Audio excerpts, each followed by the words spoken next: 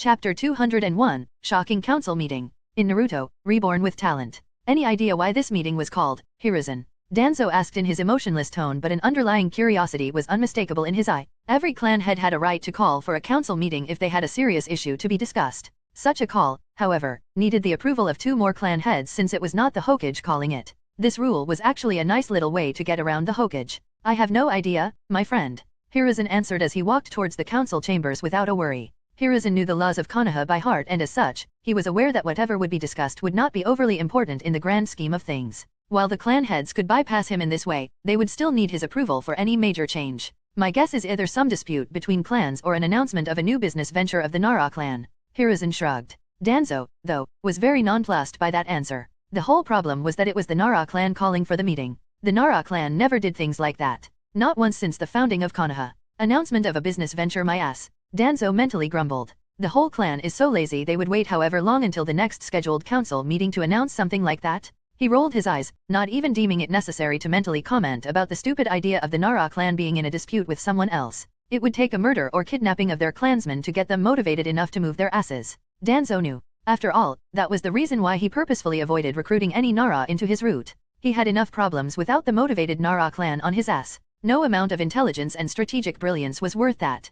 Entering the council chamber, both Danzo and Hokage were greeted by the entire council already seated. Shikaku Nara, the man who called the meeting, was slouching in his seat with droopy eyes. Around him Inoichi Yamanaka and Choza Akimichi, the 2 clan heads who granted their approval for the meeting. Around them were the clan heads of the Hyuga, Abarame, Inuzuka, and Uchiha clans. It pained Hiruzen to see that sorry state. At the start, there were no less than 17 clans in Konoha, all with a healthy population. Now, most clan seats on the shinobi side of the council were empty. Some, like Senju, out of choice, others, like Kurama, out of necessity. While the Senju clan had only 1 member and thus wouldn't normally qualify for the council seat by normal rules, they were rich, and most importantly, a founding clan. Tsunade could sit on the council if she so wished. The Kurama clan, however, wasn't nearly as important, and because of their abysmal numbers in recent times, their privilege to sit on the council was lost. But the Kurama clan was only the most recent one to lose this privilege. There were Heitake, Mitarashi, Sarutobi, and many other clans that didn't fulfill the membership quota to sit on the Shinobi Council.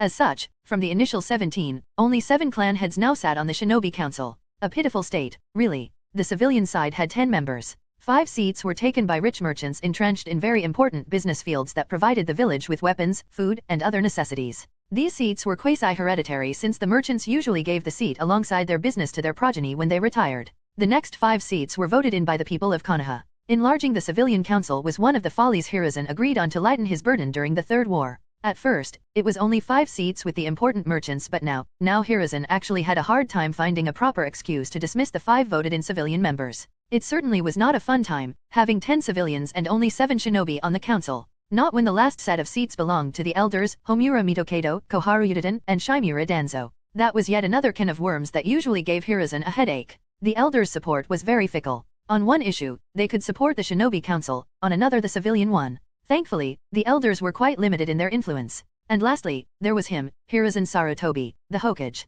21 people in total if one didn't count all the Umbu skulking around the shadows in the room. So then, what is she doing here? Hiruzen's eyes trailed towards the cheerfully humming Anko Mitarashi sitting in a guest seat as she waited for the start of the session, and suddenly, Hiruzen no longer felt all that worry-free about this meeting. The council meeting started and Anko restlessly waded through all the inane procedures, all the meaningless talks, and making sure everybody was present despite clearly seeing nobody missing. Yup, she really didn't like politics and the formal procedures that needed to be followed. She was dying of boredom despite the patience brutally instilled in her by Orochimaru. Finally, 30 minutes after the start, Shikako was given the word.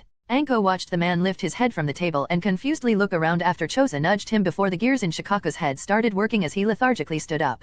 I called this meeting on the insistence of my clan's longtime allies, the Senju clan. Shikako slowly let out in a measured drawl that gave everybody ample time to realize why Anko was present. At least, the ninjas did, while the voted-in civilians were as clueless as it gets. Anko straightened her back, not due to the clueless and disgruntled glances from the elders and the Hokage, but due to what was coming next. The Senju clan asked me to present a case of custody for one, Uzumaki Naruto, to the Senju clan because of his heritage as a scion of the Uzumaki clan and his blood ties to Tsunade Senju through her grandmother, Mito Uzumaki. The second Shikako stopped talking and flopped back into his chair. A deafening silence engulfed the room. Not even the Umbu guards dared to breathe after hearing that. The topic of custody of Naruto Uzumaki was a frequent one a few years back. The clan heads wanted a boy, either to strengthen their clans or simply to give him a home. Even the ever-isolationist Abarame clan tried to gain custody of him, if only because they knew the burden the boy carried. Alas, Hiruzen Sarutobi was the Hokage, and with the help of his elders and using the hatred the civilian council had for the boy, he made damn sure to block any and all such proposals.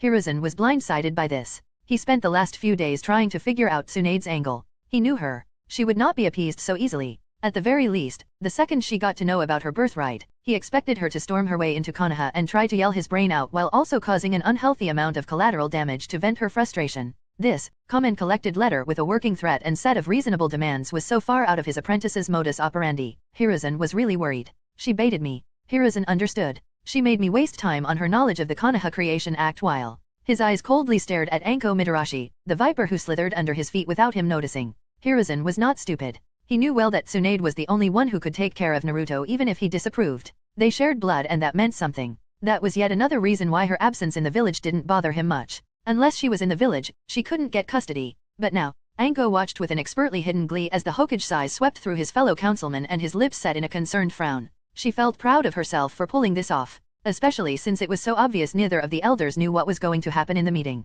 Maybe this manipulation and blackmail stuff is not all that bad. The process is dull and boring but the result is sweet. Anko inwardly grinned while outwardly she projected a sweet innocent smile that fooled nobody. She watched as Hiruzen sat in his seat, most likely mulling over the situation and what he could do to prevent it, but in the end, the old man simply sighed and called for a vote. And so, the council voted. The 5 civilians from the important merchant families voted for giving custody to the Senju clan. Tsunade had far too much blackmail on them for them to not give their vote in her favor. As expected, the Hyuga, Yamanaka, Nara, Akimichi, and surprisingly even the Abarame clans voted in the Senju clan's favor. But the Hokage, the elders Homura and Koharu, the remaining 5 voted in civilians, the Uchiha and Inuzuka clans voted against the proposition. Only Danzo abstained with a small knowing and calculating smirk, which meant it was a tie, 10 versus 10 with 1 neutral. Oh, Anko knew why Danzo abstained. He did the math after careful observation of the room. Now that it was a tie, the vote would be postponed and that would give him a chance. He would probably try to approach her and scout out what he could get by supporting her.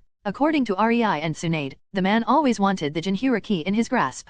Unfortunately for the Cyclops wannabe, Tsunade put the matter into the most dependable hands in the entire Konoha. Anko amusedly observed the relieved looks on Hiruzen's face. Shikaka stood up and actually smiled. Naruto Uzumaki is a civilian with a clan heritage. He is not yet a shinobi of the village, hence the votes of the elders hold no value according to the laws of the village. As expected of Elder Shimura, you know our laws by heart. Shikaka said in a voice laced with amusement as Koharu and Homura flushed, Danzo's smirk froze, and Hiruzen's pupils dilated. As such, the vote is 8 to 10 in favor of the proposition. Since the child is not yet a shinobi, the Hokage cannot overrule this. Shikaka glanced at Hiruzen before turning towards Anko. Congratulations, Anko Mitarashi. Your and your clan's guardianship of Naruto Uzumaki was approved. Anko simply hummed and comfortably leaned back into her chair as the screaming contest started as the unhappy civilians realized that the snake whore, as they called her, was the only member of the Senju clan present in the village. Chapter 202, Naruto's New Home. In Naruto, Reborn with Talent. Naruto curiously stared at the woman who caught him during one of his pranking escapades and was currently walking through the village while holding him under her armpit as if he was a sack of potatoes.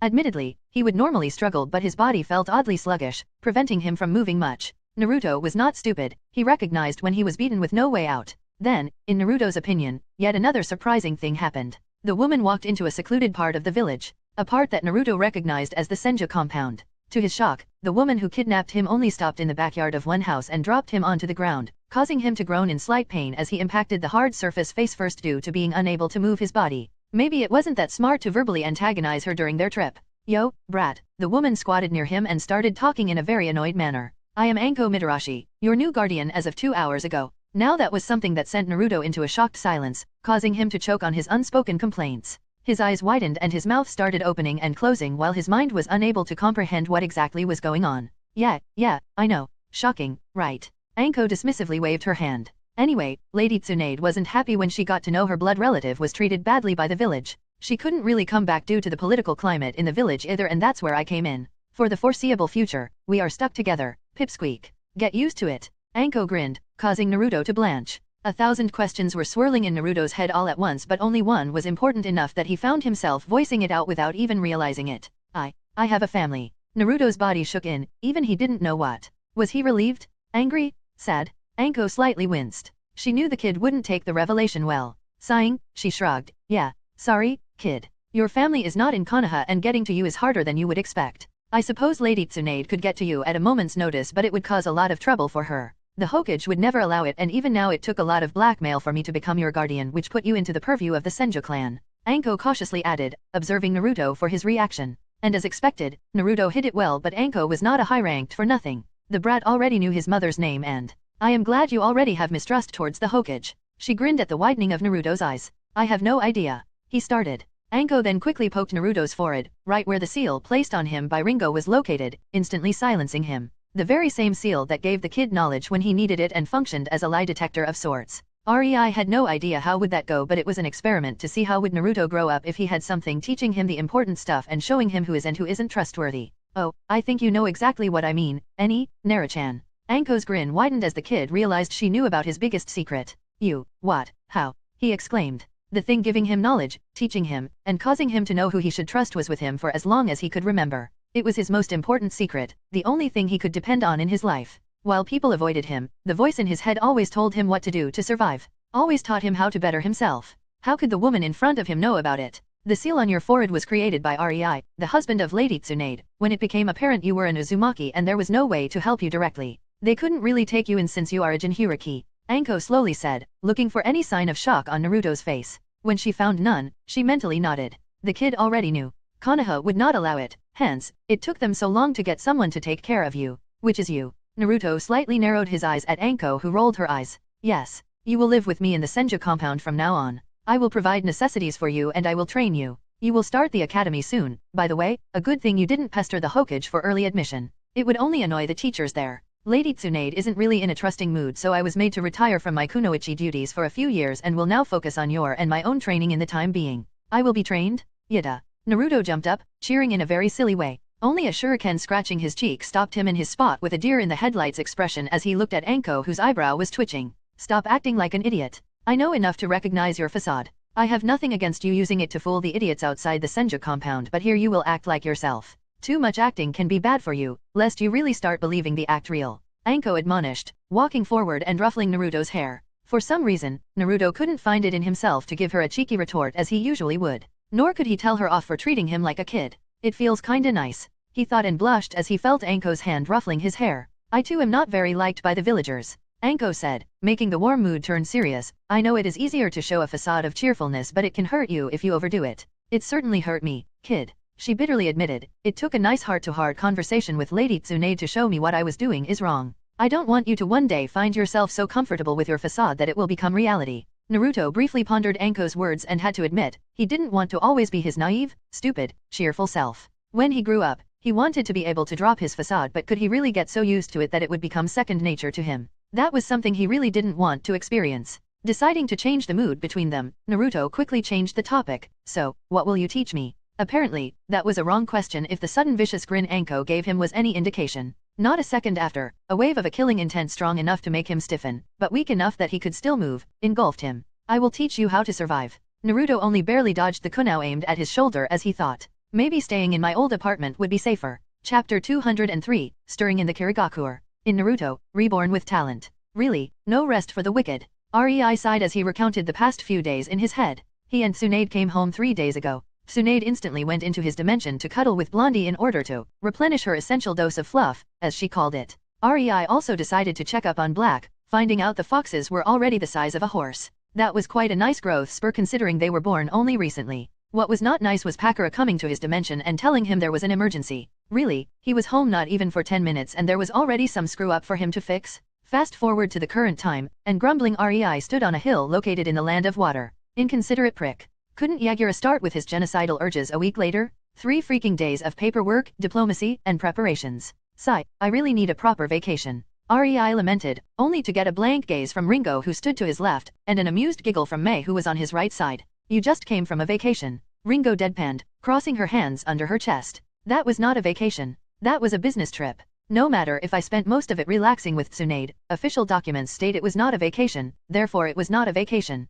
Rei defended, causing Ringo to sigh. Ma, forget the workaholic. She would not understand what is the use of free time even if you spelled it to her. Honestly, she would never leave her forge if not for the fact she is your wife. Mei decided to donate her 2 cents to the conversation. What's that supposed to mean? Ringo asked crossly. Don't give me that look. You only leave your workshop to eat with us, when you have scheduled training or sparring, and for sex with REI. Even now, you are mostly jealous you had no alone time with REI before we had to come here. Mei snorted. At least I wasn't the one keeping half of the house awake yesterday. How dumb must you be to forgot the silencing seals? Ringo sarcastically quipped. Hey, I resent that. You know. Mei started but REI's hands suddenly grasped the shoulder of both Ringo and Mei, stopping their tirade. He didn't even need to say a word for the girls to understand the meaning of his gesture. The arguments between Ringo and Mei never ceased, and while everybody knew they didn't put much heart into them, REI really didn't feel like listening to the two bickering women right now. They are almost here, he said, causing both Mei and Ringo to straighten up and enter their professional facade. It took a few minutes, but right on the decided time, 3 mist ninjas landed in front of REI and girls, led by Ao, the leader of the resistance, himself.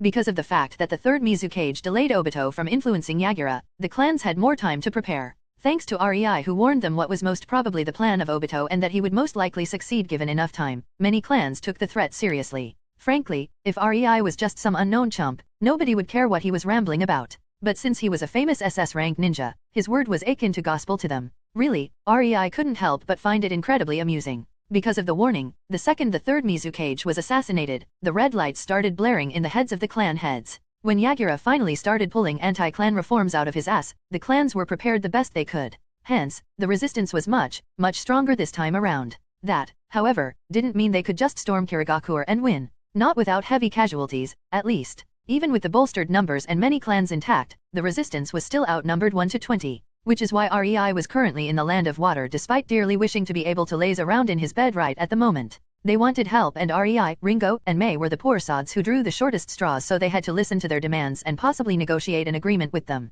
I am never again playing a drawing game to decide who would deal with something like this. REI inwardly grumbled. Even my luck is clearly against me. Greetings, REI Dano. Please, follow us, our hideout is nearby. Ao said in a no-nonsense tone and turned around before starting to run. Mei, Ringo, and REI looked at each other before helplessly shrugging and following. So, why exactly did they choose you as the leader? Ringo asked after a few minutes of silent running. She knew Ao, and it was obvious the man nor his guards were not content with seeing her. For them, she was most likely a traitor. Not that REI cared, since he called as such too. The clans bickered who should lead, and in the end, it was decided the leader was to be someone not under the influence of a particular clan. Ao unhappily grunted, showing just how much he loved his current position. I was just the most skilled guy out of those who joined the resistance and didn't belong to a clan. Sucks to be you. Mei snickered, causing even the Ao's guards to join her briefly before they earned themselves a one-eyed glare from their boss. That shut them up good. I agree. Ao muttered, and the group again fell into silence. REI didn't ask his questions in favor of observation. He knew Ringo only started the brief debate in order to give REI a better picture of Ao, as if she really cared who or why led the resistance. Her questioning, however, gave REI a better perspective of what to expect. So the clans are not as united as they would like to portray. Well, naturally, they survived with more members than in canon. They were always somewhat entitled, and now that nobody humbled them by culling out most of their populace, the clans would naturally bicker who is the biggest fish in the pond. Must be really annoying. No wonder they seek outside help, then. REI mentally summed up Ao's situation. REI wasn't really happy with what he heard so far. The resistance was outnumbered and the members had a hard time working together. They actually had to give the leadership to a third party to keep a semblance of order in their ranks. Many Kirigakure high-ranking ninjas were members of some clan. Meaning, despite being outnumbered, the resistance should, at the very least hypothetically, be able to win against Kirigakure. Especially if they employed guerrilla warfare, which is incredibly suitable for the mist ninjas. They could weaken the Kiri forces enough that the chances of winning a head-on assault would be greatly in their favor. And yet, they wanted to pull Yozora into it. Somehow, I am starting to have a really bad feeling that they expect some hocus-pocus out of me that would resolve their current problem without any country-crippling bloodshed. REI started to realize what exactly the Kiri clans wanted. This was not a desperate fight for survival for them. Not yet. They weren't reduced to a few members. Not in this timeline. REI actually cursed when he realized a snag in his plan. This was something he overlooked. The clans simply wanted to return to their comfortable position of power in Kirigakure. This meant Yagura had to be removed without much infighting that would weaken Kirigakure, and cause the clans having to work overtime to keep their village safe afterward. They simply wanted a fairy tale outcome with a happily ever after. Oh, well, no matter how ridiculous this is becoming, it's not like this situation doesn't play right into my cards. REI mentally shrugged. He would have to adjust his plans, but maybe the current situation would be even more beneficial for him. REI discreetly looked at Ringo with the corner of his eyes. The question is, how pissed will she be when I enact my oh-so-evil plan? Chapter 204, Difference. In Naruto, Reborn with Talent. After arriving at the hideout of the resistance, REI, Ringo, and Mei marveled at the place. All of them spent years in the service of Kirigakure, and yet, neither knew about the place. From the exquisite buildings and the crests on them, it was obvious the village in front of their eyes belonged to a clan, which only made their lack of knowledge about it even more impressive. Kirigakure loved to keep track of any place the clans owned, after all. Rei couldn't help but smirk. It was obvious that some clans didn't trust Kirigakure enough to abandon their previous compounds or reveal their whereabouts upon the establishment of the village. The entire place was quite spacious, but it was also masterfully hidden by the local nature, and according to Rei's senses, some quite rudimentary but nevertheless quite effective funjutsu. Just wow. Kirigakure could run in circles around this place for months considering the serious lack of funjutsu experts. The seals perfectly blend with the local nature and cover the village. Quite ingenious, to be honest. Although, it wouldn't work if the clan village was bigger. Riley thought about how useless these seals would be for him if he tried to hide his own village with them. His mind quickly stopped this contemplation as he noticed that to his right, Mei was walking with a small welcoming smile while secretly but constantly letting out a bit of her chakra seep into the air around her. Already taking preventive measures, Rei noted. He was especially proud that he managed to discover Mei's subtle use of her steam bloodline only thanks to his senjutsu-enhanced senses. This meant that even Ao, who already sported his stylish eye patch and no doubt monitored them non-stop with his Byakugan, would not get even an inkling of Mei's usage of the chakra because to him, it would simply seem like a natural leakage of chakra into the surroundings that every person, even civilians, had. Mei simply leaked quite a bit more, which could be chalked up to her massive chakra reserves. And there laid the reason why Rei was so proud. It didn't seem as if Mei was using a technique. Not even to be a Byakugan. And yet, slowly but surely, the air was starting to get thinly saturated with her chakra, drifting away from Ao to different parts of the village so he doesn't get suspicious. It was not as if Mei needed a lot of her chakra in the air in order to do nasty stuff with it either. Rei's eyes discreetly glanced at Ringo, who instantly noticed, and her grip on the handles of the swords on her waist slightly tightened, notifying Rei she was ready to act upon being ordered. Her eyes were set in a cold facade, and Rei knew if he told her to slaughter every single person in the village, she would do so. It was reassuring, and yet a bit disturbing. But that was Ringo. After she decided to throw everything away for Rei, her determination only strengthened through the years, and not one of his girls showed such unquestioning loyalty to him as her. Yes, his wives were loyal without a shadow of a doubt, but Ringo was in the league of its own, clutching onto Rei after forsaking Kirigakure for him. Rei simply widened his smile, giving Ringo a signal that no carnage would be happening right about now, which elicited a small, almost pouty frown from the redhead while her grip slightly slackened. Obviously, the Jonins escorting them through the clan village noticed her slight tensing, and it created a quite stifling atmosphere which only somewhat eased up after Ringo became more relaxed. Nevertheless, they had no idea what exactly caused the famous assassin in front of them to get battle ready, and that, even if they didn't outwardly show it, drove many of them scared shitless. Rei chuckled at the mirth in Ringo's eyes. The minx clearly did it on purpose, giving the ninjas around a warning. And if the small widening of the distance between Ringo and the ninjas who escorted them was any indication, it worked spectacularly. Needless to say, Rei had no illusion that Ringo was simply playing around. She was clearly mapping out the village, remembering any escape route, any important place that could help in a fight. Simply, her deeply ingrained cold calculative instincts of an assassin was in full throttle, devising plan after plan while analyzing the situation and the best way to terminate everybody around. Rei, on the other hand, was also busy with using his chakra to form seals under the solace of his boots as he walked, causing them to sink into the earth. It was quite an advanced technique, and getting it to work with his feet rather than hands took a long time, but this way, he could simply walk and distribute his seals on the places he set his feet on without being noticed. From a perspective of a normal ninja, it would be completely mind-boggling that the trio managed to do what they were doing without being noticed despite being surrounded by a Byakugan user and a village full of ninjas. They finally reached their destination, a well-decorated mansion in the middle of the village. The mansion was the grandest building around, and Rei had no doubt the clan heads of clans that formed the resistance would be just waiting to manipulate him to help them. Such was the disadvantage of working more with the third Mizukage and never teaming up with other ninjas from Kirigakure. Sure, the clan heads most likely saw him as a powerful individual, but they were people who had power and influence for most of their lives. Rei was really curious just how many of them would take him seriously in this little political game of theirs. Considering the inactivity of Yozora in recent years, this will be a monumental drag, won't it? Rei wearily sighed as he stared unimpressed at the lavish mansion in front of them. The group entered, and right as they passed the door, Ao turned towards Rei and started talking in an emotionless tone. I will require you to leave your weapons here. They will be returned after the negotiation. Standard procedure. I hope you don't mind. He swept the trio with his eyes, showing a bit disgruntled expression when he saw Ringo shrug and hand her swords to the ninja/receptionist/guard/whatever else required. Ringo simply smirked at Ao, causing his eyes to narrow as a weary sigh left his lips. He knew out of the three ninjas before him, Ringo was the most dependent on her weapons, and yet she was completely fine with handing her swords over? The Ringo he remembered would lash out and bring hell to the mortal plane if anybody demanded her to give her swords away.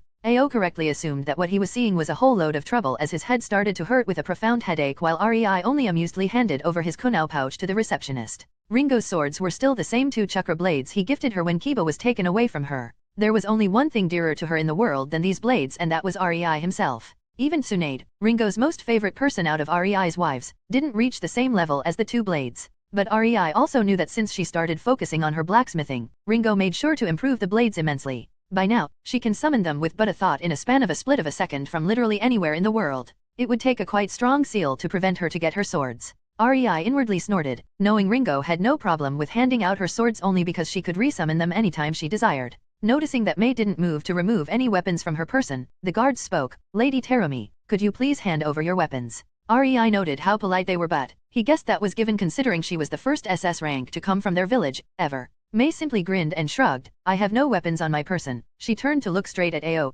getting his full undivided attention. "My chakra is all I need." The guards didn't know what to do in a situation like this. Mei was an SS rank kunoichi and offending her would be quite, ahem. They simply turned towards Ao and waited for orders. By that point, Ao's headache increased. For a second, he had a bad feeling he missed something, but in the end, he just nodded at a guard to search Mei. Seeing how stiffly the guard approached her, Mei chuckled. "Get it over with, but make sure your hands don't wander where they don't belong." This, she gestured at her body, belongs solely to Rei, and narrowed her eyes at the poor sod chosen to search her. A few very uncomfortable moments later for the almost crying guard, the trio was amused beyond belief while Ao was now actively rubbing his temples when he saw how the guard whimpered every time his hands approached Mei's breasts or lower body, causing her to tense up in warning. "She is clear," the guard said, and Rei would even find his even tone impressive if the man didn't have such a fearful expression on his face. Frankly, Rei found the entire situation exceedingly amusing, especially since Mei threw Ao such an obvious clue. "Chakra is all I need? Seriously?" She couldn't have given him a bigger hint to what she was doing during their walk towards the mansion.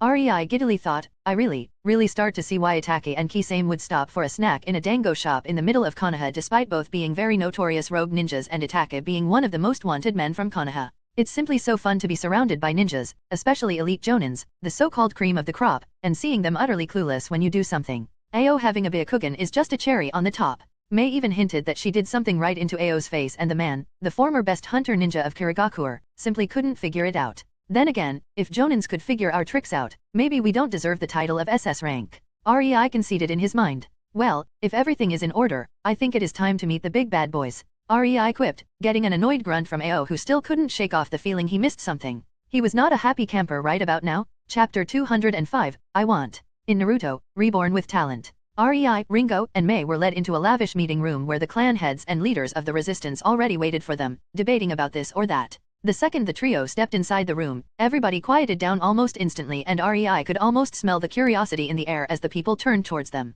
The trio simply stared back in complete disregard and disinterest as the gazes washed over them. Rei was indifferent to it, Ringo simply didn't care, and Mei didn't want to get spanked by Tsunade because of letting her discomfort show, so she donned an aloof facade. After all, Tsunade would be very upset if the 5 hours she spent hammering the political knowledge into Mei's mind were in vain. Especially since Mei's sole purpose in these negotiations was to look disinterested with anything they propose while making sure her mouth stayed shut as Rei handled talking. Rei's lips quivered as he noticed the gazes linger on Mei a bit more than on him or Ringo. "Well, I did take Mei with me because she is the last of the Terumi clan and also because she is the very first SS rank ninja from Kirigakuer. Looks like it works like a charm. Their attention is more on her than me," Rei noted with satisfaction. These clan heads knew well that he was the mysterious Rei of Kiri in the past, but they knew virtually nothing about him. Ringo and Mei though. Ringo was one of the best assassins Kiri ever produced in its existence, and Mei's ranking was too big of a deal. Hence, Rei, who was standing a half step behind the girls, was not garnering much attention. "Welcome," one of the geezers stood up from his seat and amiably greeted the trio. "We awaited your arrival, members of Yozora.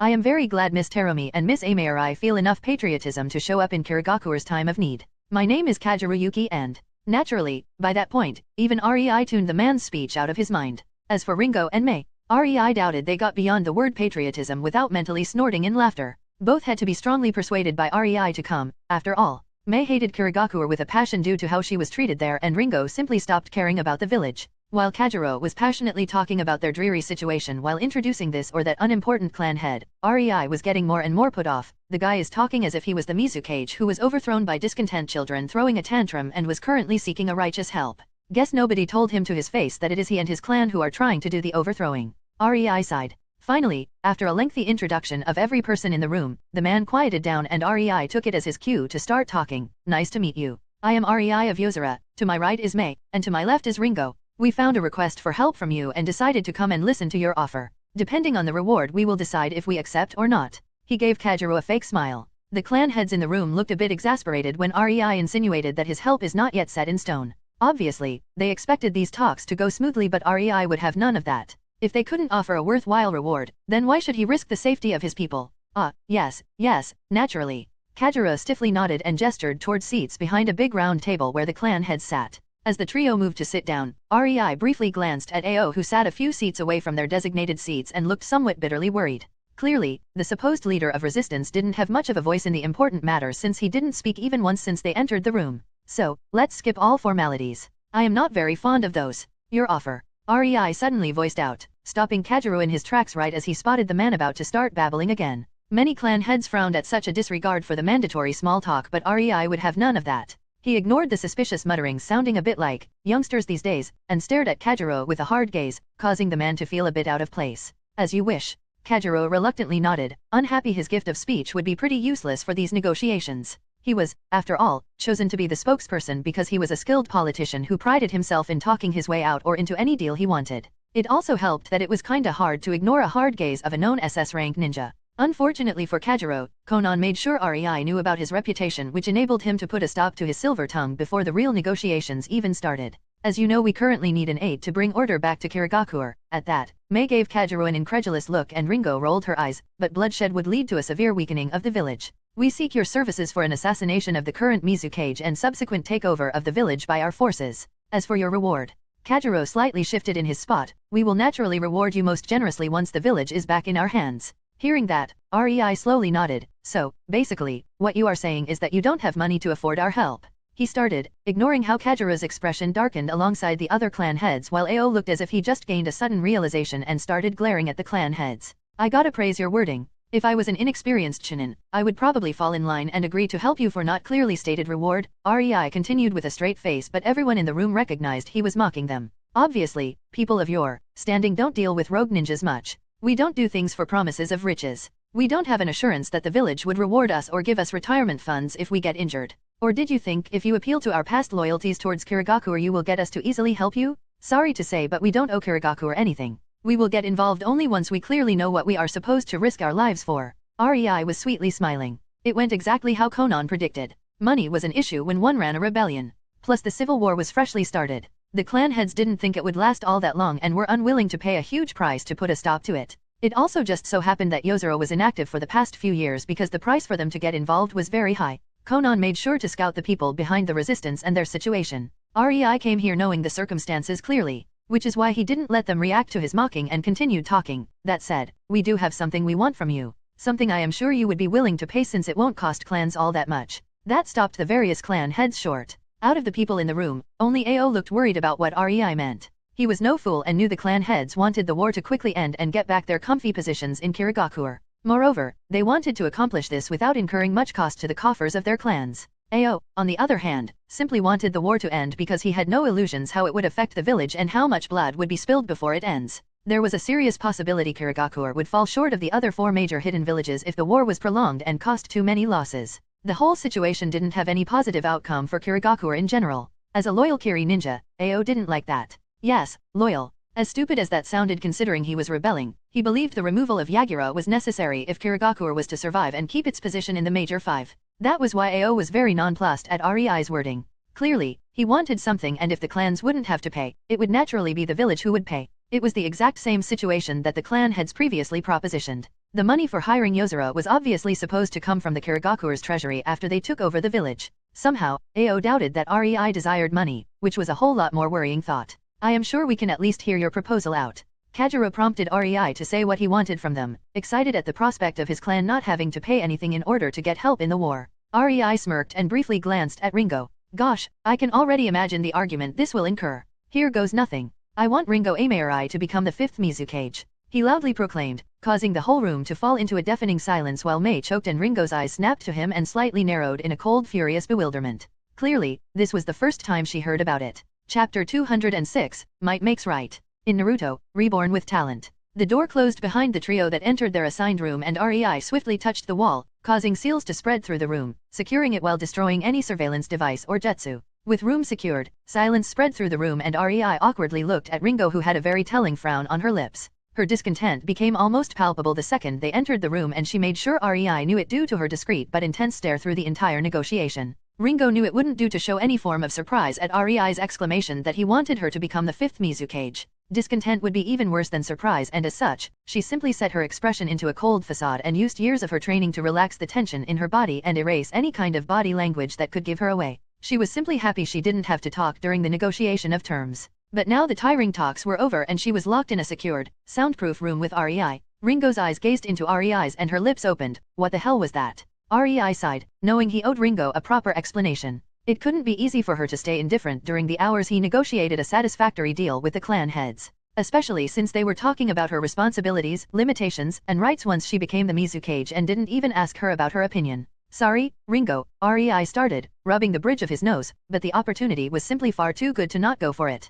I could only choose between you and Mei, and you know how Mei is. She wouldn't be able to get past the first week of being Mizukage without blowing the entire Kirigakure up and calling it an accident. Yes, you know how I am, Ringo. Mei teasingly interjected from her bed where she laid with her hands supporting her chin as she stared between REI and Ringo with great interest. You shut up. Ringo snapped at Mei, letting her anger briefly show before she took a deep breath. It had to be said, REI was using Ringo's love for him in his favor. He knew she couldn't really argue against him. Mei, however, wasn't so lucky, and if she kept talking, she would become an apt scapegoat for Ringo to relieve her stress. Then again, REI definitely didn't think the resistance would appreciate having their hideout leveled to the ground. Mei, stay quiet. REI stated, not averting his eyes from Ringo. Okay, Ringo took another calming breath and slowly sat down on the side of her own bed. I would like a more in-depth explanation. REI wryly smiled and walked towards Ringo. He sat next to her on the bed and put his arm around her shoulder, pulling her close to him. Only when he felt her relax and lean into his body did he start talking in a calm and soft voice. I came here expecting many things based on Conan's intelligence.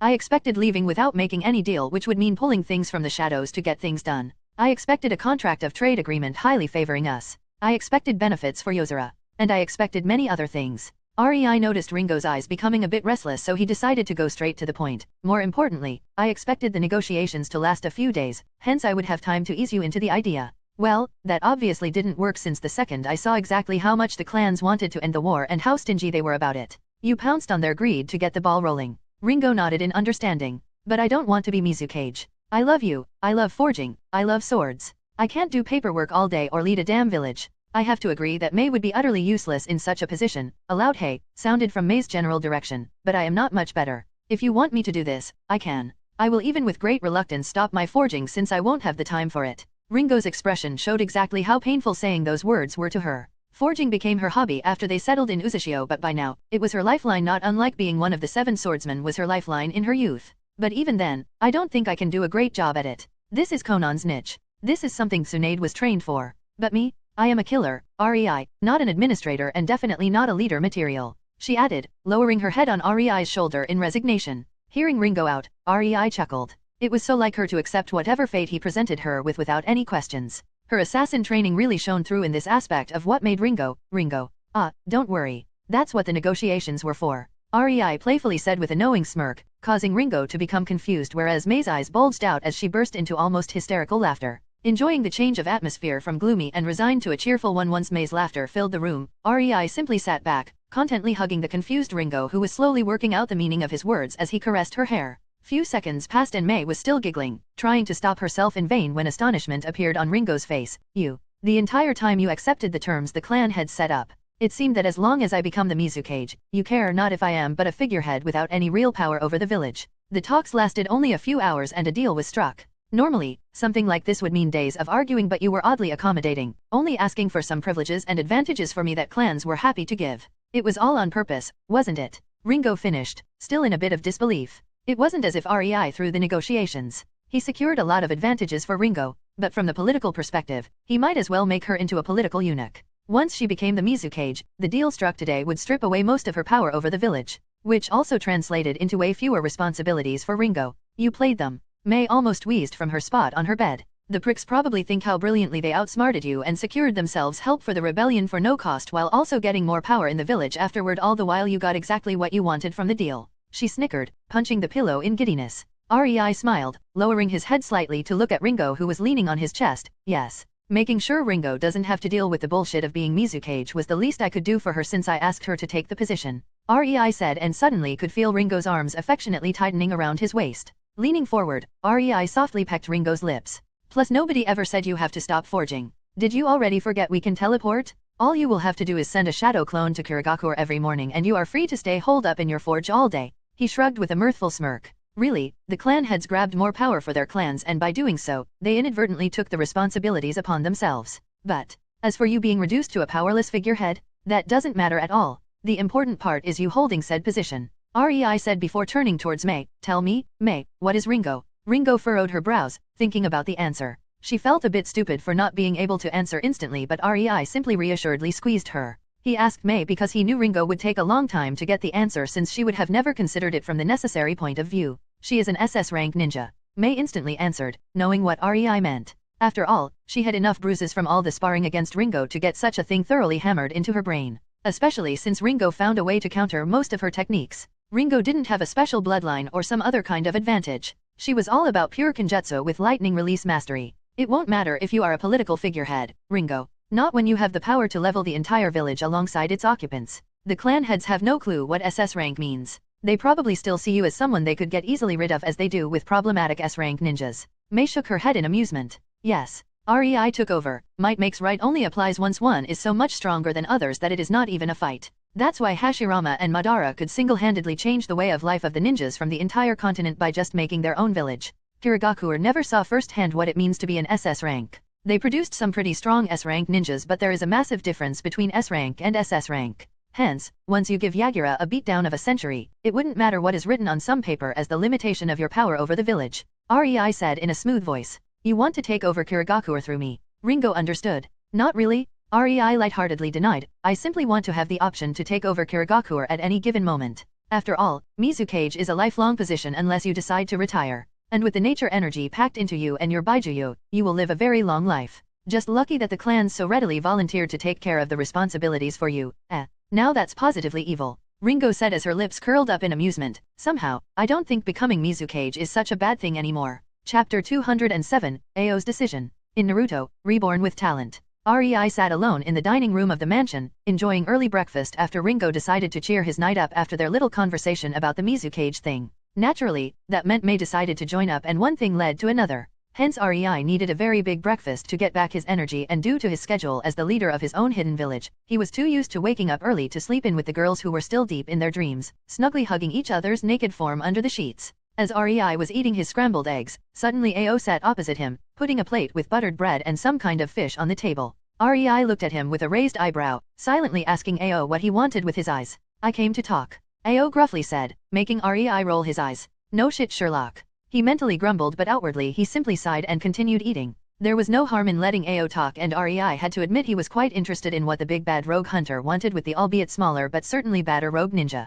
I had a very long night. Ao slowly started with an expression that showed how unsure of what to say he was and REI barely restrained a snort. Yeah, me too, buddy. I doubt our reason for staying up late was the same though. REI mirthfully quipped but Ao simply ignored the jab. You see, I was always the guy sent to clean up disloyal pieces of shit like you. Ao indifferently stated. Find, kill, get rid of the body. That was my job and I was good at it. And now, here I am, calmly talking with a person who could easily be at the top of my kill list. Funny, isn't it? You mean the fact you think you got a chance? Yeah, it sure is. REI nonchalantly shrugged. Ao simply sighed in defeat. It was obvious to the man how uncomfortable he was with the current situation. It must be quite hard for someone like Ao to stomach not only hiring Kirigakure's rogue ninjas for help but also deciding to make one of them the next Mizukage. REI mentally summed up. The meeting yesterday, it got me thinking. Ao said in frustration as his shoulders sagged but his eyes didn't stop giving REI a piercing intense stare even for a second. I am no politician. I am a hunter ninja. I spend most of my life hunting and know the worth of power.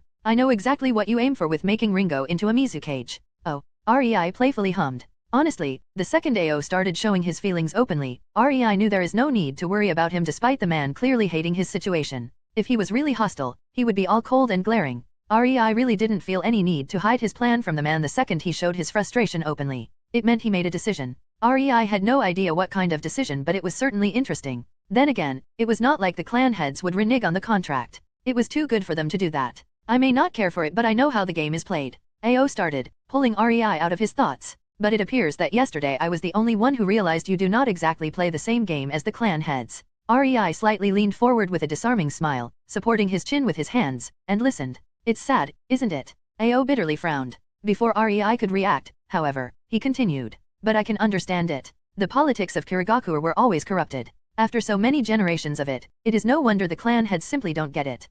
You will have to enlighten me, Ao. I never cared for Kirigaku's politics and definitely never got involved in them despite living in the village for over a decade in the past. REI said, subtly reminding Ao that he was once Kirigaku's ninja and that he defected. For some reason, REI really couldn't help himself. He liked the conflicted look in Ao's eyes every time it was brought up. Right. Ao commented quietly but with a lot of sarcasm. If you had no idea, you wouldn't try to exploit the clan head's ignorance. Ao added, hating how smug REI looked. Suddenly, he gained a sad look. It's really vexing, you know? The clan heads are supposed to know better, but I am not surprised. With the formation of hidden villages, the clan heads became more of political animals, rather than people understanding the importance of pure strength. The heirs to the clans are mostly trained to quickly get jonin rank, getting so much preferential treatment it is not even funny. They no longer put as much importance on personal power as they do on politics. After all, S-rank ninja who normally could not be defeated by them are but a small annoyance once they use politics to make him a public enemy number one. That's why your plan is going to work. Yeah, I always found it funny how the clan kids like to intrude on the academy graduation day, coming there already blooded, trained, and ready to kill while competing against scared kiddies with subpar training compared to them.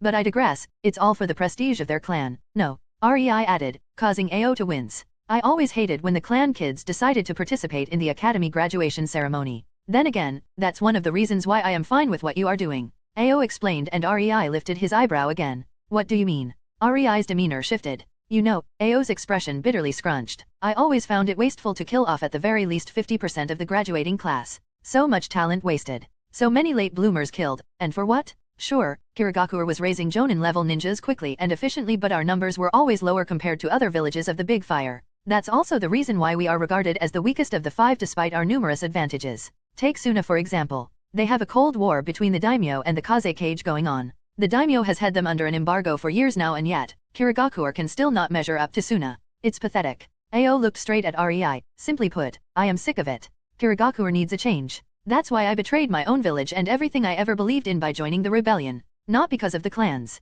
These self-important pricks can burn for all I care. Especially after selling the village to you without even realizing it. No, what I want is a better Kirigaku. Ao stopped and took a deep breath as if he was about to make a life-changing announcement. That's why. I want you to know that no matter how much I hate your traitorous ass, I am willing to work with you as long as you make Kirigaku into a better place. Saying his piece, Ao stood up and went away while REI amusedly watched him. In short, Ringo is his best shot at Kirigaku being improved after the Civil War. Huh? Looks like the 5th Mizukage will have her faithful secretary. After all, who knew? Good for Ringo, at least she will have a person who can fill the paperwork for her. Chapter 208, Talks with the Water Daimyo 1. In Naruto, Reborn with Talent. Why exactly are we here? Ao asked as he looked around the lavish meeting room in the castle of the Water Daimyo. The civil war in the Land of Water was still in its starting phase, and so far, probing attacks was all both sides were willing to use.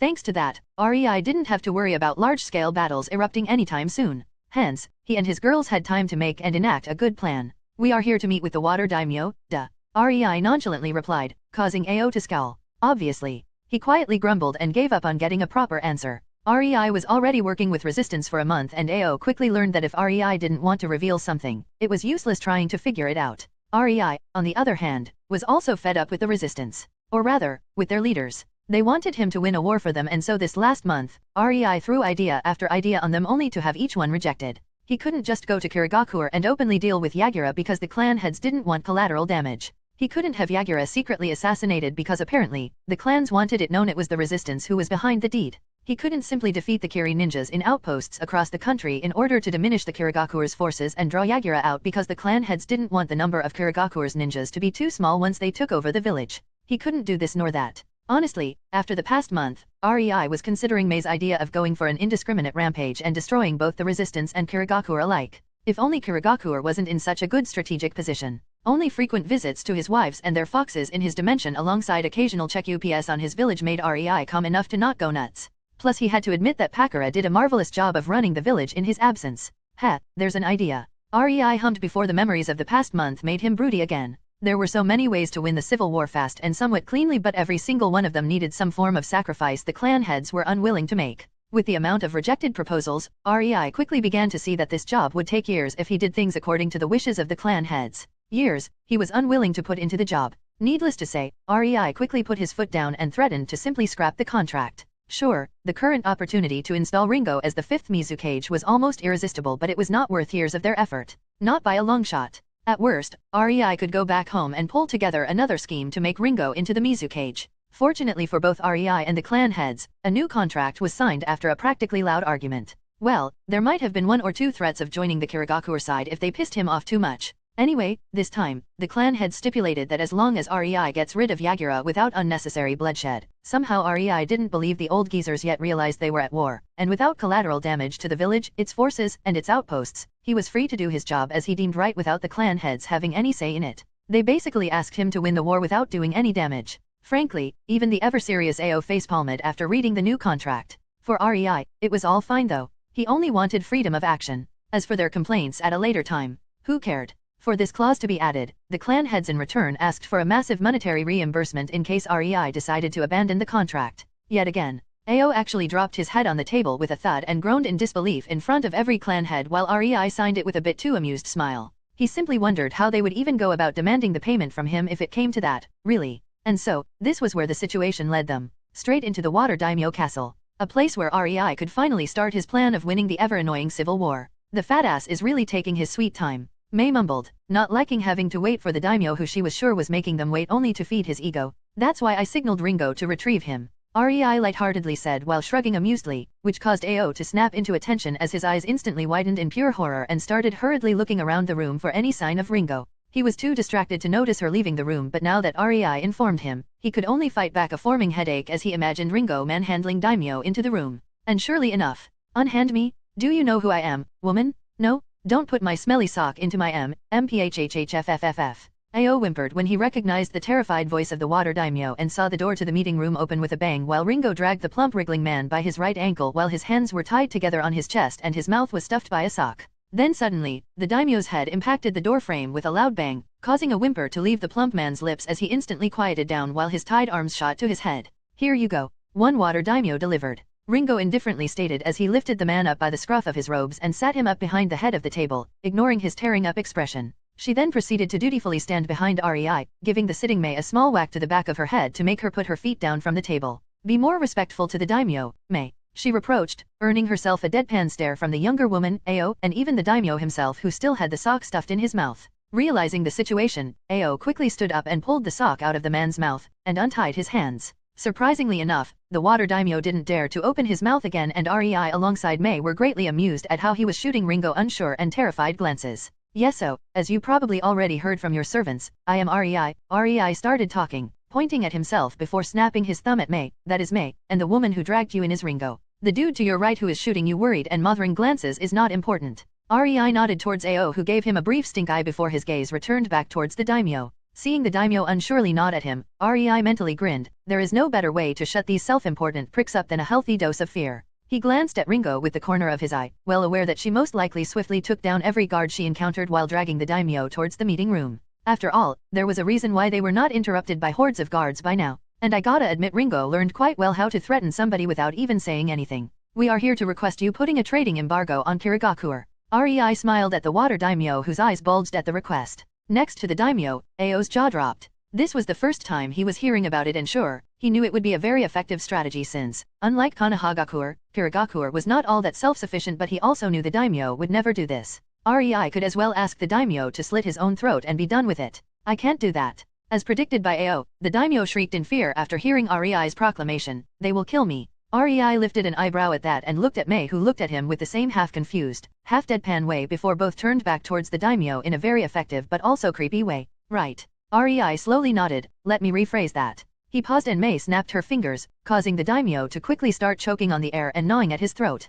The Kirigakure ninjas are not here. We are? And at that moment, Ao had to take a step back when he saw the completely disregarding way REI and Mei smiled at the daimyo while Ringo simply indifferently stared at the ruler of the land of water. This is utter madness. Chapter 209, Talks with the Water Daimyo 2. In Naruto, Reborn with Talent. After a few moments where Ao could only helplessly stare at the ruler of his country choking on air, Mei again snapped her fingers and the daimyo gasped for the much-needed oxygen while REI started talking again in a calming tone. I will make it easier for you. Here, a coupon for a 2-month-long stay in Uzashio's best hotel for you and your family. Just put the embargo on Kirigakure and go on a long vacation. By the time you return, the current problem will be dealt with and the country should be peaceful again. It will be again in the most optimal state for leeches like you to exploit people. Ain't we simply the best for making life easier for you? The daimyo gulped, knowing there is no help coming. After all, he saw Ringo manhandle even his strongest guards in 2 seconds and they were all capable of fighting Jonins. He shakily reached towards the coupon and looked at it before his gaze turned back to Rei with an unreadable expression. It says it will cost me 50 million ryo.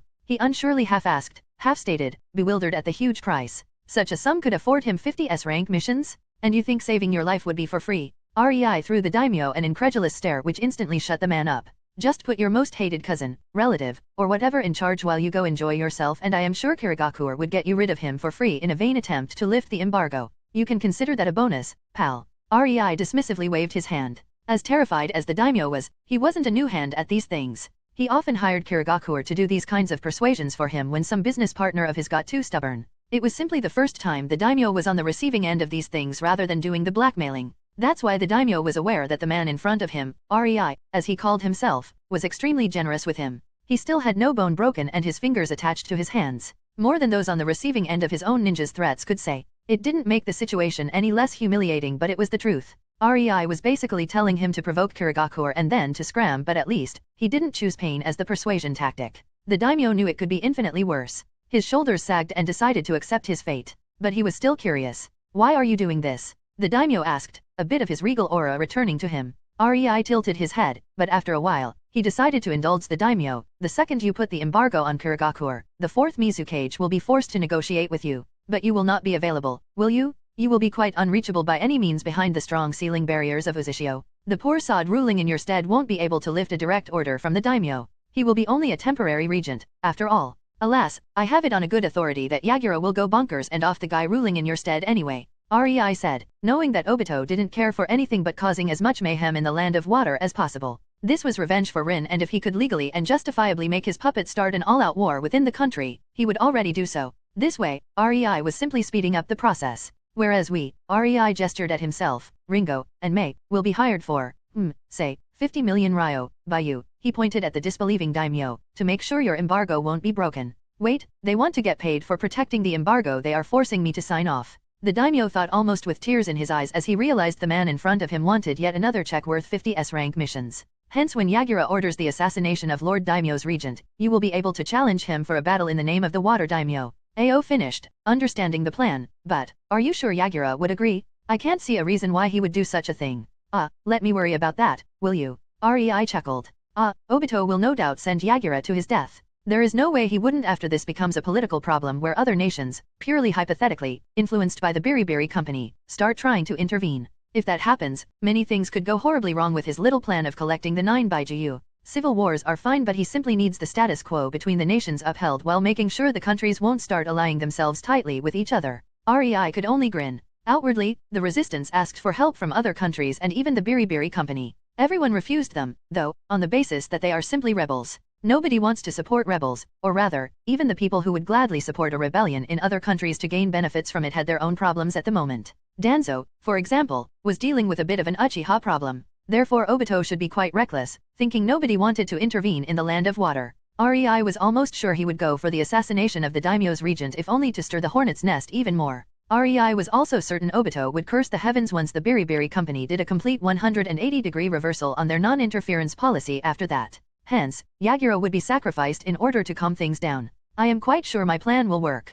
Rei started, and even if it doesn't there are still other ways how to get what I want. Don't worry, I will deliver this improved Kirigakure you so desire, Ao. He shrugged before looking towards the water daimyo. As for you, as long as you are a good boy and don't obstruct the new Mizukage once the resistance takes over Kirigakure, you are free to continue living your luxurious life of debauchery. He said mockingly. New Mizukage, so they already decided who will get the position. The daimyo muttered before unsurely raising his eyes towards Rei, and, may I ask who will be the new Mizukage? Rei's grin only widened at the question that made sweat appear on daimyo's forehead as a bad premonition appeared in his mind. He didn't like where this was going. Especially when Rei just meaningfully lifted his eyebrow at the question in a very amused manner. I look forward to working together. Suddenly a cold voice interrupted daimyo's thoughts, causing his head to snap behind Rei where Ringo stood with a small condescending smirk. Daimyo's eyes widened in horror and despair as he looked pleadingly at Rei. You must be kidding me.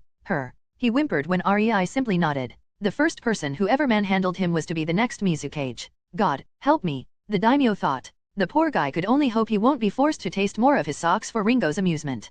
Chapter 210, Happy Home. In Naruto, Reborn with Talent. Rei and his girls stayed in the water capital only for 2 days to make sure the daimyo and his family left towards Uzushio, leaving behind only a regent whose name Rei really didn't care about, who would announce the embargo in 2 more days. After they cheerfully sent the resigned daimyo off, Rei decided to leave the water country no matter how much Ao protested. It's just a waiting game now. We can't do anything until Yagura moves. Having people from Yozura skulking around the capital would only hinder Yagura from doing the right thing and sending assassins. Rei told the exasperated Ao before teleporting home, leaving the poor guy glaring at an empty patch of land. The second they arrived, Mei instantly rushed off to talk with Yujito, while Ringo got this overpowering urge to check on her forge. It certainly didn't have anything to do with the 3 very concentrated bursts of serious killing intents from Tsunade, Pakura, and Konan focused on the 2 girls who spent months with Rei. Poor Rei gave the backs of his 2 runaway girls a slight glare. He couldn't simply run off to his office. Not with the peeved looks the 3 girls in front of him were throwing him. Damn, I knew telling them we are coming back was a bad idea.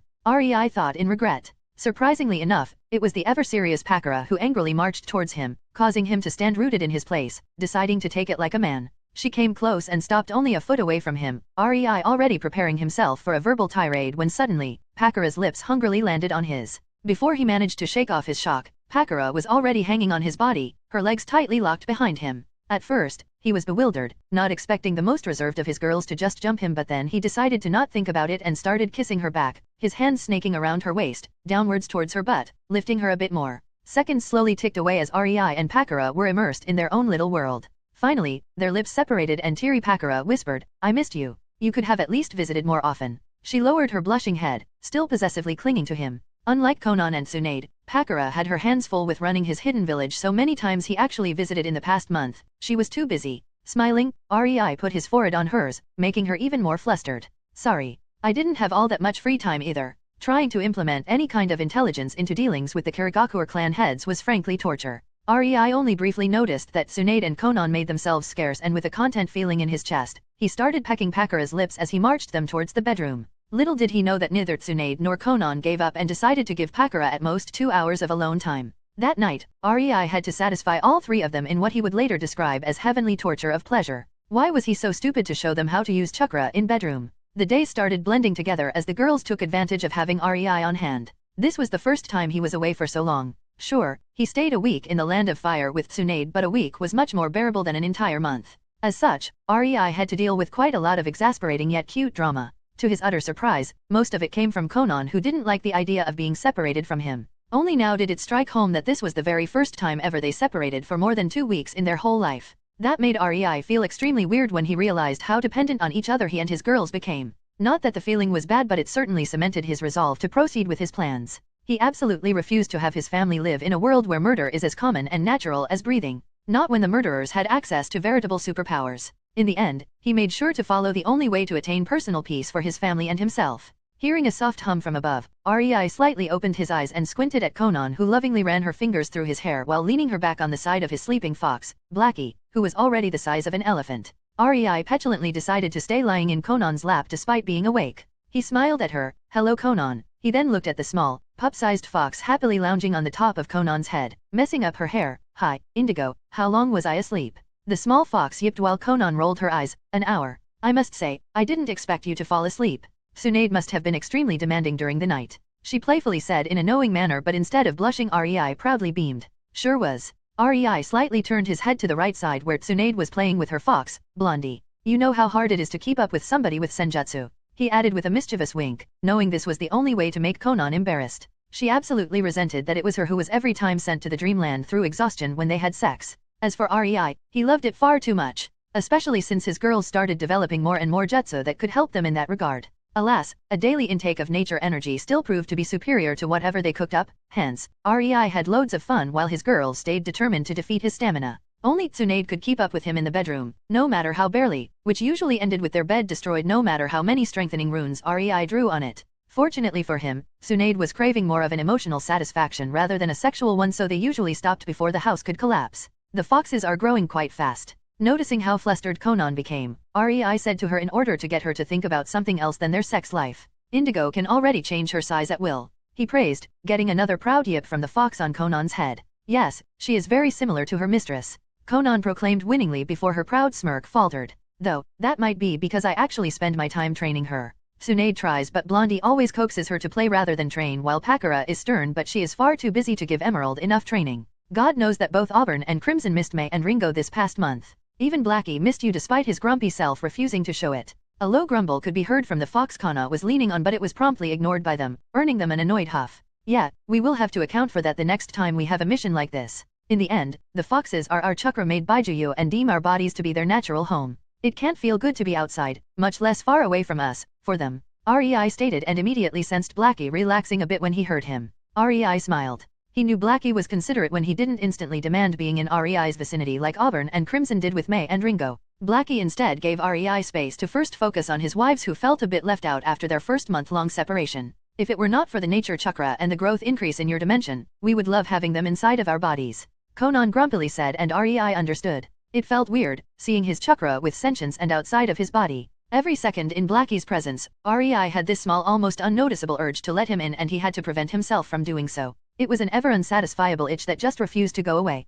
Just a few more years. REI tried to sound reassuring. Anyway, shall we check up on May? You know, to prevent her from finding a world-ending jutsu and then teaching it to Auburn. He joked but was unable to muster a smile when the words left his lips. After all, May already had 1 or 2 planet-ending steam-based jutsus that could feed on nature energy after their initial casting. Whenever May was close to Auburn, she would get all these crazy ideas of new jutsus for either lava or steam release. Hearing him, Conan stiffened. They left May and Auburn unattended for a whole hour. Now that you mention it. Chapter 211, Chaos in the Land of Water. In Naruto, Reborn with talent while REI enjoyed his peaceful moments at home, surrounded by his loving wives, and trained the foxes, Ao, on the other hand, had quite a headache-inducing time in the capital of the Land of Water. After REI's departure, Ao decided to stay hidden in the city in order to witness if everything would go according to REI's plan. He was quite doubtful about it, after all. As someone who was the ex-leader of the Umbu Hunter Nin division, Ao knew well that usually, no plan survives the confrontation with the enemy and when REI actually left the country altogether, relying on his supposed plot to go as he intended without him influencing it in any way than he originally did. Let's just say Ao spent the following day cursing at anything that moved. In his opinion, it was a very stupid move. Unfortunately for Ao, he witnessed firsthand how REI threatened the water daimyo. That gave him quite an idea of REI's ways of solving problems. To say Ao was bewildered when the arguably most influential man in the water country was manhandled like a small misbehaving child would be an understatement. 3 ninjas walked into the water palace and when they left, the daimyo was shaking in his seat while all of his guards were knocked unconscious with almost laughable ease. That was really the only thing that made him stay in the capital city. He wanted to see firsthand if REI is really just cocky beyond belief or if everything will go as he planned. Days slowly went by and the new regent of the water country proved to be an utter waste of space as expected. The daimyo chose his 7th cousin, a wholly unpleasant fat man who lived for partying, drugs, and whores. Needless to say, it didn't take even 24 hours for the palace to be filled with a lot of filth. Ao made sure to sneak around a bit and what he discovered didn't please him. All projects for the following 2 months were stopped and the budget relocated which honestly disrupted the flow of the whole country. The palace was filled with high-end prostitutes and people with a shady background as the bastard-playing regent did backroom deals, using the country's money to enrich himself.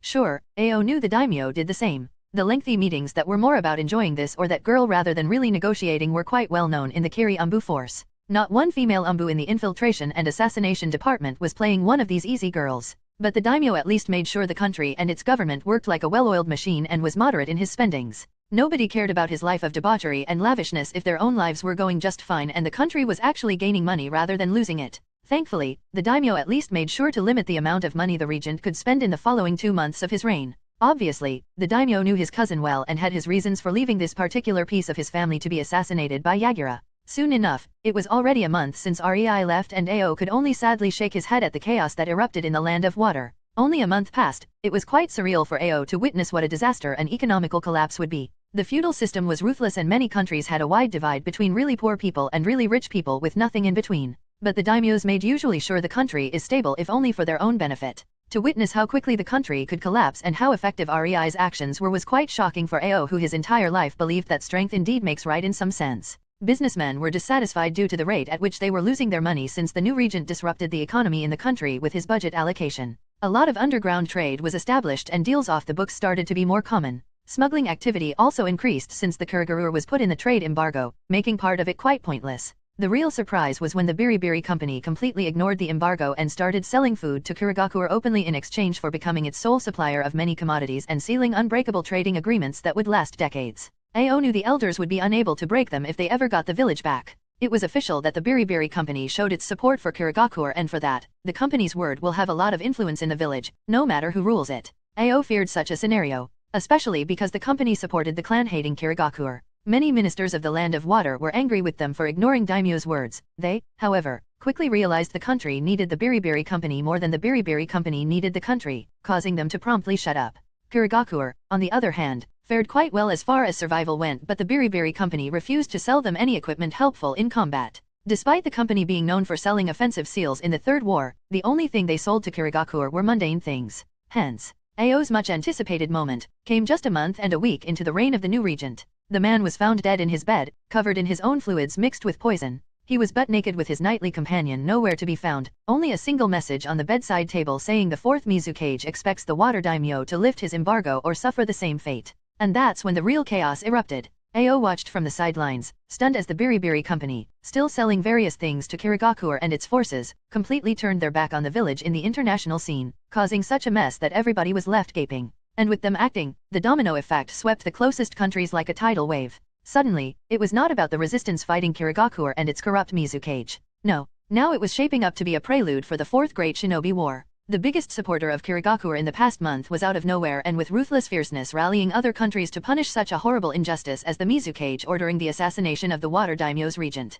It caused such a loud ruckus in the international diplomatic channels that Ao started suspecting if it really was the Mizukage ordering the kill. Only intelligence from resistance that it was really so made his suspicions subside. It honestly made no sense. Why would the company suddenly turn its back on Kirigakure, right after they secured a very lucrative deal with them? Unfortunately, the Beriberi company was too influential, too big to be stopped by something simple. Its international scale completely prevented any form of interference from Kirigakure's side. They were simply too widespread and numerous for one village to do anything about them, especially in the territory of other countries and hidden villages. The only thing that could potentially help would be the assassination of the company's owner. There was however a small problem with that. Anybody with brains realized the man on the official document is not really the one behind the scenes and nobody knew who the real owner was. The finishing blow, however, came when the Uzushio Trading Company put their full support behind the Beriberi company. Suddenly the angered daimyos in the countries surrounding the Land of Water found themselves in a position with even more support and potential financing in case they decided to retaliate against the daring actions of the 4th Mizukage.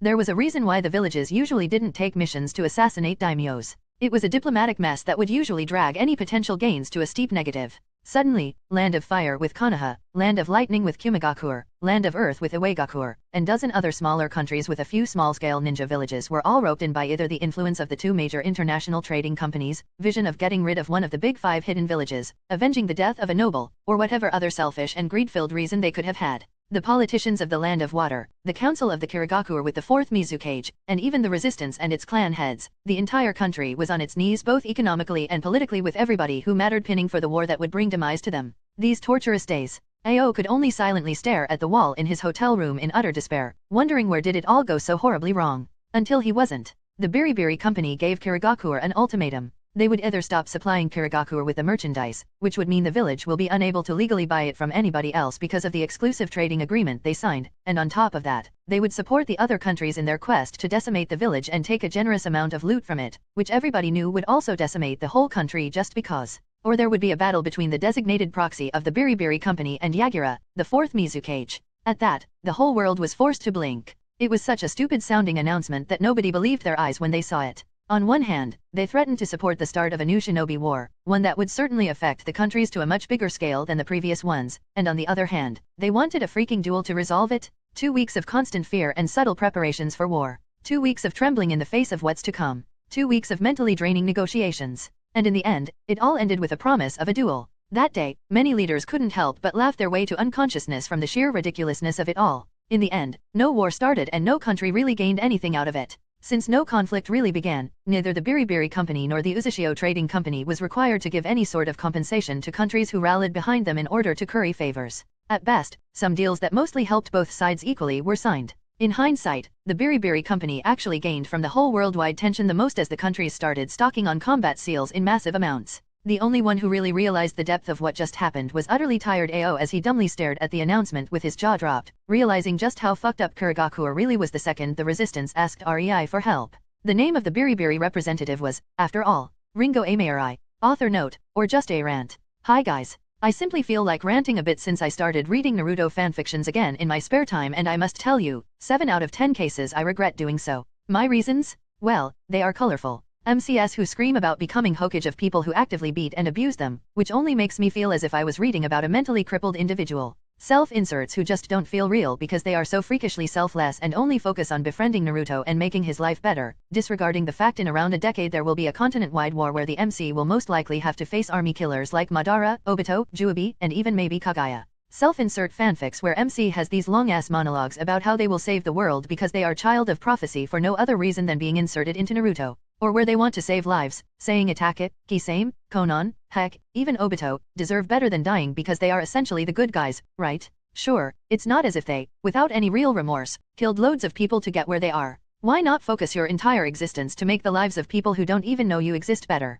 Or where they act like a total moron, don't train, don't get better, and just decide to be a comic relief just because they want to follow the plot, so they, in their infinite wisdom, decided imitating Naruto's idiocy was the way to go despite it being implicitly stated the SI is adult. I mean, really? So, yeah, my problem is twofold. Firstly, if I was reincarnated or self-inserted into Narutoverse, my first concern would be, how the hell am I going to survive? How will I get stronger? Not playing a punching bag for Konoha. Not being the whipping boy for bullies at Academy. Not how I could make Naruto's life better without any benefit to myself. I could guarantee you if most of the authors of these fanfics really got reincarnated or transmigrated, they would not give a shit about Naruto. They would be scrambling to get better at surviving. Like it or not, Naruto has Hokage supporting him. He gets away with shit that would see other people in jail, like painting the Hokage monument, or pranking stores, and damaging their goods, or pranking Anbu, or pranking clan compounds. He is also the last Uzumaki and kid of the 4th Hokage, which means, he has or will inherit a fortune in bank accounts, and if he doesn't, something very fishy is going on. Hokage plus Uzumaki princess equals 0 Ryo simply gives no sense. The money for reparation of the damage he caused with his pranks had to come from somewhere, and I doubt it was old man Sarutobi paying for it. If Naruto inherits nothing, then there is a reason to believe the old monkey is really pulling a ninja on Naruto. I find it actually hard to believe I am writing this next bit, but in the entirety of Team 7, the most talented person there is actually Sakura. There. I said it. And yes, I am ashamed beyond all belief because of it, but that doesn't make it any less truthful. Why? Well, let's look at Naruto and Sasuke. Naruto Ashura's reincarnation, Kuwabai Jinhuriki, Jiraiya as a shitty godfather but one that at least teaches him something, Sarutobi's unreliable support, the guy disregarded the kid stealing one of the most important scrolls in the village. If that doesn't tell you something, then, Senjutsu, Hago Romo giving him power. In short, Naruto went from utter waste of oxygen to a godlike being in under 3 years. But you gotta admit he had so many cheats stacked and wore plot armor so thick it would be hard not to reach such a stage even for an utter moron like him. Sasuke Deshi is no better than Naruto. Sharingan itself is a cheat like no other. Then he gets Mangekyo, Eternal Mankyo, Hago Romo gives him a boost, Sasuke gets Rinnegan. Sasuke was also taught by Orochimaru, which meant a lot of body-enhancing medicine, experiments, etc. He is the reincarnation of Indra. Honestly, the guy has assured opness. It is in his blood. Then what about Sakura? She had the tutelage of Tsunade. That's all. Her fabled chakra control is nothing because it was caused by her abysmal reserves. Increasing the reserves meant Sakura had to train like crazy to get her chakra control up to snuff. So, I won't call Sakura S-rank ninja for she is definitely not one. She is, however, a solid A rank, and whereas some people try and fail to get there during their entire lifetime, she achieved it in 3 years. She went from useless fangirl only worth for distracting horny bandits to one of the best medic nin in Konoha. Sure, compared to Naruto and Sasuke she is still worthless on the battlefield, but who has worth when compared to these cheaters when they face Madara or Kagaya? Compared to what Naruto and Sasuke achieved since graduating from academy with their cheats and plot armor, Sakura achieved quite a lot without any cheat like inborn or gifted power. Well, I still don't like her, so let's move on. A reincarnated person, on the other hand, would be the unfortunate chump who is most likely an orphan without any money nor people like Jiraiya just waiting to impart their secret knowledge to him. He would be like Sakura in that regard. Would he have time to freaking look after sad and hurt poor little Naruto who has more cheats stuffed up his ass than Kami himself? Or try to befriend Sasuke who could steal all of his effort with naught but a look? Knowing the war was coming, even if he trained like crazy, he would be the poor lad who has to look over his shoulder and try to stay in the shadows in fear of Uncle Danzo showing up offering candy for eternal servitude. As for Naruto, with his heritage, Danzo would not dare to even try recruiting him. Too much politics involved. Too much scrutiny. Especially since Root should have been disbanded long ago. Honestly, I believe if Danzo really wanted Naruto in Root, he would have him there no matter what Hiruzen said. How hard would it be for his professional assassins, infiltrators, and spies to stage Naruto's death and subsequent disappearance?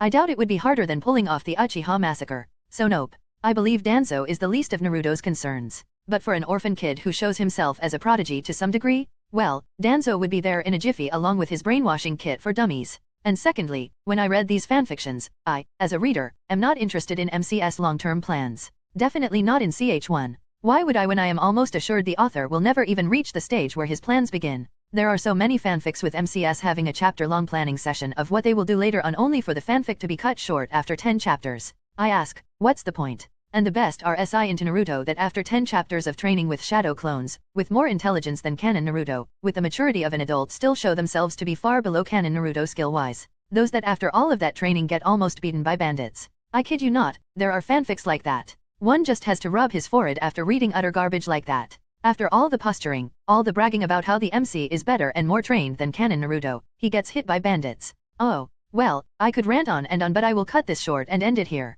To say something nice in the end, I will simply state that I understand a lot of bullshit authors write. When you write fanfiction you can't really take everything into account. These slip ups happen easier than I would care to admit and I am sure I had my fair share of them in my fanfictions. But there is an obvious difference between someone who tries to write something consistent and with some substance and someone who just pulls shit out of his ass and throws it onto the screen, hoping it will form a fun story, completely disregarding common sense or any possible existence of brain. Well, that's it. I vented my frustration, laughing face. Feel free to simply state what you think about it. Just don't get angry over something I wrote. It's not worth it. At worst, feel free to ignore it. After all, we all have different tastes. In Naruto, Reborn with Talent Chapter 212, Pre-Battle. In Naruto, Reborn with Talent. AO marveled at the stands set up by the Biribiri Company. The fight between Ringo Amarai and the 4th Mizukage became a very anticipated event if only due to the tension between nations it would solve. The Biribiri Company went all out in preparation and made it into some kind of show, not unlike the Chunin exams. Except, the arena was the entire region of Kuroname Plains on the eastern side of the Land of Water.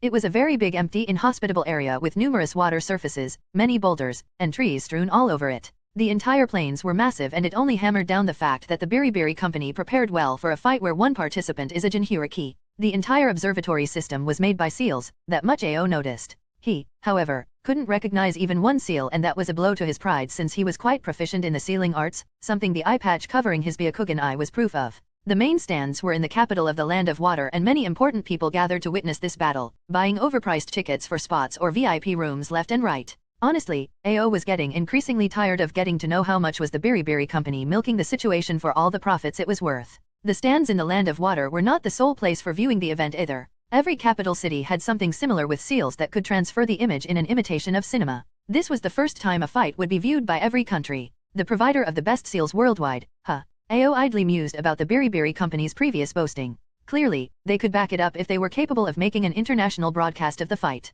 Excuse me, are you AO from Resistance? A voice suddenly snapped AO from his thoughts, causing him to tense slightly. Only when he noticed it was one of the Biribiri employees, did AO partially relax his body and nodded in agreement while still not letting go of the kunao stashed in his sleeve. Please follow me, Rei-sama is waiting for you, the attendant said and turned around. AO had only a brief moment to reboot his brain before he numbly followed the man. AO entered a large luxurious VIP room with a comfortable-looking sofa on one side facing a wall where the plains where the battle was about to start were shown.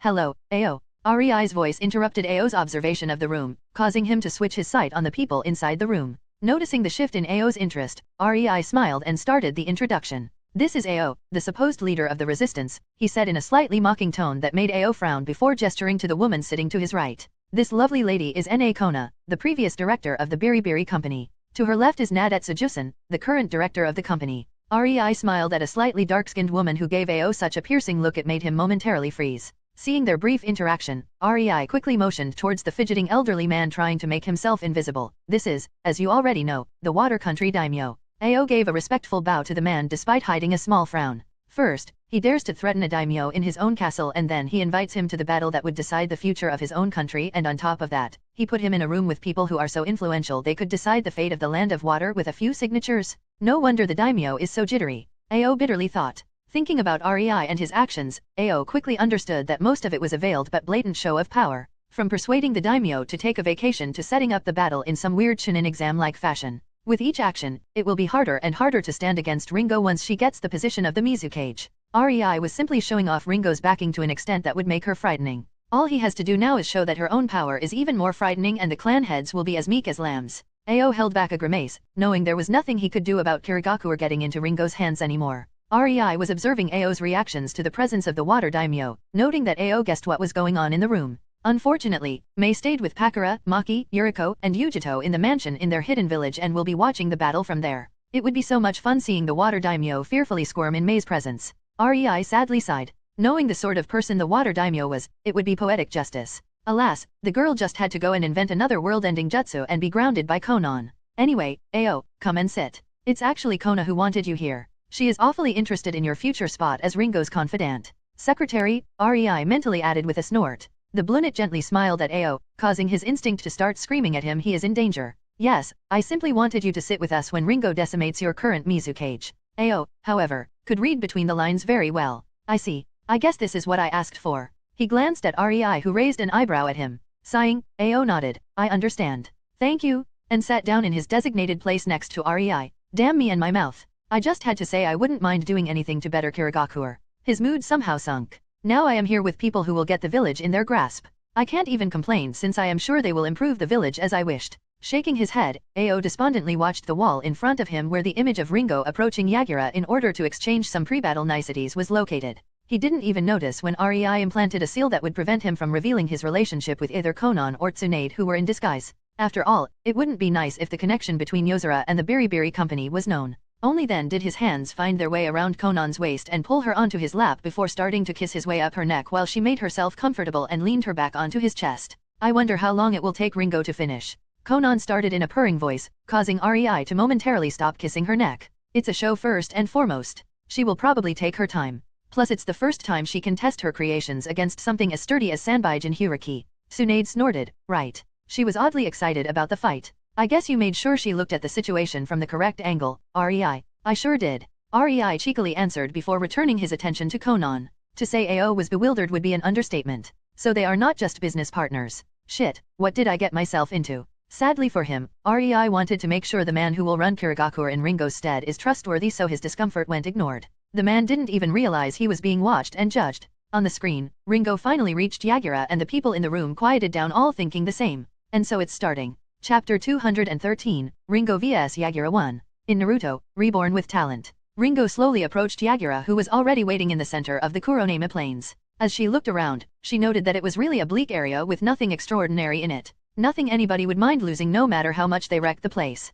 Ringo's lips briefly twitched upward at that thought. You are taking your damn time, traitor. Yagura sneered, only to receive a deadpan look from Ringo. Ringo, on the other hand, was inwardly amused and simply kept her pointed gaze on the fourth Mizu cage to be in front of her while raising her eyebrow as if he was a misbehaving child. It took a few moments, but Yagura eventually noticed and flushed red from anger. Before he could say anything, however, Ringo started talking. You really are quite bad at taunting people, aren't you, boy? Her even voice spread through the plains in a dismissive manner that told exactly what she thought about Yagura. Traitor? Really? Is that supposed to make me angry or something? Ringo mused. For your information, child, I had a good reason to go rogue and I accepted the potential repercussions of it even before you even started attending academy. Not that it matters. In this world, only power matters. Yagura's sneer increased the more Ringo talked. She not only tried to rationalize her turning traitor, but she also had a complete disregard for him. He was a cage, damn it. Fine then. If it's a power you respect, I shall show you exactly that. Let's begin. Yagura coldly whispered. Hearing him, Ringo gave him a patronizing smirk. Stupid boy, the battle started the second we entered the play. She cut herself off mid-speech and performed the most casual step backward in the history of ninjas with a bored expression just as three sharp tendrils of water shot upwards, impaling the place where she was standing not a second ago. I am quite aware. Yagura smirked at Ringo, who still looked at him impassively. What he didn't notice, however, was that her right hand was currently pointing downwards slightly in front of her. Lightning suddenly appeared on her outstretched pointing finger and crackled blue before a small beam zigzagged forward, impacting the puddle from where the tendrils came from. As the lightning jutsu met the water jutsu, something never before seen happened that had the spectators knowledgeable in the water and lighting chakra natures all over the continent gaping silly. Yagura's water chakra in the puddle and the water tendrils completely destabilized when it came in contact with Ringo's lightning jutsu, causing them to fall apart, back into the puddle. Yagura's smirk fell as he stared in muted disbelief at what just happened. It was a known fact that lightning counters water, but that didn't mean water was powerless against lightning. It just meant it would take either more water or more water chakra to overpower lightning-based techniques. Considering they were currently in the water country, surrounded by many water sources that could power up his jutsu and significantly cut their chakra cost, Yagura wasn't very worried about Ringo and the meager amount of lightning she would be able to call forth by utilizing only her chakra reserves. The sight of a small, powerless bolt of lightning completely disrupting his water jutsu made him rethink his previous assumptions, however. Especially since no matter how he tried, he couldn't take control of the water in the puddle near Ringo again. I know. Ringo's voice snapped Yagura out of his reverie, but it was far too late as the pointing finger on her right hand was already firmly aiming at his forehead. Chidori Nagashi. The whole elemental nations, and especially one masked white-haired always depressed young man, watched in bewilderment as the current of lightning tore its way through Yagura's head near instantaneously while the man's face was set in disbelieving expression. For a moment, the world grew quiet as Yagura just stood rooted in his spot before his tensed body finally slacked towards the ground as his eyes rolled back. Oh, well. I told you I knew. Ringo offhandedly noted as her eyes flickered to the left while her left gloved hand balled in a fist jumped up, blocking the tip of Yagura's staff with her knuckles, causing her to be sent sliding on the ground for 5 meters. Ringo furrowed her brows as she looked at her right hand, shaking it slowly. Damn, that slightly stung. She hummed in a content manner while inwardly pondering one of her inventions, the force redirection gloves she was currently wearing. Yagura watched unnerved, not expecting to be able to send her back only for 5 meters. Not when he put so much chakra into enhancing that one blow in that ambush. What the heck is she made of? Yagura inwardly screamed as his hands and staff couldn't stop shaking. More importantly, what the heck was that lightning jutsu? It was damn near instant. My water clone had no chance to even notice it before he was destroyed. He shivered in a determination to not be hit by it. It was then Yagura noticed how impassive Ringo looked. She didn't even draw the blades on her waist nor did she take a proper stance. She just stood in her spot, slightly slouched as if it was a bother to even be there as she inspected her gloved left hand with a look of brief annoyance, completely ignoring him. Anger suddenly sprang up in Yagura. This was not some private duel. This was as much a battle as it was a show to the whole elemental nations. He couldn't be seen as weak. Despite that, his opponent didn't even look as if she was even properly paying attention to him. Yagura knew that Ringo had her senses on him nonstop. He knew she was watching him like a hawk. Any high-ranking ninja knew that. But the wealthy civilians, shinin, and genin-ranked ninjas? The woman was making him look weak. Yagura sprang forward straight at Ringo, whose lips set in a small smile. He brandished his staff at Ringo, his eyes flickering around, trying to find where she will dodge or if she will block. What counter will she use? And suddenly, the staff landed on Ringo's body as she just indifferently stood in her place with an amused expression, causing Yagura to stop in his tracks for a second. Yagura stared at Ringo in disbelief. Ringo stared at Yagura in mirth. Is that all? She suddenly asked, snapping Yagura out of yet another brain freeze as he took a half step back mostly on instinct and started raining blow after blow on Ringo's body. Many spectators winced as they watched the brutal beatdown Yagura was currently administering to the crimson-haired beauty. Shoulder, stomach, collarbone, ribs, thigh, knee, back to stomach, and so it went as the tip of Yagura's staff violently danced all over Ringo's unmoving body until Yagura suddenly tried to hit Ringo's head, only for her to lean it to the left, evading the blow. He tried again but the result was the same, and so in a fluid motion, his staff once again found purchase on Ringo's shoulder. The more blows Yagura landed, the more frustrated he was becoming. The spectators couldn't see it but the madwoman was grinning at him. There was not even a speck of pain in her expression. She was still looking at him in that patronizing way as if he was a small kid throwing a tantrum. He was moving at above Jonin speed and hitting her with strength that would flatten average Jonins for fuck's sake, and she was acting as if she didn't even feel it. Suddenly, Yagura's eyes wandered to Ringo's foot and shone with hope. He quickly redirected his staff mid-swing and stumped with its tip onto the center of said foot. The ground beneath Ringo's foot slightly caved in as cracks appeared around him, causing Yagura to smirk in content. That slight lapse in guard cost him dearly. He was too close to her and stopped his mad onslaught of blows. In one move, Ringo put her hand on the handle of her sword, and in one fluid move, she partly unsheathed it while putting a lot of chakra to enhance her blow before driving its pommel into Yagura's stomach, raising his feet from the ground as his body bent in the waist and was sent flying backward for a bit. Huffing, Ringo rolled her shoulders as she watched the fourth Mizukage land on his feet, swaying from the blow she just gave him. Her body felt fine. A bit sore but fine. I guess the force redirecting full body suit is a smashing success.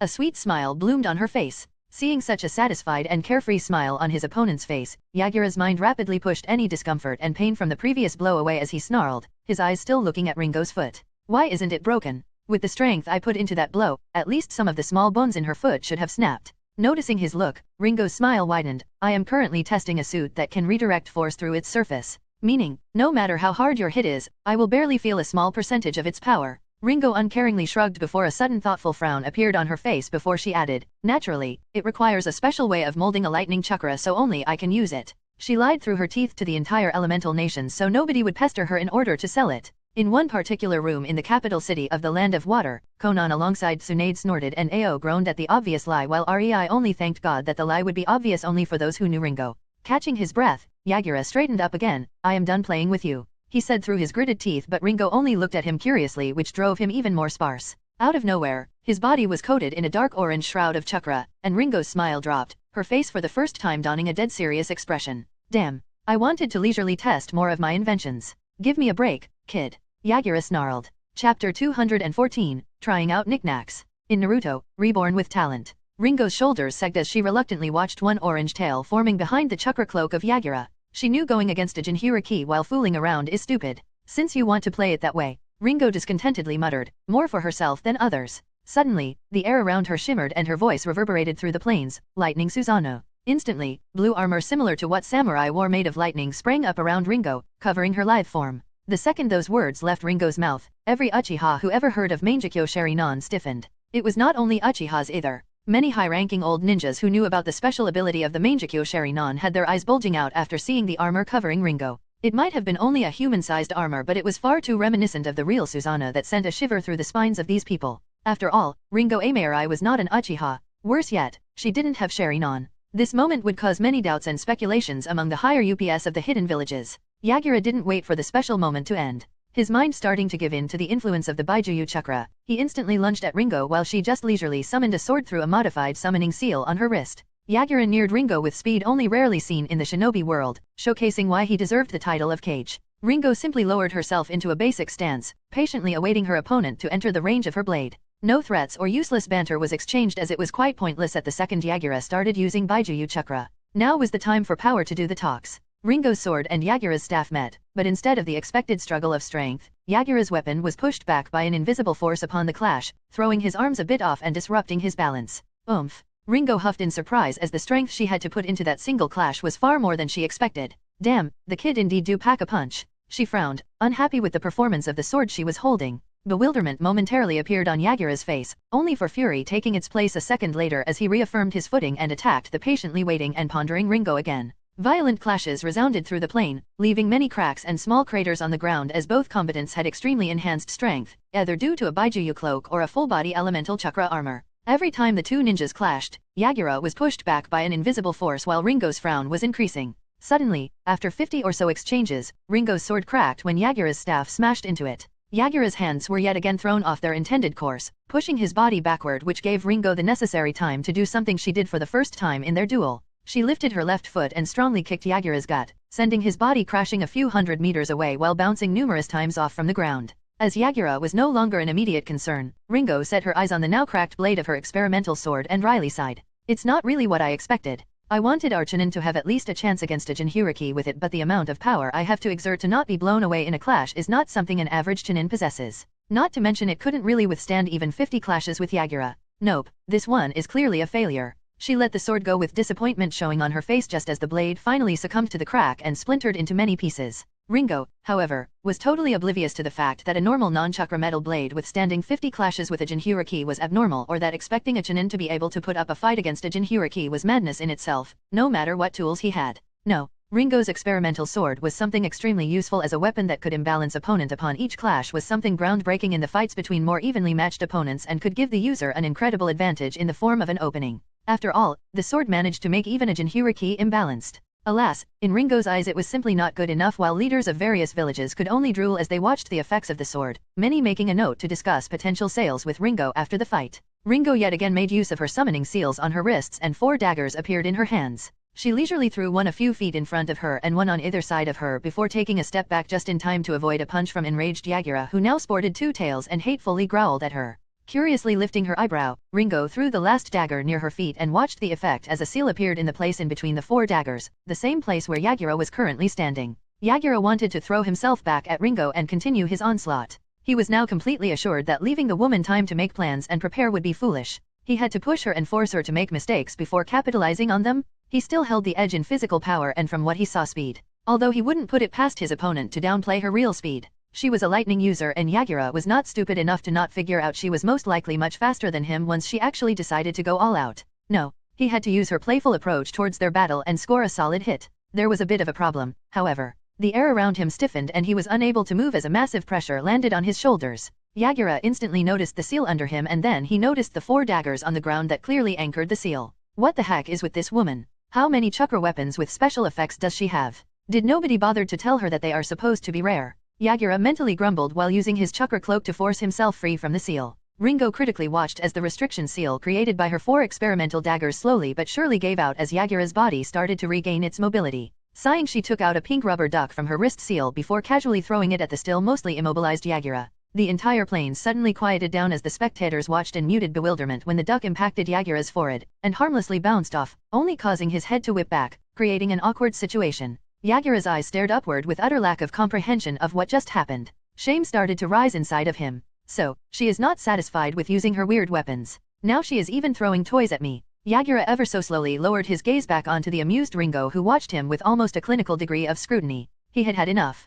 Clearly, 2 tails of his Baijuyo cloak simply won't cut it. It was time to go all out. And then he froze. How? Yagura frantically screamed as he noticed that he was no longer clad in his chakra cloak. Ringo watched the spectacle in satisfaction. Aha! My anti-Jinhyuriki Ducky worked? His connection with the Baijuyo was cut and the chakra cloak dissipated. She giddily noted. Ringo's merry mood didn't last long as Yagura's expression set itself in a cold facade. I've had enough, he stated, his tone betraying the degree of rage he was feeling. And then, red, ungodly waves after waves of chakra sprang up from Yagura, pressing on the land around as earthquake shook the plains. Strong winds swept the surroundings with extreme pressure, making Ringo slightly bend her knees in order to withstand it. Orange chakra seeped from Yagura, expanding and slowly starting solidifying, gaining grayish color. It took barely a second, but Ringo now found herself facing a few stories tall form of the 3-tailed Baijuyo, who was glaring at her with all the anger Yagura could muster. The ducky only cuts the connection between the host and the Baijuyo, not seal it. Hence, the Jinhyuriki can reconnect to his Baijuyo almost instantly. A desperate need for improvement is duly noted. Ringo nodded to herself as she stared at the behemoth in front of her. Chapter 215, Ringo vs. Yagura 2. In Naruto, Reborn with Talent. While the whole world gaped at Ringo's ducky's ability to cancel the Baijuyo cloak, she took out her 2 chakra metal blades and promptly covered them in her lightning Susanoo cloaking. Now she really looked like some dual-wielding mythical samurai made of lightning. Sighing in annoyance, Ringo stared at the massive 3-tailed beast in front of her, ignoring the strong whiplash of wind Yagura's transformation caused. I am really fed up with this. I am an assassin. Why do I have to fight him head-on like a damned fool? What show am your hidden power, Rin-chan? What, let's make it into a huge spectacle. When I am done with this, I am going to strangle Mei for giving REI ideas. I could simply sneak into Yagura's house at night and peacefully separate his head from his body when he slept, but no. Ringo heatedly muttered under her nose. Just then Sanbai roared and Ringo had to quickly sidestep a massive circular compressed few stories tall water blade hurled at her at an almost inhuman speed by the beast, leaving a large trench behind. Ringo wryly smiled. So, he is finally using ninjutsu, eh? The water rose from the shore a kilometer away from the place where they faced each other, towering above the plains as the angry Sanbai focused his gaze on Ringo, whose brows furrowed at the 500 feet tall wave quickly approaching her at brutal speed, washing away everything in its path. Of course, the very first thing Sanbai would do is getting even more water on the battlefield. Because why not? Ringo cursed their current location. In the past, the Sanbai was almost always sealed while he was lazing around or sleeping, because fighting him anywhere near the ocean was a plain suicide, what with his complete control of water. Without first shackling him with some restrictive seals, there was no way to win against the lazy turtle. Well, not for ordinary shinobi. Not a second later, the massive tsunami seemingly crashed into Ringo. High in the clear sky, the lightning armor-clad figure of Ringo appeared after barely escaping being swept by the ocean of water. She quickly started molding her normal chakra with her lightning chakra under her feet in order to create a platform in the air where she could stand. Ringo grimaced as she got a nice look at the surrounding lands. It was only a minute and a few seconds ago when Yagura transformed, and yet, the Kuronema plains were already covered in a blanket of water, while other massive tsunamis could be seen quickly approaching the area from the not-so-distant ocean, covering the lands in even more water. Ringo watched the huge turtle turn its head, looking for her. Her shoulders sagged. What exactly am I supposed to do here? She thought irritably. Lightning was for precise and fast strikes that exploited weaknesses and gaps in the armor of the enemy in order to land one devastating killing attack. Water, on the other hand, used volume to both attacks and defend, and compression for either cutting or burgeoning offense. As for fighting a massive armored turtle half covered in an ocean of water under its control as a lighting user, well, clicking her tongue, Ringo decided to at least hurl a few attacks at the turtle, since finding an exploitable weak spot was quickly becoming a profound challenge. Guess, there is really no other way than trying out what does and what doesn't work. It won't be a long time before the Sanbai discovers my position anyway. Raising her right blade above her head and gathering her lighting chakra on it, the air around Ringo started quickly cracking and chirping as more and more lightning appeared, concentrating and condensing on the blade, which was quickly getting superheated. Ringo waited and gathered, compressed, concentrated more and more lightning chakra on the blade until it was one bright blue beacon visible for kilometers, causing Sanbai to finally notice it. Unfortunately for the beast, with Ringo's proficiency in lightning chakra, the whole process took only 2 seconds. One bright flash of blue with an ear-shattering chirping shriek of lightning deafening the world, and Ringo almost lazily swung her right blade downwards in a wide arc aimed straight at Sanbai. The world watched as the blue lightning beam crashed in the massive three-tailed beast's carapace in a flash. Sanbai was hurled back through the water, creating a temporary trench in it as the massive beast's body pushed it away due to the sheer force of the lightning beam which propelled it 500 meters back before the disoriented Sanbai finally somehow managed to anchor its tails and limbs into the ground while supporting its body with the water behind it in order to resist the pushing force of the slash. Blue crackling energy battled grey hard carapace, both stubbornly refusing to stop pushing against the other, but in the end, 5 seconds later Ringo's lightning jutsu lost its juice and slowly dissipated, leaving only the turtle standing on the ground without any water around it for a 50-meter radius. Only thin water vapor remained as the lightning jutsu vaporized all the water in the said range. Slowly, the walls of water around the beast where the lightning jutsu didn't reach started to crash down, again submerging half of the Sanbai under the water surface. Ringo watched from the sky, scowling. The beast was completely uninjured. Sure, she managed to push it back, but the armor stopped her attack from doing literally anything to Sanbai. This is such a drag. How am I supposed to injure it? It's not like I can just bypass the carapace. Ringo tilted her head while her eyes narrowed as if a light bulb turned on in her head. Oh, maybe. Before she managed to finish that thought, however, a compressed house-sized ball of water crashed into her at almost the speed of sound, hurling her through the sky, stopping herself some 100 or so meters away from her previous location. Ringo cursed. Son of a turtle. Ahem. She steadied herself before having to jump to the left to avoid yet another house-sized water bullet courtesy of Sanbai. She had only a second to notice how the beast was now sending a water bullet after a water bullet at her, covering the entire horizon with them. Adrenaline coursing through her veins, Ringo started sidestepping, jumping under or above, and evading the water bullets. They may not be able to breach her lightning armor, but they still caused her to deplete a bit of her chakra reserve due to the brutal force of impact that came with them. As she was dodging, Ringo also advanced closer and closer towards Sanbai through the air. The closer she got, the more house-sized water bullets she had to deal with, and briefly, it made her ponder how much chakra the beast exactly had. Somewhere along her way towards the turtle, Ringo was forced to start cleaving the water bullets with her lightning-clad swords, not having enough space to dodge. Water bullets speeding at her in numbers as if shot from a machine gun, and Ringo furiously slashing them in half with arcs of lightning escaping her swords upon each slash. Both Sanbai and Ringo were locked in a standstill, around 100 meters from each other, relentlessly attacking, one trying to keep other away and shoot her down from the sky into the ocean of water under her, while the other tried to get closer without having to approach the water under the control of her opponent too much. The hail of water bullets suddenly ceased, making even Ringo surprised, causing her to stop for a second before she realized the water under her started to move, as tendrils as thick as cage towers started to quickly advance towards her. Shit. Ringo cursed and pushed more of her lightning chakra into her armor, springing herself forward towards the Sanbai in one huge leap now that there was no water blocking her path. The turtle miscalculated, and before the water tendrils could reach Ringo, she disappeared via sheer speed and reappeared on the top of the surprised Sanbai. For all of its crowd control ability, scarily dangerous water control, and almost unreachable defense, the turtle was quite slow and didn't move much during a fight. Understanding that this was a very rare opportunity, Ringo quickly plunged both of her swords into the carapace of the beast, sinking them halfway through their length. It didn't even breach 5% of the carapace, but for Ringo's plan, this was enough. With a zapping sound and bright blue light show, Ringo started feeding the chakra from her armor to her swords. Sanbai screamed and roared in pain as the nature chakra from the lightning armor mixed with the lightning chakra of Ringo, and wave after wave of the stuff entered its carapace, raising its path towards the beast's flesh. Thrashing and bewildered, the beast quickly utilized its tail and smashed it into Ringo, sending her small frame flying while dislodging the two blades from its carapace due to the strong grip Ringo had on her blades. As they were dislodged, the blades shot one last wave of lightning senjutsu chakra into the sky, causing a massive wave of pressurized air to spread through the surroundings, rippling the already raging kilometers of the water surface, while Ringo's body crashed a few tens of meters away from Sanbai, plunging deep into the beast-made ocean at breakneck speed, disappearing in it. For a moment, the battlefield quieted down, leaving only a serene scene of a massive sluggish turtle slowly shaking in pain, surrounded by quietly calming water as thin water vapor lazily covered the area, while up in the sky, clouds slowly started to form. Chapter 216, Ringo vs Yagura 3. In Naruto, Reborn with Talent. Ao watched the screen in shock, shaking in hopelessness as he thought, is Yagura really unbeatable? He knew Yagura's Sanbai transformation was powerful, but never in his wildest dreams would he imagine it to be so invincible. In just seconds he flooded entire planes in the water? That single move could possibly destroy the entire army? Ao's thoughts darkened as he realized that putting an army against Sanbai was a suicide. Nothing short of a crafty and very powerful single ninja skilled in Funjutsu could hope to beat the beast. There was simply no winning through sheer force. Ao's eyes briefly lingered on the spot where Ringo's body disappeared into the depths of the water, causing him to sigh in regret. I doubt anyone can survive inside of an ocean of water completely controlled by Sanbai. She must be already crushed to dust. It was then, however, that he heard a small chuckle from his right side. Turning, Ao found a very weird scene. Rei seemed amused, Kona was half purring, half smirking, and Nadetsujusan was good-naturedly rolling her eyes, looking as if she knew some grand secret but found the ignorance of others far too amusing to share. He bitch-slapped her. Rei said, visibly trying to hold back his laughter. That he did. Nadetsu confirmed almost giddily.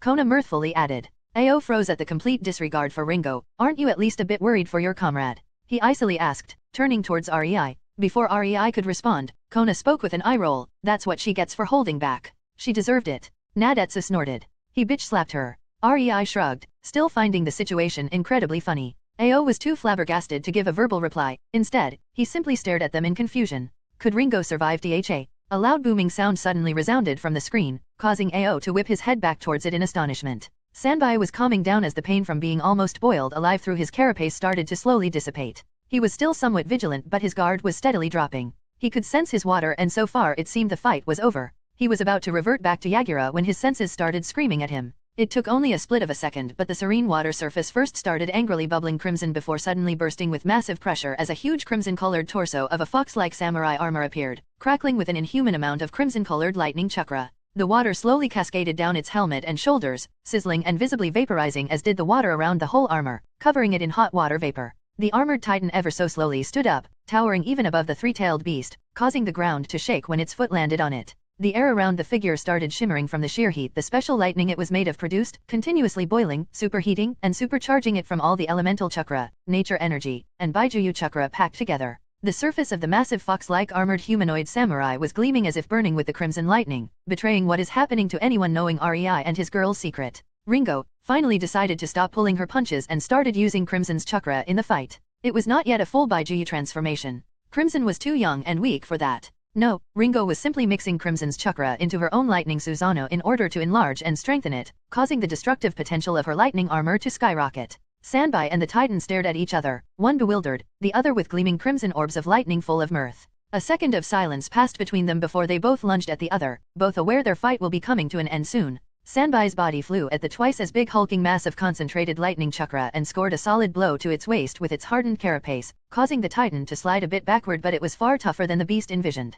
Water started rising around them, trying to bind the movements of the Titan only to evaporate the instant it came in contact with the surface of the crimson lightning armor. In retaliation, the lightning Susanoo of Ringo punched the Sanbai hard, sending it crashing back into the water while causing it to scream as it felt the searing heat. Unfortunately for Sanbai, it wasn't made of element or chakra like some of its siblings so its body was quite boilable. Sanbai wasn't dazed for long and quickly returned the offensive by throwing more waves of water at Ringo's lightning Susanoo, making it sluggish and preventing its movement with the sheer volume of it. Sanbai knew that Ringo, as a human, didn't have an unlimited amount of chakra, and sustaining such a giant made of special lightning would quickly deplete her meager reserves. For now, he wanted to make this into a fight of attrition, stay the hell away from her and her damned superheated armor, and outlast her through his chakra reserves. Ringo also knew she needed to end the fight quickly and be very showy about it. She still had time. Hers and Crimson's chakra would last for a few minutes of an all-out fight but she couldn't really let herself faint at the end or worse, be somehow defeated. After all, this fight was all about showing off for the entire elemental nations. As such, Ringo glanced upward, noticing the angry black clouds.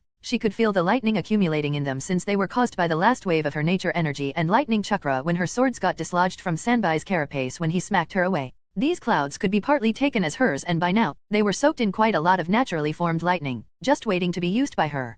Controlling the massive chakra armor she created, Ringo fought through the mass of quickly evaporating and yet also rapidly amassing water trying to pin her down and raised the searing crimson blade belonging to her lightning Susanoo above its head in preparation for a swing while taking it into both hands to enhance the final result. The world seemed as if it momentarily locked itself in that scene. The raging water as if froze. The shuddering air as if stopped. The water as if momentarily calmed. The angry skies as if halted. Even the Sanbai couldn't do more than slightly widen its eyes and start hastily charging a Baijuidama before the world as if moved again and Ringo's lightning Susanoo swung the blade downward. And the heavens roared in rage. During the slash of Ringo's lightning Susanoo, the energy from the entire chakra construct was violently redirected into it, resulting in its instant collapse. That, however, also meant, the slash had the energy levels of the whole thing behind it as a crimson lightning slash as big as a skyscraper was hurled at Sanbai while the armor disappeared, leaving only Ringo in the air, in her human-sized blue lightning armor. As the crimson lightning slash approached Sanbai who now finished charging the strongest Baijuidama he could, Ringo suddenly smirked. From above, an enormous amount of natural lighting suddenly fell towards the crimson slash mid-flight, colliding with it and enhancing it. And then, the gigantic slash met Baijuidama. It all happened in a split of a second, but the roaring and deafening explosion made even the strongest ninjas sweat as crimson mixed with blue, trying to overpower sun-like orange when the attacks met. In a flash, it was over, and with it, Yagura in the form of the Three Tails and half of the Kuroname plains, completely disintegrated. In that moment, the land of water lost 1% of its land mass as Ringo coldly stared at the destruction caused by her attack, and the world irrevocably changed. Chapter 217, Reactions to the Battle. In Naruto, Reborn with Talent. Author note. Yeah, sorry, guys. I didn't notice the chapters set on the timer for release ran out, so yesterday there was no chapter. Good for you too, that I actually went to check comments on a spur of a moment, otherwise I probably wouldn't notice so soon. Laughing face. Anyway, have fun. Dash. Did you see that, B? The Reikage quietly asked as the screen in front of him showed the devastation caused by the slash of the massive lightning Susanoo. Which bit do you mean? There was quite a lot to be seen. B rapped, causing Reikage's eyebrows to twitch in mild annoyance and completely breaking the dreary mood. The lightning armor, you idiot? It is obvious that bitch based it on my jutsu, and yet it was many-fold better than my lightning chakra mode. Reikage yelled. Yeah, wicked. B stated, no longer in his usual cheerful manner. His tone was serious and grim, showing he totally understood the threat Ringo could pose to them. Reikage collapsed into his seat with a difficult expression as a pensive silence filled the room, both B and A pondering about what they just saw. It took a few minutes before Reikage slowly started speaking in a very tired tone. I can't believe it. He rubbed his forehead. Just a few years ago, I could have killed the woman with one punch. One punch. He raised his fist, to emphasize the point while B nodded. Reikage huffed, and now, the bitch responsible for the death of my fiancé is, that? The world is cruel, B. So very cruel. Reikage slumped in defeat. B had no idea how to console his brother, and even Haxabi was unnaturally quiet. They understood. A might have already given up on revenge, but that didn't mean his hatred for the perpetrators diminished. But now Ringo Amarai, the woman leading the army that killed his fiancé and shamed them into retreating, showed she plagiarized A's famed lightning chakra cloak, made it into something much better, much powerful, and on top of all that, she went blow for blow against Sanbai, something only A's father did. That last bit probably stung A's pride the most, as B knew A always secretly admired the sheer power of his father. Worse yet, when she was a simple rogue ninja, A could always hope somebody would one day drag her dead or still kicking but immobilized body in order to collect the massive reward Kumigakuer was offering for her head. Sure, the hope was fleeting, but it was still there. Now, however, Ringo would become the 5th Mizukage of Kirigakuer, and that meant she was untouchable. Nothing short of war against Kirigakuer would provide a chance to get at her. There was a problem with that train of thought, though. She is a Denbaiju level threat. Reikage morosely muttered as B sat rooted in his place, looking at him in sadness. We will have to, start negotiating an alliance with Kirigakuer. A barely managed to let that sentence out. It was one thing to ignore them, and it was completely another thing to try and befriend them when all he wanted was to destroy them. But Kirigakuer now had Ringo Amarai, who could go head-on against a Baijuyu. They also had one Jinhyuriki and will have another after Sanbai reforms. While the civil war everybody expected to weaken them didn't really cause all that much damage to their ranks. The number of their ninjas didn't drop by much. In fact, Kirigakuer came out of the civil war even stronger than it was before, and that was what really infuriated A to no end.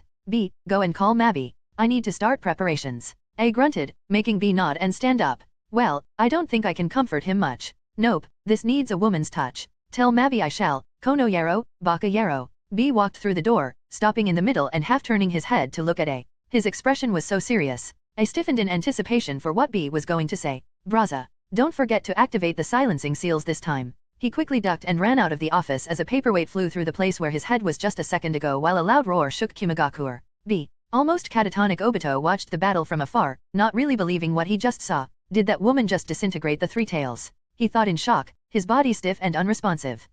This requires more thought. But still, he suddenly grew regretful. Obito, knowing it was 50-50, still believed Yagura could win. Then again, he could also lose. But never even in his wildest dreams would he think Yagura would lose in such a manner. That girl is dangerous. Maybe I should invite her to Akatsuki? Then again, maybe not. She is now a Kage, and if she was not agreeable to the offer, Obito shuddered. It would take only one competent Kage, and Akatsuki would have an incredibly hard time surviving. Fortunately for him, he steered far away from the at the very least semi-competent ones. That's why he mostly worked with Tsuchikage and controlled Mizukage. No, we are not yet strong enough to face that kind of bullshit. Obito relented. He thought Nagato extremely powerful. Then again, maybe he thought wrong. Yozora, maybe I should start paying more attention to them. Ignoring them just because they disappeared from the spotlight for a few years was clearly a mistake. He spoke in a totally serious voice, abandoning his childish act, tightly clenching his fists in anger. They foiled my plan to avenge Rin. Years of preparations and manipulations. Do they not understand how hard it was to catch a damned Kage-level Jinhyuriki off guard with my genjutsu?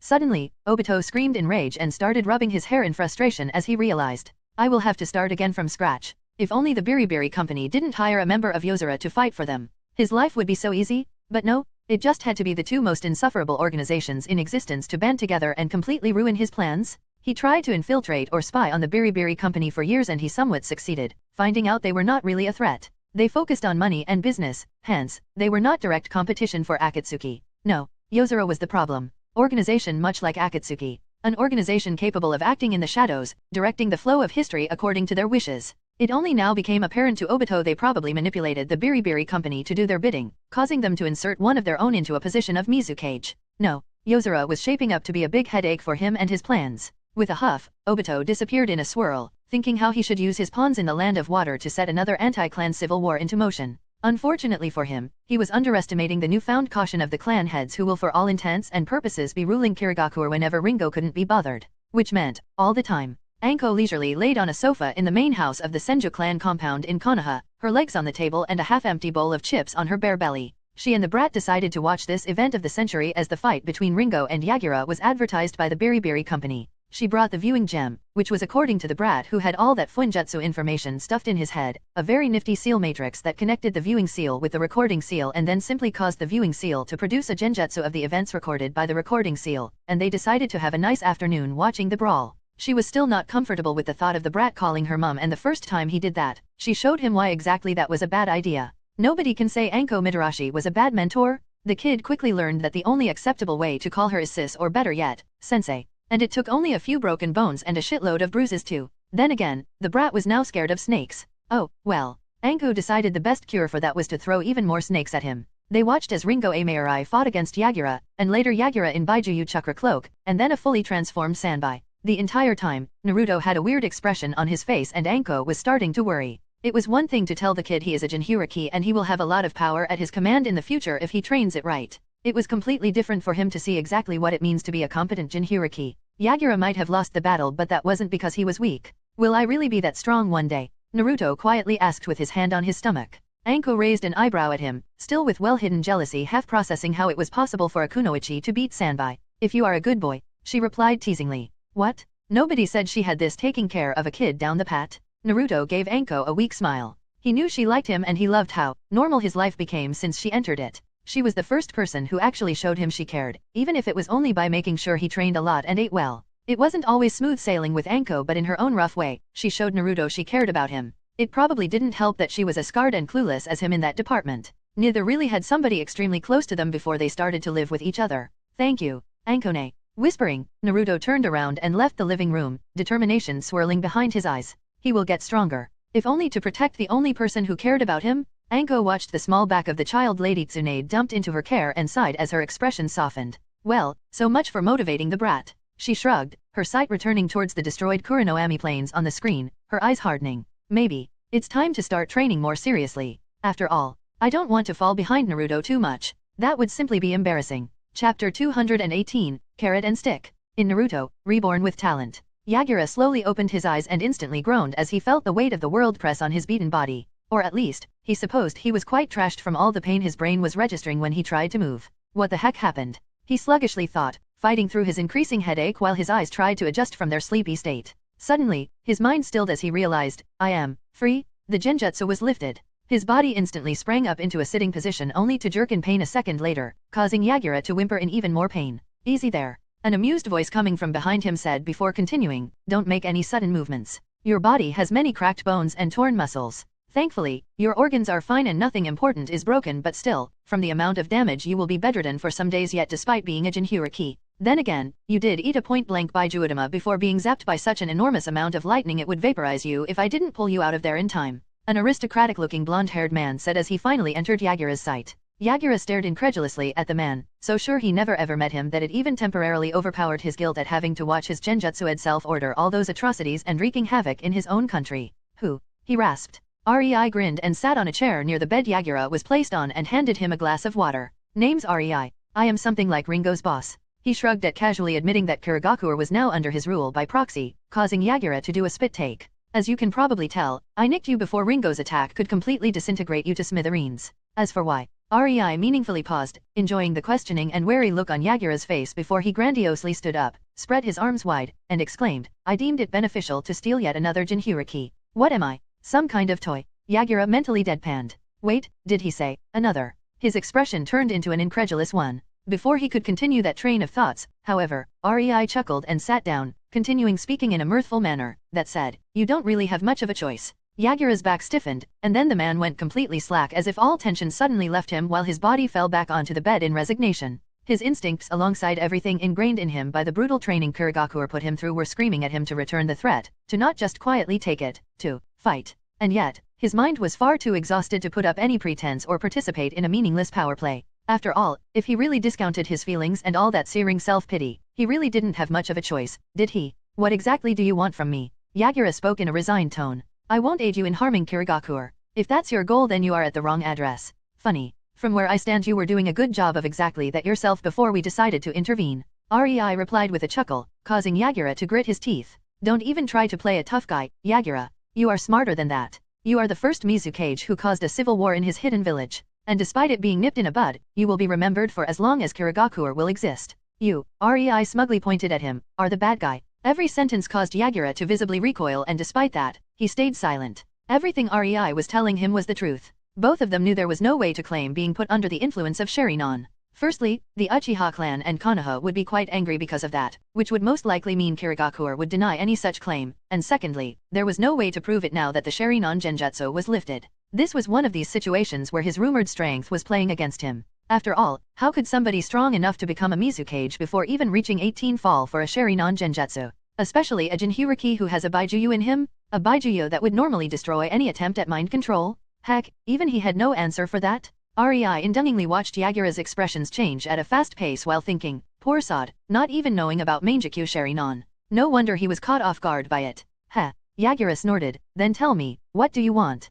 I am screwed either way. He stubbornly stared at the ceiling. Honestly, he just got out of months of being manipulated by Genjutsu and now he had to deal with this shit. Technically, you are not screwed. You are simply presumed dead. Rei pointed out, enjoying Yagura's eyes narrow in irritation. As such, your affiliation with Kurigakure is effectively over. Can't brand a dead man traitor, after all. Do you see what I want from you now? No. Yagura whispered, realizing why exactly he was having this conversation. I am not betrayed. Ah, stuff it. Rei interrupted, Kurigakure is as good as mine anyway. Yes, I will let the clan heads run it because it is honestly a bother. Yes, I will make sure it is improved and many reforms are passed for the betterment of the village and its forces, but I sure as hell don't really care about the village itself, so it won't be the best it could. Yes, I am planning to get it up to par with Kumigakure at the very least, but then again, that's for my own benefit. And lastly, I can also make a life for everybody in the village infinitely more difficult through Ringo. Let me tell you, any goodwill or sentiment she could have felt for her own village is now drier than the deserts in the land of wind. Rei watched Yagura's body subtly reacting to his words and was pleased that he had his undivided attention now. So, do make this easier for both of us and let's make a deal. You will swear allegiance to me and my village. Naturally, it will be enforced through seals put on your heart. You must understand my reluctance in trusting you without these seals. Mr. Fourth Mizukage. Rei added mockingly. In return, I will let you keep tabs on Kurigakure and compose reforms you think are needed for the village to improve. You will have a direct hand at making Kurigakure better. Plus, it's not like the loyalty seals have only disadvantages or you lose your free will.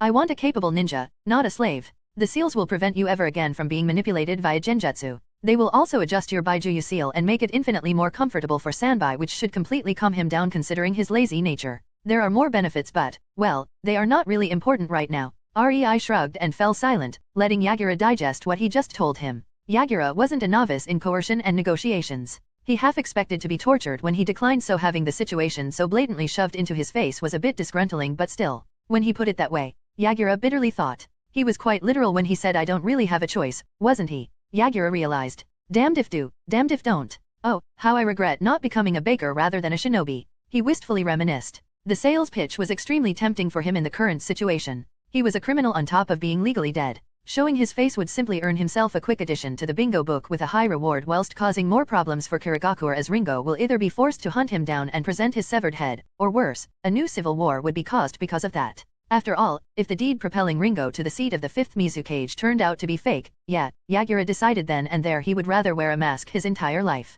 If Ringo or Rei deemed Kurigakure not worth the effort, well, let's just say Yagura didn't really want to see how many fools would attempt fighting against Ringo and get slaughtered for it. Considering the average intelligence level of clan heads, the damage to the village would probably be irreparable. Hence, stick. On the other hand, Rei was offering him a chance to do the sole thing why he even became a Mizukage. He was offering him a chance to fulfill his dream. A chance to reform Kirigakure according to his wishes. Admittedly, it was not much, but in his situation, it was more than he could ask for. And if he did a good job, maybe, just maybe he could alleviate at least some fraction of the guilt he felt inside for what his manipulated self caused. Hence, carrot. Fine. Yagura answered after being quiet for half an hour of considering his options. I will join you. Rei smirked, all according to the plan. I did promise Ao to improve Kirigakure, and I would loathe putting such a task on the shoulders of one of my girls or, God forbid, my own. Nope, getting some poor sod to do it for me is the best option, isn't it? Doesn't hurt that Yagura would see it as if I was doing him a favor either, right? Chapter 219, New Kiri Council.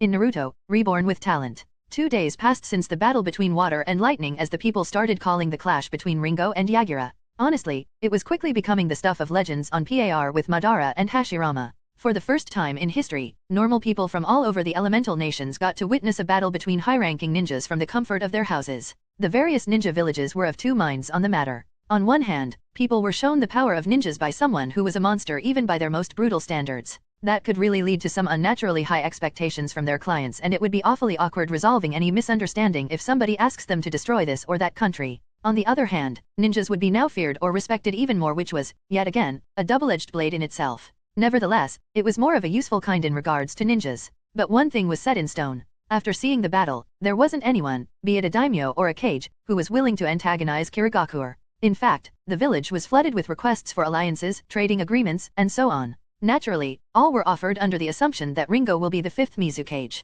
The door to Kirigakure's council room suddenly flew open, shutting up a nasty argument between the counselors of Yagura's reign and the clan heads who deemed it their right to become new counselors. All of them snapped towards the door, wondering who is the rude bastard trying to enter the room when they are discussing important matters. But before anyone could even let out a simple eep, Ringo apathetically strode into the room. One look at her eyes and the counselors, no matter whether new or old ones, knew they would be unable to provoke the unimaginably dangerous woman. Most of them averted their eyes, trying to rein in their shudder, but there were still some of them who couldn't help but hyperventilate when they remembered the battle between Ringo and Yagura. The old counselors simply feared for their lives, but they didn't have anywhere to go. All of them were Kiri loyalists to the core, and as such, if the new Mizukage wanted them dead, they would prefer dying in their village rather than going rogue. As for the new counselors, the clan heads, when they hired Yozora to resolve their problems, they never thought Ringo would be so frighteningly powerful. At best, they thought Yagura would be overpowered by sheer numbers or through trickery, but never in their wildest dreams did they think Ringo capable of facing a Baijuyu head-on. Now they were stuck with her as their Mizukage, and slowly, they started to understand why Ao was so cross with them for giving her the position. Who cared if they, according to some document, had a free reign? Ringo raising one eyebrow had more weight than anything they could do or say. It was honestly a very striking reminder that might makes right. One they did not really enjoy. Ringo steadily walked towards the furthest throne-like chair in the back of the council chamber and flopped into it with a complete disregard for anything even remotely resembling etiquette. She sighed irritably and swept the people in the room with a fed-up stare. An hour ago, Ao sent me a message that you are bickering like a bunch of little children. And damn Rei for giving him a way to contact me. She mentally grumbled as the message interrupted her forging. Care to share what is so important I had to be dragged into it? The room descended into complete silence. Ringo stared at the counselors, her eyes getting more and more fed up by the second while the counselors tried to gather courage and their wits to reply. Well, Ringo drawled, her eyes stopping on Ao, who stood by the door to the chamber, showing he was not a part of the council. Of course, it has to be me. It's so hard to be one of the only two competent people in the room. Ao wistfully thought before sighing in exasperation. The clan heads and the old counselors can't decide who shall be the new council under yourself, Lady Amarai. Maybe you could state your ruling on the matter. He added a bit mockingly. And with that sentence, tension returned to the room. The old counselors looked at Ringo with apprehension while the new ones with hope, causing Ringo to deadpan at Ao, her eyes clearly asking if this is really how leaders and high officials should behave. Much to her chagrin, he simply casually shrugged, letting her deal with the problem. Rubbing the bridge of her nose, Ringo furrowed her brows. I am far too young to do this shit. She mumbled, and while at the time it peeved her to no end, now she inwardly thanked Rei for giving her an idea of how to avoid running things. If only he didn't decide to do it in the middle of their lovemaking, then again, she probably wouldn't remember it if he didn't choose that exact moment. Fine. Ringo reluctantly started. As per Yozora's contract with the resistance, the clan heads will gain the position of counselors. Quiet cheers and smug looks started appearing on the faces of the clan heads before Ringo added, do keep in mind the contract clearly stated you are obliged to work for the betterment of the village as a whole, rather than just your clans. If you break that, I will know, and she really would, since Rei used his mastery of seals when creating the said contract, and I will break you. Now that put an instant stop to the cheers and smugness of the clan heads, and the mood turned somber again. Quite a few of them quickly decided it would be in their best interest to stop scheming too, as they were reminded that this was still a dictatorship. As for the old counselors, Ringo glanced at them, causing them to flinch. This was it. The fifth Mizukage was about to decide their fate. They will be put under investigation. If they come up clean and capable, they shall retain their position as a counselor. Ringo shrugged. Doesn't really matter if there are more seats on the council or not anyway. This way we will have more input, more people working towards the development of the village, and it will also be harder to manipulate votes. Not that I am going to let any who try walk away intact. She nonchalantly added. The old councillors sagged in relief while the new ones were a bit miffed at people without the status of a clan head becoming councillors or their sudden inability to bribe or blackmail others to get laws passed. Nevertheless, they could do nothing about it. Well, technically they had all the right but not one of them had the courage to speak up. Ao, on the other hand, started to get a bad premonition when Ringo smirked at him. As for the person responsible for the investigation, Ringo's eyes met Ao's pleading gaze, giving him only a cold look. I think Ao is the least corruptible person in this room. He should do it. Any objections? I object. Ao weakly tried, getting weird looks of respect from the people in the room except for Ringo who simply lifted her eyebrow amusedly. Rejected.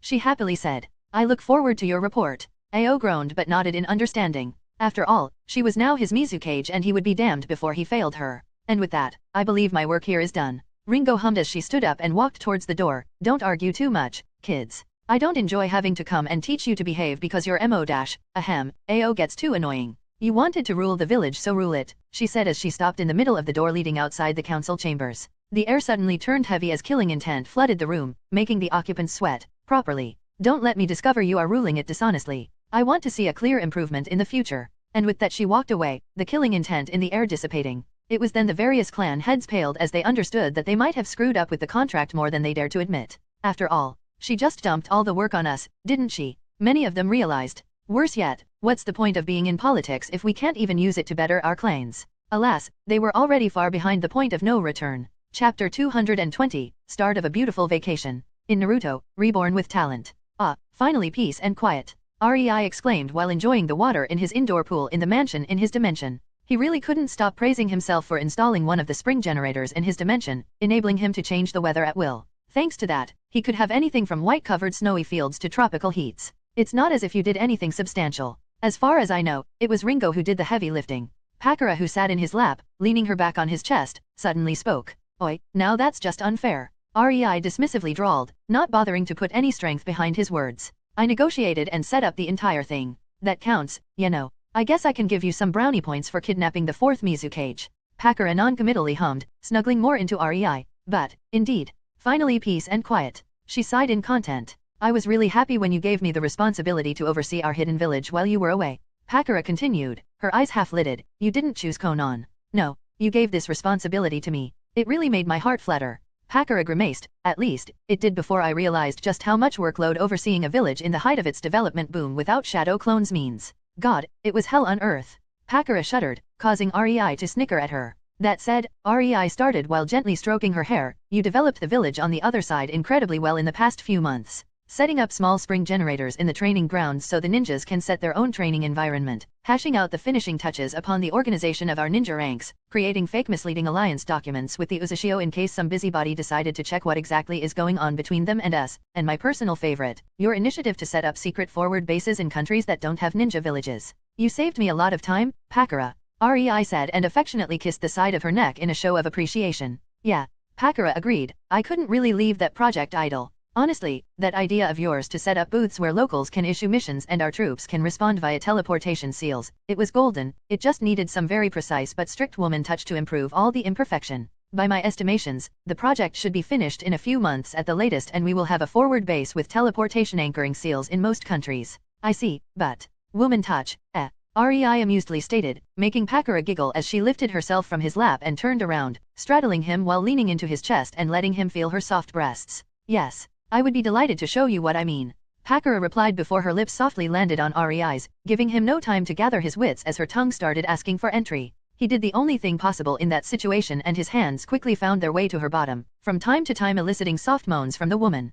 Pakura and Rei made out for a few minutes, enjoying the presence of the other before they finally separated and Pakura laid her head onto Rei's shoulder, contently sighing. Rei simply let Pakura take the lead, knowing she was not one for being overly passionate or hasty. They had the entire day off so there was no need to rush anywhere. How is our new resident Jinhuriki settling in? Rei asked, starting to caress Pakura's back while from time to time stimulating her nerves by sending a flicker of his chakra into it through his fingertips. Squirming, Pakura whinily breathed out before answering, he is, Go-odi. Biting her lower lip, Pakura's hands quickly found themselves around Ari's neck as she started using her wind chakra to produce an effect of a soft, exciting caress all over Ari's body that was above the water surface. Feeling it, Rei smirked before leaning closer towards Pakura's head on his shoulder and kissed her hair before quietly but smugly chortling into her ear, letting her know he acknowledged her attempt but it was still nothing extraordinary. Pakura hummed, trying to sound irritated but through the electricizing flickers of Rei's chakra through her back, she really didn't manage it. Then again, she had to admit her control of wind chakra was not yet good enough. It certainly didn't compare to what Konan could do with her, so Pakura gave up in trying to compare herself with Konan and focused on making her touch as enjoyable for Rei as she possibly could. Plus Rei had an unfair advantage since he could use his lightning chakra even underwater without problems, while controlling her wind chakra was a bit tricky underwater. Yup, there was no need to compete, she grudgingly told herself. Pouting, Pakura continued speaking about their latest freeloader. Yagura for some reason made quick friends with Yujito. I guess it is some kind of Jinhuriki compassion or whatever. She let out in one breath before a gasp tore out of her throat when Rei reached her weak spot on her back. Last I heard, Yujito refused to help me with, some easy and unimportant paperwork because she was helping him with some reforms. She shuddered. Rei simply smiled at the working ethics of his newest worker. The guy was quite good too, happily doing his job for him and not even knowing it. Pakura pulled her body a bit away from Rei, looking him straight in the eyes with a small smile decorating her lips. Enough about work. There are more enjoyable pursuits we could do during our holiday, she purred, putting her forehead on Rei's. After all, we do have a few days of vacation in front of us. We wouldn't want to waste them, now, would we? Few days without any research or work does indeed sound nice. Rei's eyes sparkled as he lightly kissed Pakura, starting an exchange of quick pecks between them as they both got more and more into the mood. Rei embraced Pakura's body tighter to himself, indulgently smiling at her while his naughty hands reached towards. The door to the indoor pool suddenly burst open and the disheveled Maki gasping for air spotted Pakura straddling Rei as they sat in the pool, both giving her a bit bewildered but also irritated looks. Not knowing if she should blush due to the situation she found her sensei in or go completely pale because of the looks her sensei is giving her, Maki decided to pretend she didn't see anything and straightened up. It's an emergency? Anko Midarashi just reported Uchiha attack and Root starting to act strange. The Uchiha massacre is coming. Rei and Pakura stared at Maki, both capable of thinking of only one thing. For fuck's sake, the Kirigakure war just ended and now another bothersome situation sprang up. Their vacation was apparently cut short. Chapter 221, Uchiha Massacre 1. In Naruto, Reborn with Talent. The night was dreary and the moon shined red as the blood of the members of the Uchiha clan flowed on the streets because of a silent assassin in the form of a 13-year-old child. For many, even the most experienced ninjas, it would be a mind-boggling thing, one 13-year-old, who by all means should normally be with one foot out of the academy, slaughtering his entire clan. Then again, Itaku was smart and the master of genjutsu,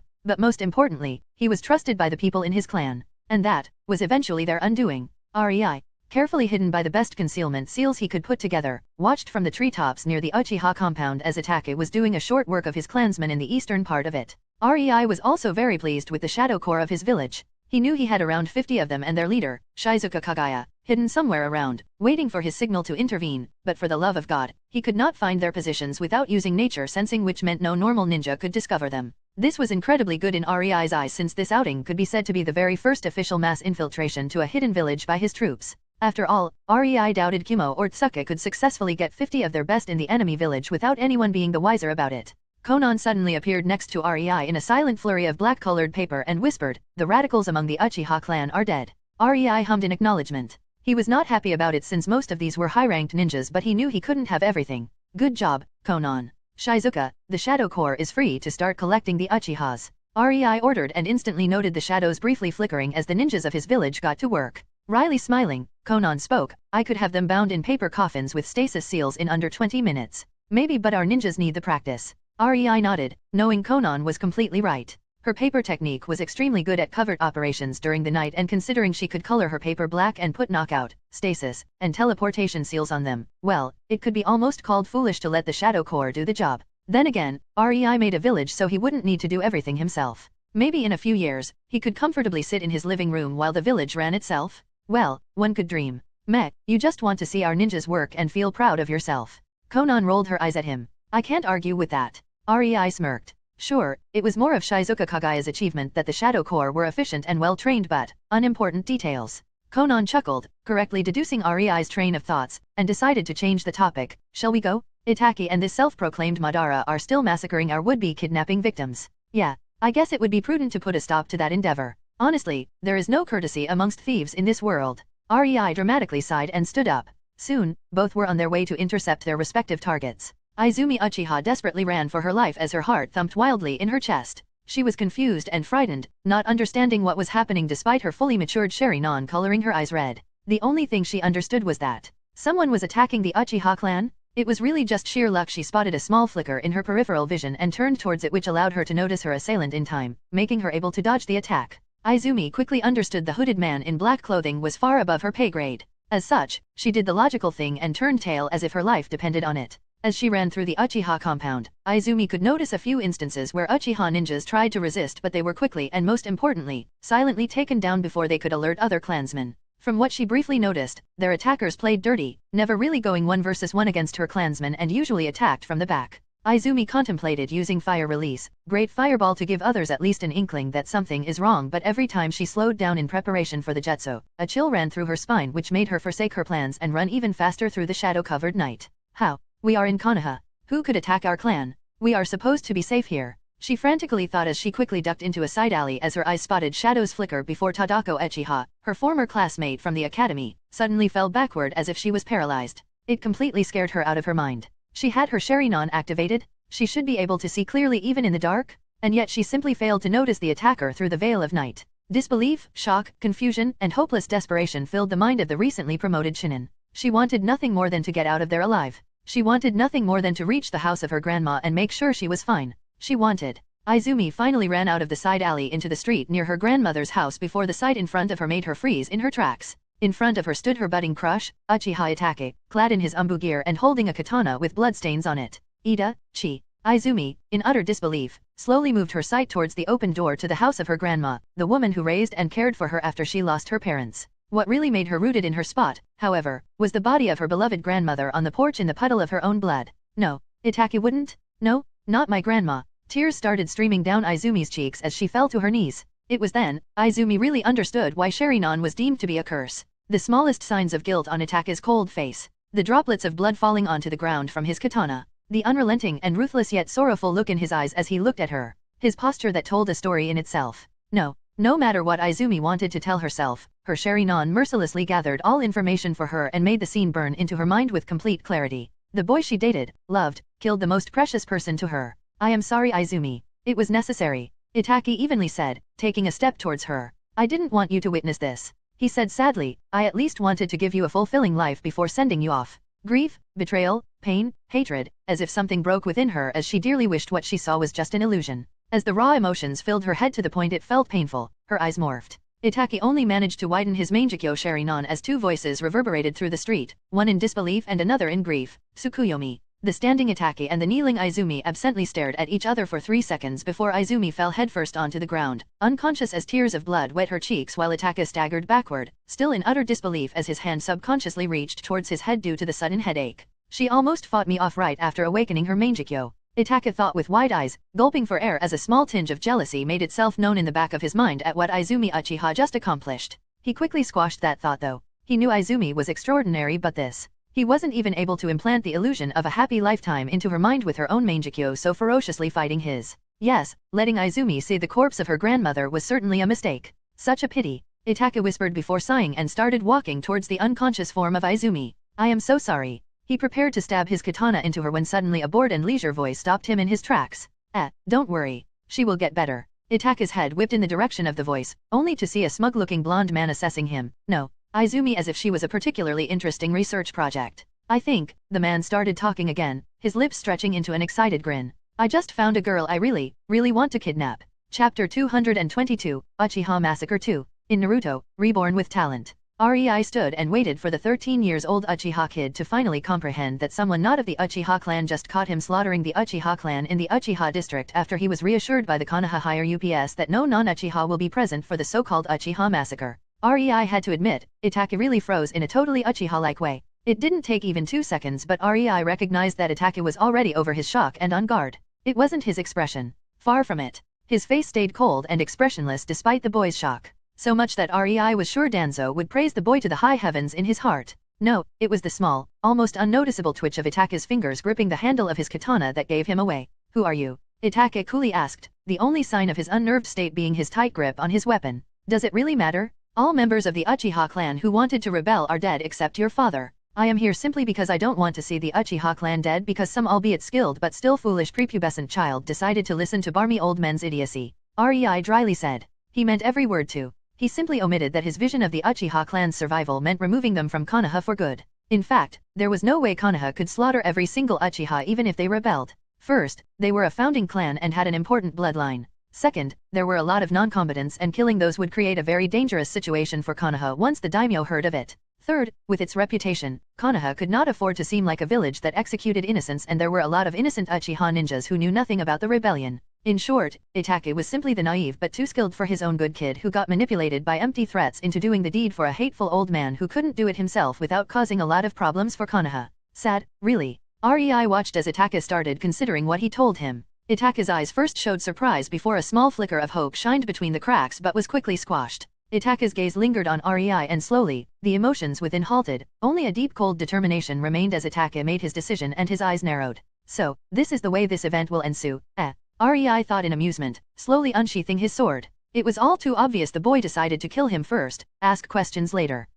Well, I did want to test him, didn't I? Itachi only narrowed his eyes further, this time in wariness as he realized Rei's gesture of unsheathing his weapon was simply telling him that his opponent could read him despite the extensive body language control training. At first, he wanted to end it in one fast surprise strike but that was now impossible. Suddenly springing into action from his semi-relaxed stance, Itachi slashed at Rei in a wide arc, aiming for his neck, causing him to block the slash with his own sword. Itachi expected this and slightly crouched down, pushing his sword a bit away from his body, which also pushed Rei's sword away since they were locked in a clash, and then Itachi's free hand struck at Rei's ribcage, easily grasping a kunai which flew into it mid-swing from Itachi's sleeve. As he sidestepped the kunai and forced Itachi to retreat due to an attempt at striking his chin, Rei had to admit the kid had skill. From this single exchange, Rei understood Itachi's preferred way of handling things. Misdirection and precise quick strikes to vital areas seemed to be the crux of Itachi's style. Itachi watched the blonde man in front of him with a small frown on his lips. He didn't like this initial exchange at all. Naturally, he didn't expect to kill a warrior opponent with one strike.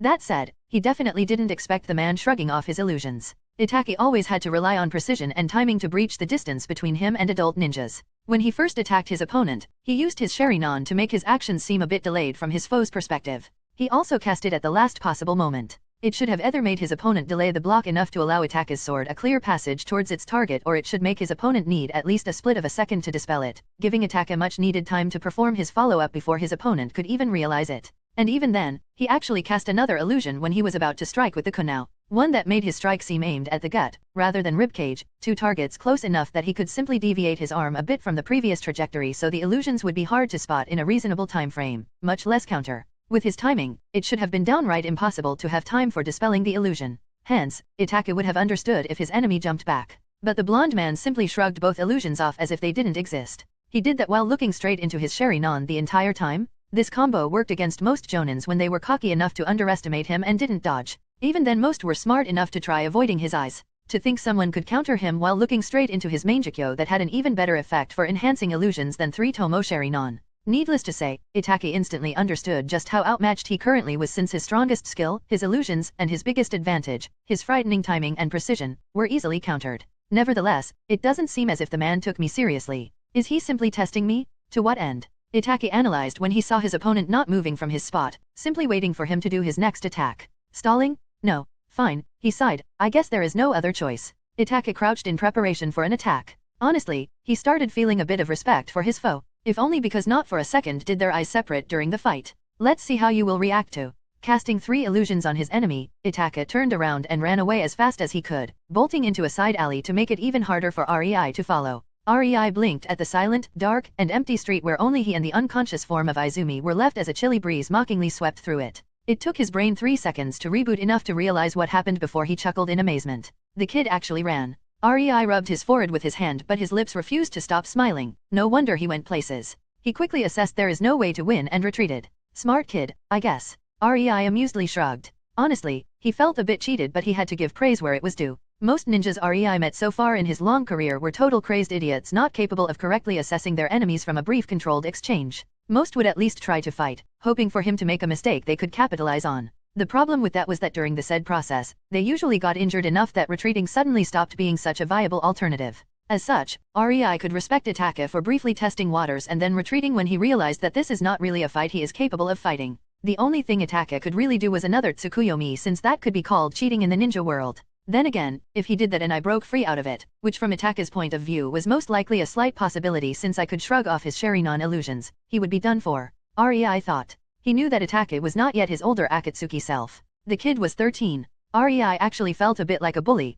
facing him. Moreover, casting one Tsukuyomi to protect himself from Izumi's Tsukuyomi should have been quite hard for Ataka. Another Tsukuyomi shortly after that would probably take him out of the fight, no matter if his enemy resisted or not. Yet, he could really respect Ataka's call to retreat. Shaking his head, Rei put Izumi's body on his shoulder and created a shadow clone that took the corpse of Izumi's grandmother. It was time to go. Chapter 223, Uchiha Massacre 3. In Naruto, Reborn with Talent. Konan materialized right in front of Obito, who was finishing off an Uchiha Chunin with a stab straight through his heart. Obito slowly blinked and tilted his head, trying to comprehend where the heck did all that paper appear from and who was the woman in front of him. Honestly, he was confused as heck.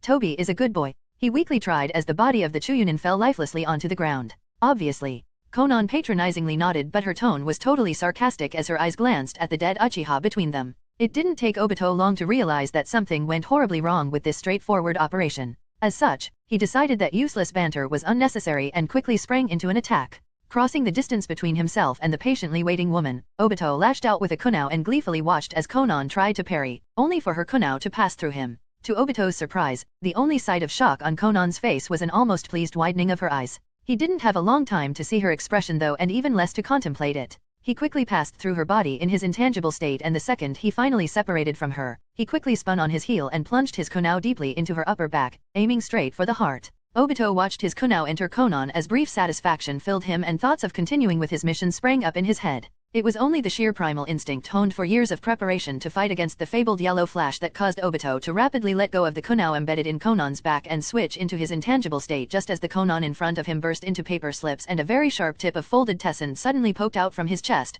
causing him to numbly stare at it. That would go straight through my heart. He realized how close to death he came as cold sweat drenched his forehead. I didn't even realize when she got behind me. He slightly inclined his head to the side and instantly saw Konan standing there, lazily holding the fan still stabbed through his intangible form while she was wearing an amused expression with one of her brows mockingly lifted upwards. It was an expression that reminded Obito of Kakashi's condescension in his early years, and for some reason, when he saw it on the deadly brunette, it really irked him somewhat fiercely. Gritting his teeth, Obito spun his body in a burst of speed and sprang again towards Konan, aiming to engage her in hand-to-hand combat as that would provide him the most advantage considering his intangibility. His fist neared the calm Konan and Obito expected her to block. That's why he was very surprised when she didn't react at all and his fist burrowed into her chest all the way to the middle of his forearm. That's why he was even more surprised when Konan's body let out a small hiss as she briefly glowed orange before a resounding boom shook the street as numerous explosive tags in the paper clone reduced everything in their proximity to ash. That almost got me, Obito murmured as he appeared a few feet from the small, newly made crater in the middle of the street, holding his right arm that sported nasty burns through the tattered sleeve. He only barely managed to switch with a clone, but the explosion still somewhat got him. His arm was half buried in the paper clone and therefore his intangibility was useless at that moment. Obviously. Konan's leisure voice sounded from the crater and Obito, much to his shame, actually gaped for a second as she stepped out from the smoking crater, as fresh as daisies, ready for the second round. Quickly pulling himself together, Obito reassessed the threat the woman posed to him. Frankly, there were not many people he feared, but the brunette in front of him was doing quite a good job at making it into his personal don't cross list, all the while looking almost sinfully bored. Obito shuddered. She clearly knows how to counter my Mangekyo. I have to be careful in further confrontation. He thought and decided to attack again. For the next 30 minutes, Konan and Obito fought back and forth, playing an odd game of cat and mouse with their roles reversing after every strike. When Obito struck, Konan's figure burst into paper and Obito usually found himself skewered from behind as new Konan always appeared there, no matter how prepared for it he was. It was supremely irritating, in his humble opinion. When Konan struck, Obito simply relied on his intangibility to both avoid damage and get an opportunity to strike back. Now that he was extremely cautious, his opponent was clearly having as much difficulty landing a meaningful attack as he was, since he was under the intangibility most of the time. Now if only he knew why the brunette had such an amused and smug smile plastered on her face. Obito slashed his kunao through Konan's neck, not at all surprised when his target burst into paper. He was already in the process of spinning around, expecting new Konan to appear from behind, only for his instincts to mockingly scream dodge at him, causing him to jump away just as the thrice-damned Tessin of Konan passed the spot his neck was just a second ago. Obito's eyes widened as he slid to halt when he noticed that the Konan whose throat he slit was still there, her slit throat made of slips of paper, clearly not injured at all as her throat reformed in matters of seconds. So, not only she can burst into paper and appear behind me, now she can even disregard lethal damage by turning into paper? Isn't this just plain cheating?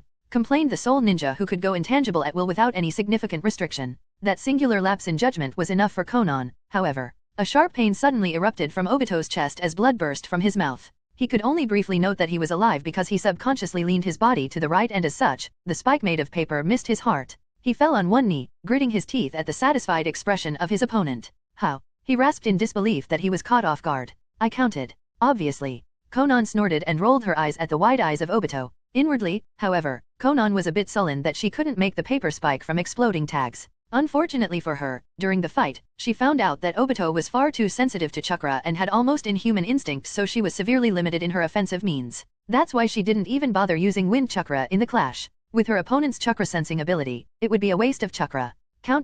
Shit. Obito mentally cursed and spat the blood that pooled in his mouth as he realized with no small amount of horror the woman in front of him somehow grasped the limit of his intangibility in their short fight. Suddenly, something clicked in his mind and he couldn't help but shudder. So that's why she fought with me for the last 30 minutes? She was trying to gauge the limits of my abilities. Obito wanted to berate himself for his carelessness. The limit of his Mangekyo Sharinan was the only weakness he had, considering he wasn't losing his eyesight thanks to the Hashirama cells implanted in him. To think somebody would so easily deduce it during a fight. Yes, the woman in front of him was definitely getting on his feared list. Grimacing, he curiously looked at the dangerous brunette in front of him and asked, "Aren't you going to finish me?" Konan pointedly looked at him as if he was a total idiot. "You would just go intangible again." "Fair enough." Obito painfully chuckled. In fact, he was very happy he decided to keep some of his abilities secret and didn't use his Mokuton in the fight because he was half suspicious the woman in front of him would pull out some unexplainable shit. Again. He half expected to be turned into paper at this rate. But, that was delusional even for him, right? In fact, Konan still tried to control the paper spike skewing his chest, but the chakra Obito was pushing into it was causing quite an interference.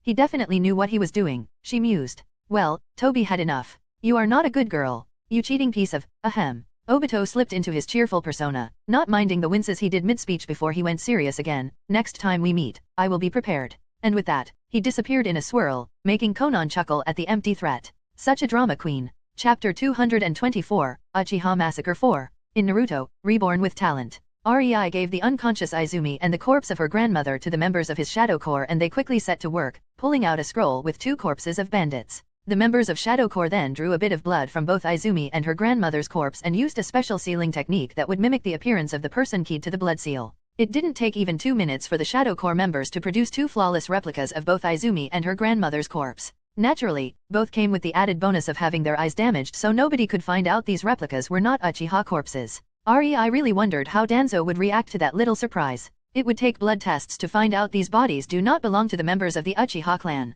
Alas, the last component the Shadow Corps added to these replicas of the Uchiha members' corpses was a special creation of Tsunade that completely dissolved an injected body precisely 6 hours after the administration. It was a pity it only worked on dead bodies, but for the current situation, it was golden. It wouldn't take long for the massacre to be discovered. After that, it will most likely take at least 2 hours to clean up and transfer the bodies into a morgue or, in case of the bodies taken by route, wherever Danzo would order his cronies to bring them. Rei completely banked on the chaos effect such an event will have on the village. He believed nobody would immediately go and draw blood samples for tests since the corpses will be found in the Uchiha compound and will look like the Uchiha clan members. By the time somebody decided to take blood samples, the bodies would be long ago dissolved. Even if somebody did take the blood samples of 1 or 2 bodies in a timely manner, it wouldn't matter much as there will be no actual proof of any kind of foul play. At least, nothing that could be factually proven. At best, there would be some unclean speculations that could easily be written as non-Uchiha visiting the compound during the fateful night. As for the dissolution of bodies, Rei was fully intending to let Konoha make their own assumptions.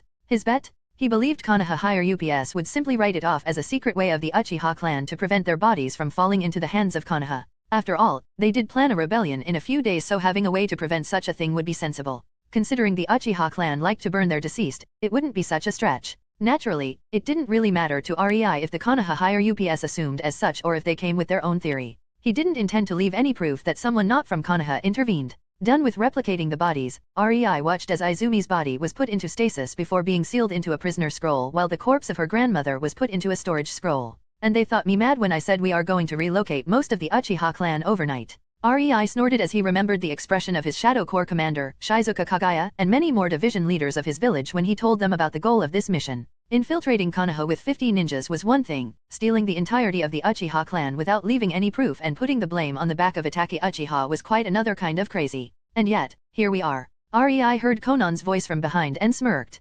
Indeed, dear, indeed. Well, nobody said it would be a voluntary relocation. Rei shrugged. I assume you were satisfied with your outing. He turned towards Conan before putting his hand around her shoulder, letting her snuggle into him as they watched their ninjas do their job while the duo simply lazed around. After all, there were certain advantages to being the leaders. I must confess, I had no idea what you meant when you said I should go and play with the stronger one. Conan sighed, to think you just wanted me to experience how you feel when you fight against me. She shook her head in exasperation. But yes, I now see how fighting against somebody almost impossible to hit could be frustrating. Rei heard her indifferent tone, but deep inside of it, he noticed a slight undertone of annoyance. Reassuringly putting his hand onto Conan's head, caressing her hair, he coaxed, I simply wanted you to gain inspiration. You are already almost impossible to hit without highly destructive area of effect attacks. The guy you fought though? He could easily survive those. Sure, he had other weaknesses but still. Rei explained. No way am I admitting I simply wanted her to know how frustrating it is fighting against her. Right. Conan good-naturedly rolled her eyes at him, not believing him but decided to change the topic.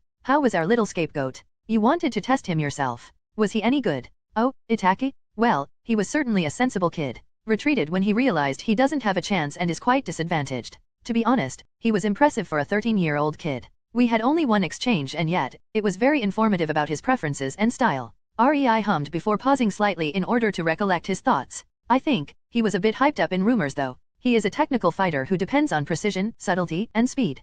Considering he is a kid, it is smart he decided to develop speed and dexterity rather than strength. Again, considering his age, there is no wonder he decided to go the route of the genjutsu user since it takes the least amount of chakra but requires incredible control. Rather than being a prodigy, he is simply having something called common sense and a usable brain. Since he couldn't become a ninjutsu-heavy fighter because of his kitty reserves or depend on his body strength, he decided to develop in a way where his young age would not be detrimental. I will be putting together a file for him after we get back home and you can get a better picture. But yet, he will be a good scapegoat. I doubt Konoha will catch him anytime soon. Rei shrugged. Conan giggled. Poor guy. He kinda deserves it too though, choosing to slaughter his own blood when he could simply ask the daimyo for help. She snorted.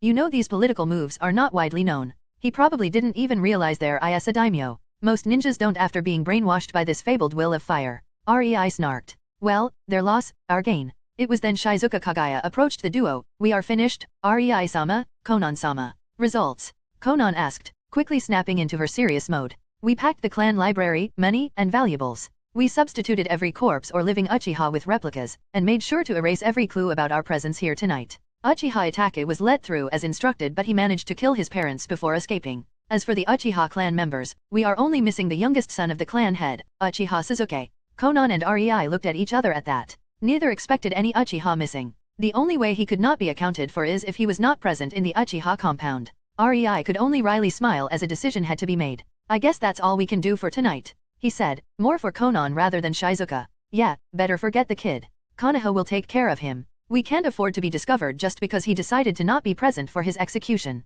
Conan said, amused. Sure, she and Rei probably could take Konoha on but their shadow core would be obliterated if they tried to fight. 52 versus the entire village were not good odds. Not at all. Okay, Shizuka. Good job. Give the order for retreat. Rei ordered before smiling mischievously at Conan. Well, I for one am very curious how Ringo fared on her little assignment. Remembering what Rei made Ringo do, Conan suddenly found herself in a fit of unstoppable giggles. Chapter 225, Uchiha Negotiations 1. In Naruto, Reborn with Talent. Rei alongside the Shadow Corps promptly returned to the village on the other side after they were sufficiently assured no clue of their brief visit was left behind. 3 hours later, Rei was finally notified that Ringo also returned from her own mission he assigned her in Konoha. She tiredly walked into the living room of his mansion where he was patiently waiting for her. Seeing her haggard state, Rei stood up and hurriedly walked closer, hugging her while letting her lean on him to give her at least some relief. I see you had fun, he quipped, making Ringo groan in irritation. As if sneaking into the most guarded archives of both Konoha and Root in the time span of 3 hours right after the massacre of the Uchiha clan was discovered.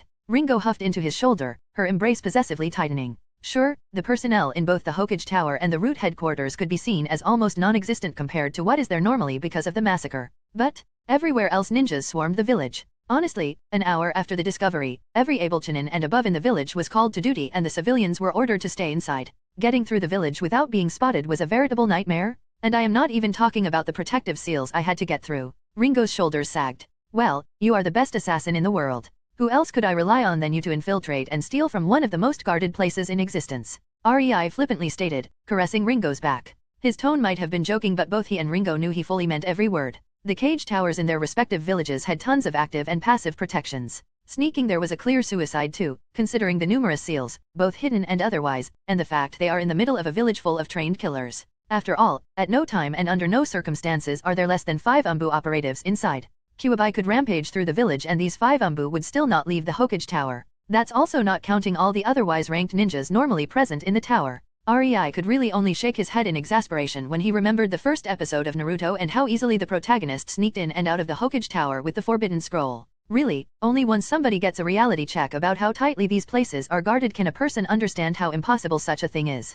Either Naruto was severely underestimated by everybody or his side in the Hokage office was a quite common occurrence and nobody paid it any attention. Yes, I am the best. Ringo admitted with an amused but tired eye roll. Anyway, I did get what you wanted. The copy of the order to attack Uchiha to cause the Uchiha massacre is in my back pocket while I already gave other copied paperwork to Konan, she said, only slightly widening her smile as she felt REI's hand slip into her back pocket and brush her backside while he withdrew the paperwork. Okay, REI pecked Ringo's lips, you should go and take a long nap while I and Konan sort the situation with the Uchiha clan and their welcome to our village. That actually sounds quite nice. Ringo sleepily agreed, her eyelids involuntarily closing by themselves. I really do not envy you though. Persuading them to move here and be loyal to our village will surely be a right pain in the arse. With one last kiss, they separated. REI and Konan decided it would be wisest to wake only a few important hand-picked members of what remained of the Uchiha clan to negotiate terms and inform them of their situation so they then can gradually persuade the rest. Waking up all of them at once would cause total mayhem since there were hundreds of them if one counted civilians.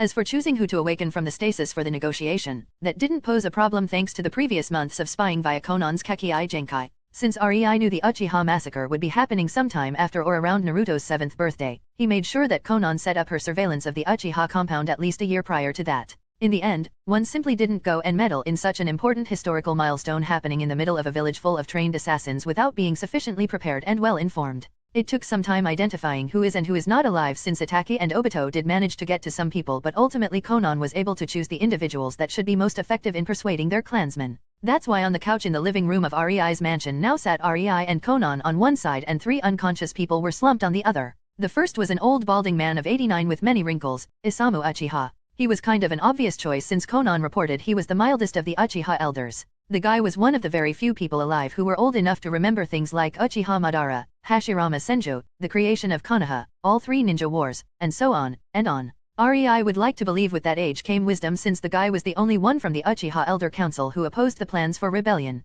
Well, he was the only elder left alive too, thanks to that. Then again, the man managed to garner quite a lot of respect from his clansmen during his long life, and having him persuade the remaining ninja population of his clan would go a long way to seamlessly integrating the Uchiha clan to the village on the other side. Frankly, REI was putting quite a lot of faith in the man cooperating for the good of his clan. After all, the Uchiha clan didn't have much of a choice anymore. The second person was Mariko Uchiha, who was a 30-something civilian. She was picked because apparently, she owned a clothing business, and literally every Uchiha knew her and bought their clothes from her shop. She was well known and well regarded among both the civilian and ninja parts of the clan, which was quite rare considering how arrogant and prick-like the Uchiha clan's ninjas usually were. While REI didn't strictly need Uchiha civilians, he couldn't just throw them away like used trash, now, could he? Mariko seemed like a good choice for a representative of civilians, and REI was sure she could persuade the civilian side while also getting some ninjas more open to the integration. And lastly, the third person was Izumi Uchiha. Honestly, she was there simply because REI wanted her to be present.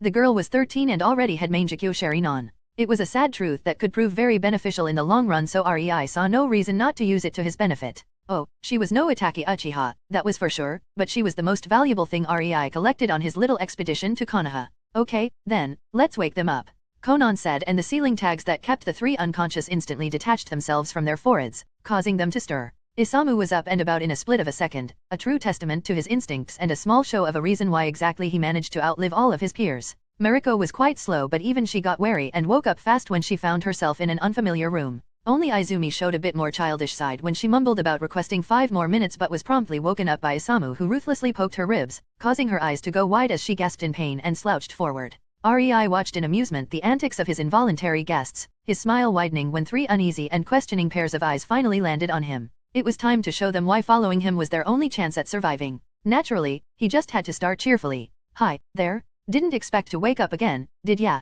Chapter 226, Uchiha Negotiations 2. In Naruto, Reborn with Talent. The three Uchihas blankly stared at Rei, confused about what was happening. Surprisingly enough, it was not the experienced Isamu nor the adult Mariko who reacted first. Hello. Izumi half-stated, half-asked, what is happening? She tilted her head and curiously blinked, probably not yet remembering the previous night in her still sleep-befuddled state. Well, as you might or might not remember, some rebellious elements yesterday decided to eliminate the Uchiha clan. I was like, hey, Rei, that would really be a shame if they all died out, wouldn't it? So, I decided to save you. Rei shrugged, his slightly narrowed eyes trailing over his three guests as if he was stalking his prey. Naturally, I do expect to be repaid. He added to make things clear. Rei watched the reactions of his involuntary guests and approvingly noted that Izumi, despite being only 13, managed to appear outwardly calm and stay quiet despite the raging inferno of emotions Rei could see in her black eyes. The second he reminded them of what transpired the night prior, Izumi's eyes slightly widened as the memories of her previous night sprang to the forefront of her mind.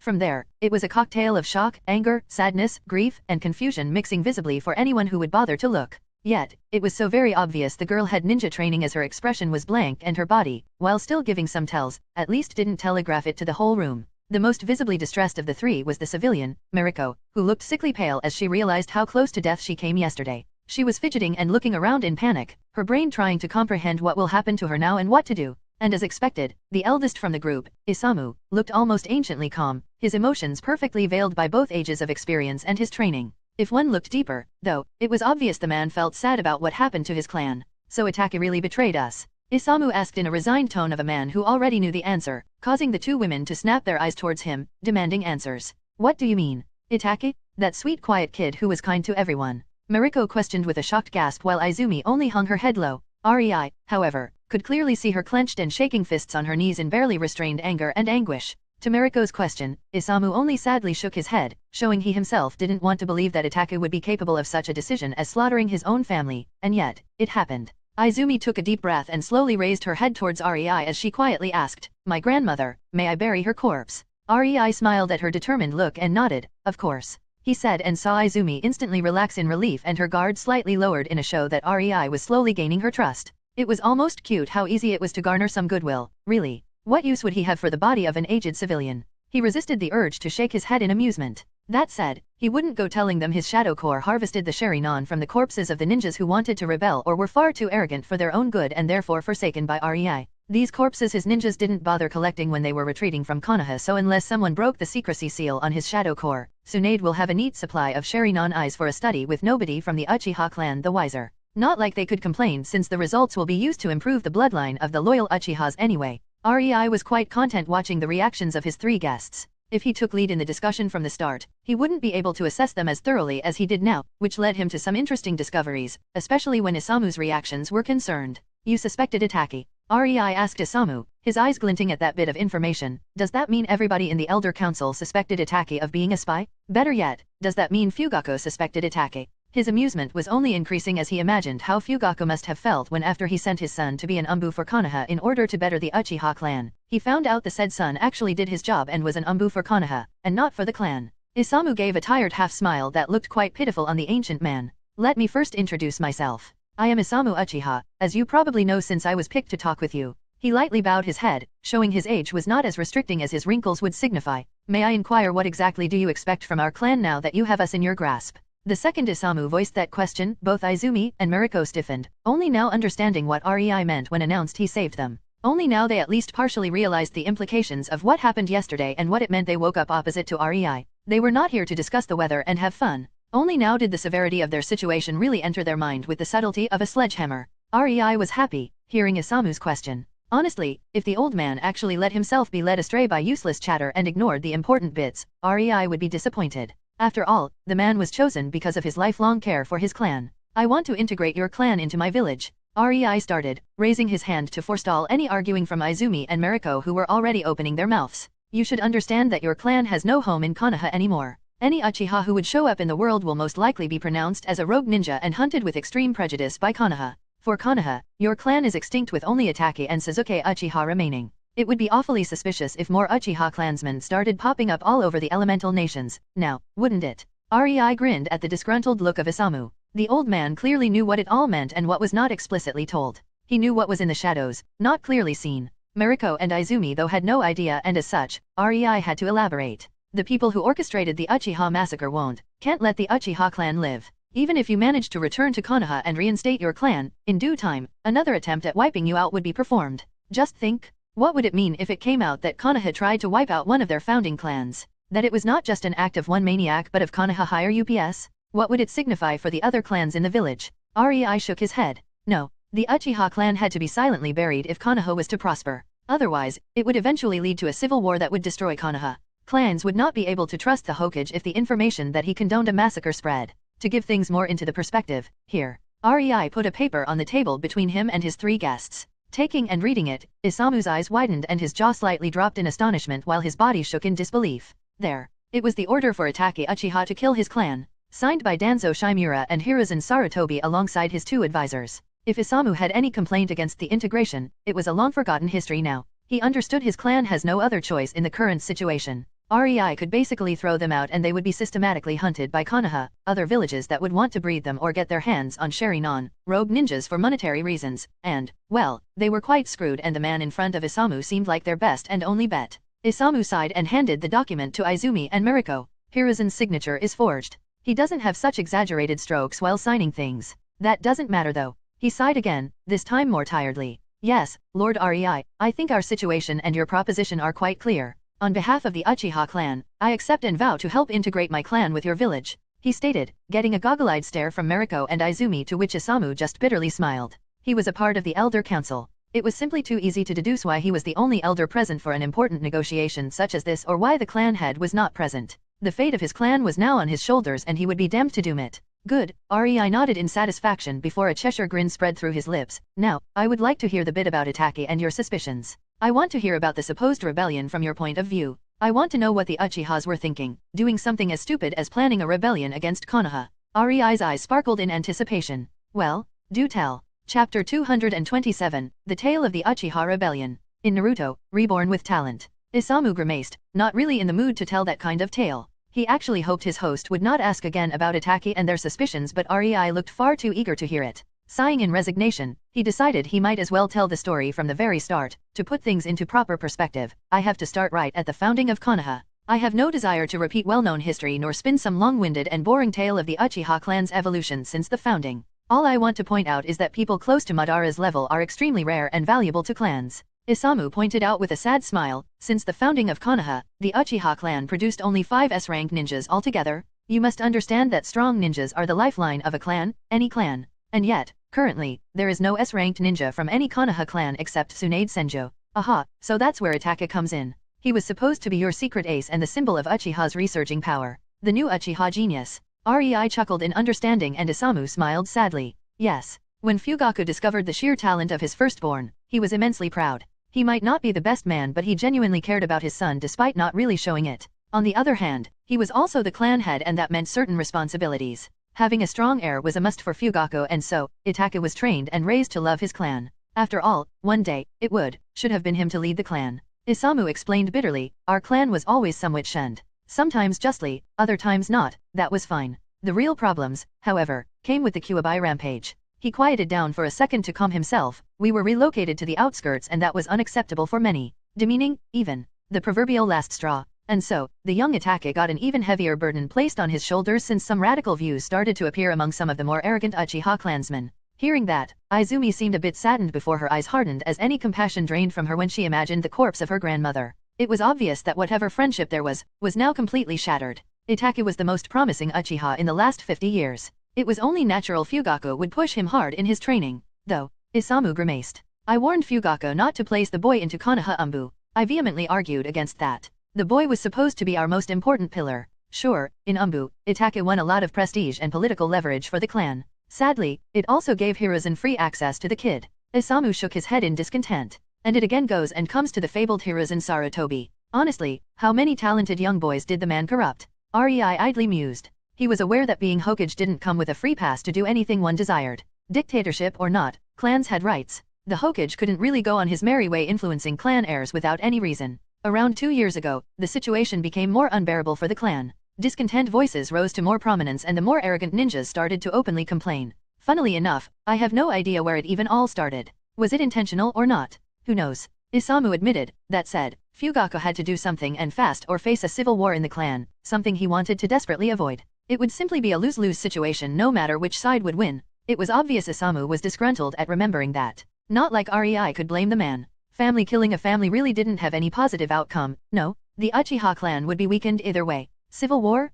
Are you serious? Mariko gulped as she for the first time heard something like that despite being one of the best connected merchants in the Uchiha clan. Unfortunately, we didn't advertise it to the civilians but the radicals were pretty stubborn then. Fugaku really had no other choice than to start the rebellion club and go complaining/threaten the Hokage that our clan had had enough. Much to my shame, I was the only one against the plan from the Elder Council. It was obvious to whoever logically considered the thought of one clan going against an entire village that we would lose if it came to trading blows. Well, duh. There were barely 1,000 Uchihas before the massacre and from that only about 200 were ninjas. And that is counting genins. 200 versus a village of thousands. Gee, one doesn't have to be a genius to figure it out. Rei mentally rolled his eyes. Then again, Fugaku never really wanted the situation to escalate into an open rebellion. Isamu shrugged and the other occupants of the room stilled in surprise. So the guy wasn't total bunkers, then. Rei thought in relief. It was simply a ploy to appease the radical Uchihas and buy time while Fugaku negotiates with the Hokage. He needed time to figure out how to calm them down. Unfortunately, it took more than 2 years of back and forth, one side asking for something with the other denying it. Suddenly, even Fugaku was unable to stop the radicals and if he went against them, he would be usurped. It was only logical to play along while trying harder to persuade Hokage to give the Uchiha clan something that would calm them down. Itake got involved and became a double spy due to his identity as an Umbu operative and Uchiha clan heir. It was surely on Hiruzen's insistence despite the fact it is frowned upon to ask a clan member to spy on his own clan, much less his own clan head. The boy must have thought himself subtle about it but really, as if a 12 years old could outsmart old geezers who were in this trade before his father was not even a distant thought. Isamu chuckled in amusement at the memory before his lips twisted into a grimace. It was also gut-wrenching to see the father and the son progressively more and more mistrustful of each other behind their cold facades. But worst of all, it all escalated so quickly. Isamu shook his head in sadness. And when Itake attacked, none of you actually expected it, did you? Rei smirked. Danzo basically blindsided them. They were well on their way to negotiate some tangible concessions when Danzo suddenly forged a signed order for a wholesale massacre. Well, to be honest, who would expect to be attacked in their own village? In their own clan compound? By their own ninja? No, we really didn't expect it from Itake. Spying? Sure. Sabotage? Possible. Misinformation? Obviously. But a killing spree and backstabbing? The boy is 13, for Senin's sake. Isamu snorted. There were rumors but that's all that was to it. Simple rumors about Itake's hand in Shisui's mysterious death. Nobody expected him to start cutting people down that night. He was our damned clan heir. Isamu angrily retorted, flaring his nostrils as he vented the sudden slip in his self-control. And here we are. Rei said. And yet here we are. Isamu admitted, somewhat resignedly. Let's just focus on the current problem of integration. I am far too old to deal with problems like what happened yesterday. Chapter 228, Morning with Tsunade. In Naruto, Reborn with Talent. Rei stood in the kitchen and busied himself with cooking for himself and Tsunade who sat behind a table, completely nude, with her breasts resting on it as she supported her chin with her hands, nothing concealing her silly but happy grin and tomato-like blush while her eyes contently rested on Rei's back. It was one of those mornings where she could simply let go of every worry and focus only on herself and Rei, basking in her beloved's sweet satisfying calming presence as he calmly cooked for her while she tried to put herself together after yet another mind-blowing night full of senjutsu-enhanced sex. She really needed a few calm hours to make sure her shivering and twitching ceased. A few hours of bliss that Rei promptly made even better by cooking her his nature energy-filled food that did nothing but put her that much closer to yet another orgasm. Oh, Tsunade already knew what they will be doing after the anticipated mouth-watering breakfast. After all, ever since they returned from visiting the fire capital, this little morning ritual of having the breakfast together was quickly becoming one of Tsunade's sinful enjoyments she really didn't want to stop. Rei just had to find yet another way to make her completely addicted to him, didn't he? A well-rested body and slack, still half-asleep mind, post-coital bliss that simply won't cease for hours, and food that could melt her with sheer deliciousness and the incredible aroma. It was simply torture by pleasure. Tsunade shivered yet again, her fingers slightly digging into her cheek and her legs clamping together while her toes curled as her still sensitive body reacted to her thoughts. Gritting her teeth as she tried to prevent herself from becoming a fleshy puddle of goo on the table by having a thought-induced orgasm, Tsunade recognized her immediate need for distraction. She couldn't bask in the soothing presence Rei was purposefully excluding while her body was still so sensitive and the rich aroma of his food was making her mind wander into places where her back was pressed into the soft bed while his body pressed on hers and his strong arms. Aggrr. Tsunade mentally shook herself when her mind again wandered while outwardly it came out as a soft self-conscious whimper. Gotta talk about something or, quickly. Tsunade contently closed her eyes to calm down a bit so she can at least think straight for a second before uttering the first thing on her mind and embarrassing herself more. Oh, how she both loved and hated these moments. Any news from Konoha? They still have no clue what happened during the Uchiha massacre. Tsunade finally found a topic they both had in common. Honestly, it was a bit awkward the first time she started ranting about advanced medic ninja stuff and she only after 2 hours realized REI didn't have a foggiest what she was spouting. Then again, it was cute how he still listened despite. Yeah, REI replied, making Tsunade's wandering mind focus on him. I am checking on them daily since the massacre. No change these 2 months, to be honest. From what Konan's information network and my observations tell me, nobody who is not in our village but Obito and Itake knows what really happened. Even then, these two have no real clue who interrupted their mission. REI carelessly shrugged. Konoha was briefly in an uproar when the bodies dissolved in their morgue, but honestly, there was simply no evidence to follow, so they reluctantly gave up. I gotta say, good job with that, Tsunade. Blushing slightly, Tsunade grinned. Thanks. How is the Sasuke kid? REI asked Tsunade. That was yet another shock for REI. He honestly thought he would get all the Uchihas only to miss Sasuke for whatever reason. The kid was not in the compound during the attack. This little fact somehow eluded REI, which somewhat messed his plans up. REI really wasn't about to try kidnapping the kid. Not when he was so sure Lil Sasuke would have a non-stop Umbu guard on his ass. As such, Sasuke was still the last Uchiha in Konoha. Funny how fate worked. Broody as heck, gloomy as fuck, and quiet too. At least Anko is happy he is not complaining when she put him through his paces. According to her, Naruto has enough decibels for both of them. Frankly, I have no idea how did this even happen. Tsunade amusedly shook her head. About a month after the massacre, Tsunade got a message from Anko that Naruto Uzumaki made Sasuke his rival. Naturally, Naruto trashed Sasuke in every way imaginable since he was trained by Anko. To REI's surprise, however, Sasuke wasn't the cold jerk he remembered from the show. It took REI only a few seconds to realize that because of him, Itake had no time or energy to subject Sasuke to Tsukuyomi of his clan being massacred again and again. The brat was still a broody and darkish emo creature of grief and hurt, but he was not that bad yet. Clearly, Naruto did some talk no jutsu when he met him in the academy, and voila, Anko found herself having 2 brats running around in the Senju compound while the Umbu following Sasuke could only witlessly stand on the edge of the said compound, not knowing what to do. Really, both REI and Tsunade found that as funny as it was jaw-dropping. This was a total coincidence, as Anko and Naruto didn't have even an inkling of what really happened during the massacre, and the fact their agents in Konoha still helped their schemes along without even knowing it made REI and Tsunade their day.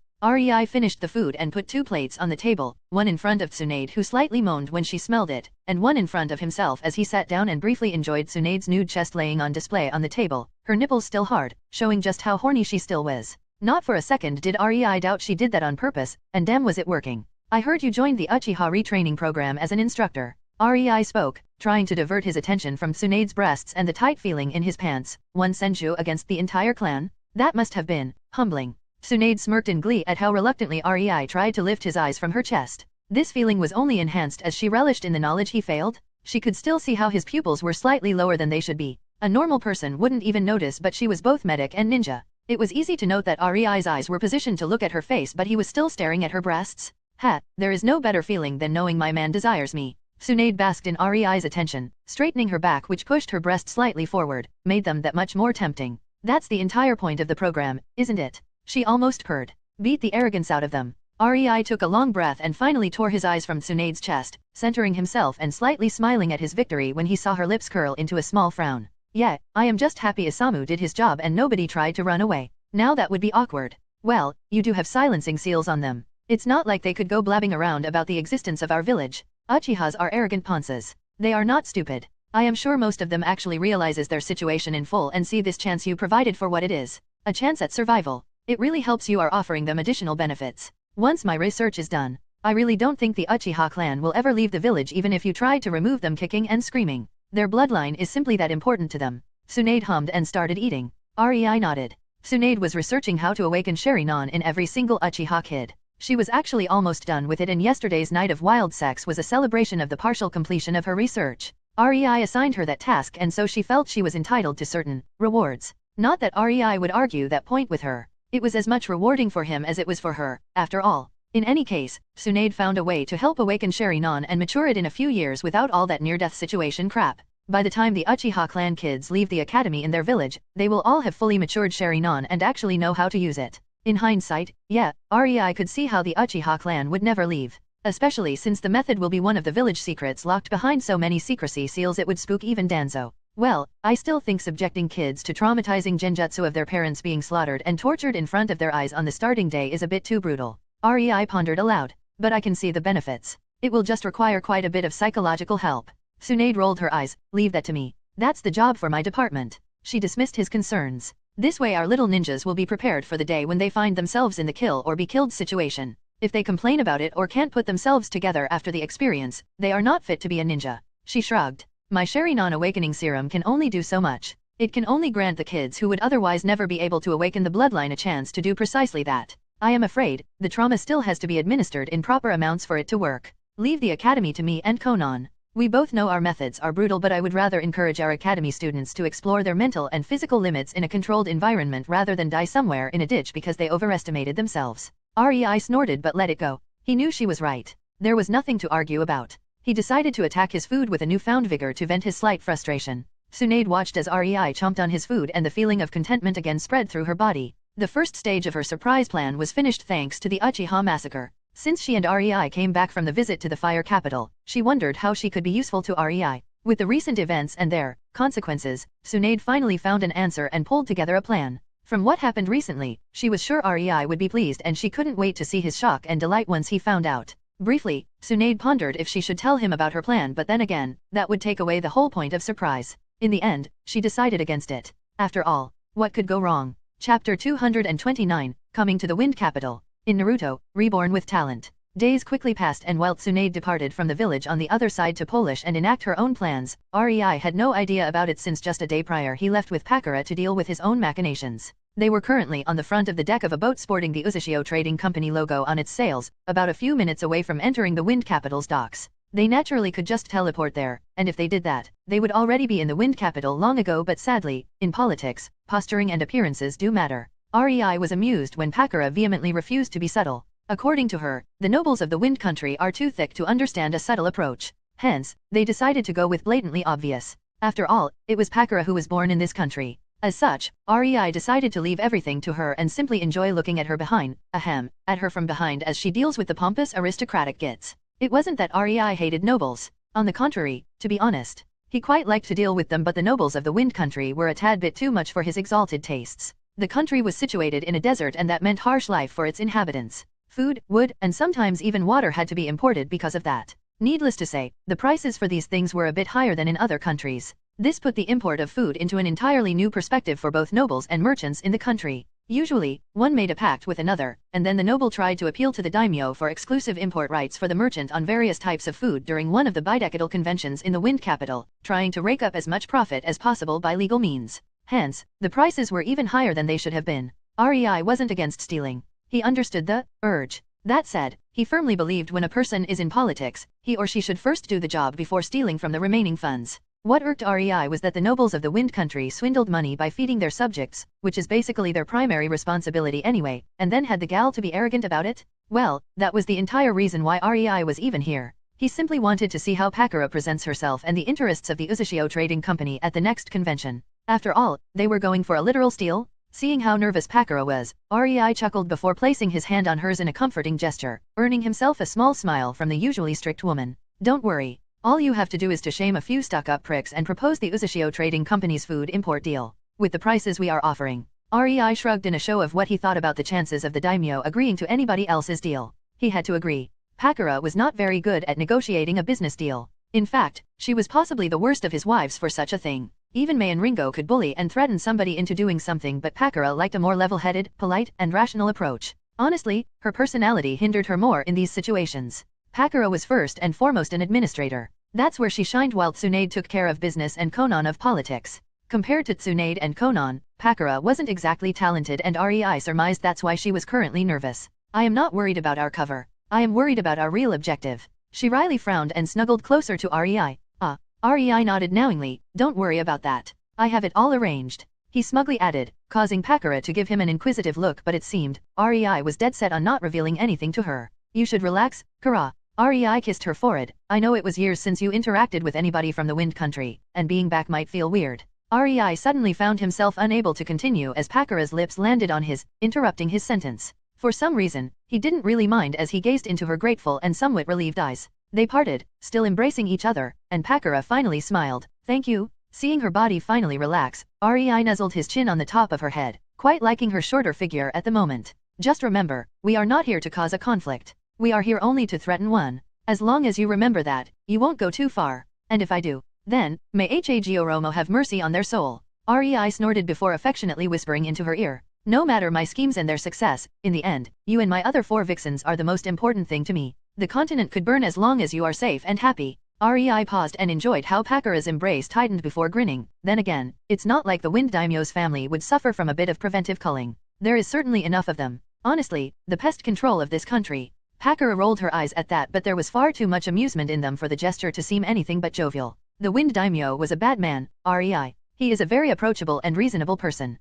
The only fault I could find with him is that he simply enjoys his women and his women enjoy his money. That's all. Yeah, and while they do so, they also birth him a whole litter. Pakura, the man has over 80 children and is barely in his mid-30s. Rei deadpanned, causing her to blush. Pakura knew this verbal battle was lost before she even started defending the Wind Daimyo. She didn't really do it because of any lingering loyalty. She simply liked the reluctant jealousy in Rei's eyes when she talked about the man. Then again, the Wind Daimyo did spend a considerable time sending her offer after offer to become anything from concubine to consort, all the way to proper wife when she was still a Suna Kunoichi. For her, it was a very cute and satisfying feeling that Rei felt so possessively about her. It made her feel wanted and appreciated. Rei, on the other hand, decided it was not worth further discussion. The man was the goddamn ruler of his country and currently, he had 38 heirs with various women ranked from maids to nobles and everything in between, not even counting the daughters who would be interested in inheriting the throne through either marriage to one of their brothers or, well, more violent methods. Rei was going to enjoy spectating that particular succession battle, that's for sure.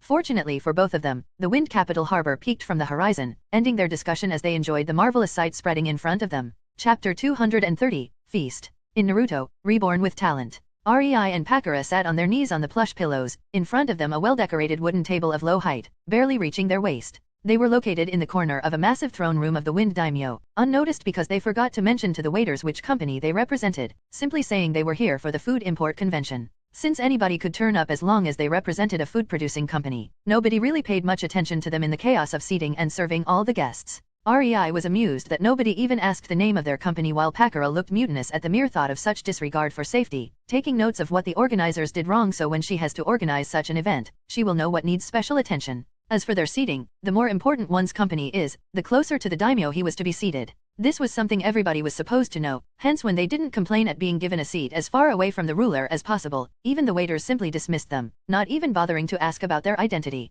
In the end, it wasn't as if some no-name company had a chance to get a deal. The real moneymakers were firmly in the hands of nobles. It was less of a competition between the merchants and more between the nobles where the merchant supported by the winning noble got the deal. Granted, every once in a while some lucky upstart earned rights for this or that product, but in the grand scheme of things, it didn't really matter. The market was firmly divided between the main players and everybody knew it. The throne room was marvelous, lavish, gigantic, and almost exaggeratedly decorated, appropriately showing the importance of the current event. In the front, on an elevated platform, the daimyo, a somewhat plump brown-haired man, sat surrounded by his rightful heir, a pompous-looking boy of 14 years of age, and the mother of his heir, obviously a noble woman from birth who oozed arrogance. According to what Rei heard, the woman was first the daimyo's consort and only attained the position of wife after the previous one mysteriously died alongside her 3 children on their holidays. Honestly, the royal family didn't impress Rei. Not at all. He leaned closer to Pakura and softly whispered, gesturing with his eyes at daimyo's wife. See that cow? She is milking every ounce of self-importance in her immediate surroundings so hard, it produces a permanent scowl on her face.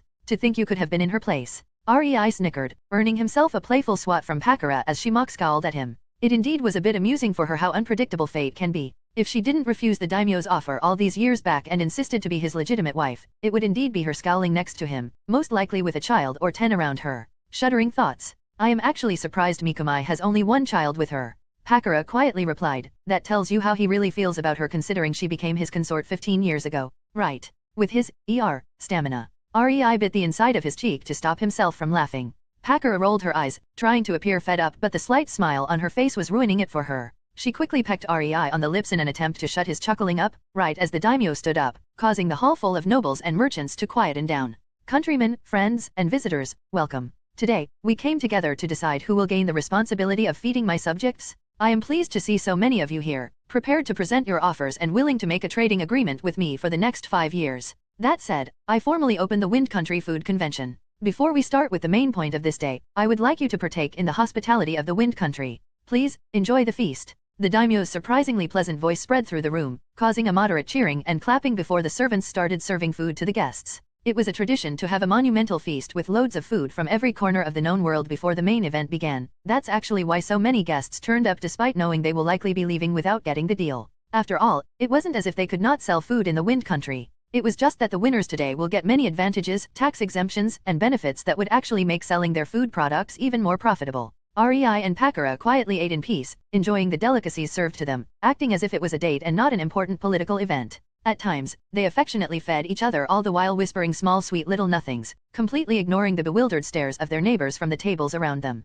When they finally noticed how much attention they garnered from those around them, Rei simply put his arms around Pakura and started kissing her, despite her weak protests. She was simply far too eager in returning his affections for the protests to be real. Neither of them cared what the people around them thought since nobody wanted to make a scene. They also sat too far back and in the corner for anybody of much importance to pay attention to them. Even the daimyo on his elevated platform overseeing the whole massive room would have a hard time spotting them. As the couple expected, their neighbors simply tried to ignore them in between all of the concerned and embarrassed glances they threw at them. It wasn't as if the busybodies could loudly protest or something. Needless to say, both Pakura and Rei were proud of themselves for making so many people uncomfortable. 2 hours later, the feast slowly started to near its end and Pakura suddenly noticed a man near the daimyo. Instantly poking Rei, she discreetly pointed at him. The exuberating man in the lavender frilly kimono is Harasawa Kurito. The sly-looking black-haired man sitting next to him is Karen Kyo from the country of rice. Ninja, Rei pointed out as he felt the man's chakra reserves. Not a retired one either. Rei frowned. Ninjas did not sell crops for their country. That was a waste of talent and resources. Sure, it can happen but ninjas indeed do occasionally retire but these usually do not have Jonin-level reserves and their chakra doesn't flow as if it was regularly used. Rei looked suspiciously at Pakura. Rice country, you say? Pakura nodded. In the last convention, they won rights for the import of rice and some other crops. Rice country is known for its agriculture and for some reason, some years back their business policy was completely overhauled. Nobody knows why or where the earnings actually end up. She eyed the sly-looking would-be ninja next to the Wind Country nobleman. They would be our main competition and I don't expect a fair fight. And the girl? Rei pointed at the sandy-haired girl sitting next to Kyo. It's been a long while since I saw such a petulant dissatisfied pout on a highborn woman. Yeah, that's Harasawa Haruko. Apparently, Kurito decided Kyo is bringing him enough wealth so he decided to engage his only daughter with him. Clearly, his daughter sees the situation differently. Aha. Rei nodded, gears turning in his head. Say, is she the only child? Pakura momentarily halted, pursing her lips. Yes. She carefully pondered Rei's quiet suggestion, tilting her head, watching Kurito as if he was prey. Good point. Maybe we could promise some aid. It didn't take long before Kyo felt the subtle hostile intent aimed their way and started discreetly looking around, still chatting with the blissfully ignorant Kurito.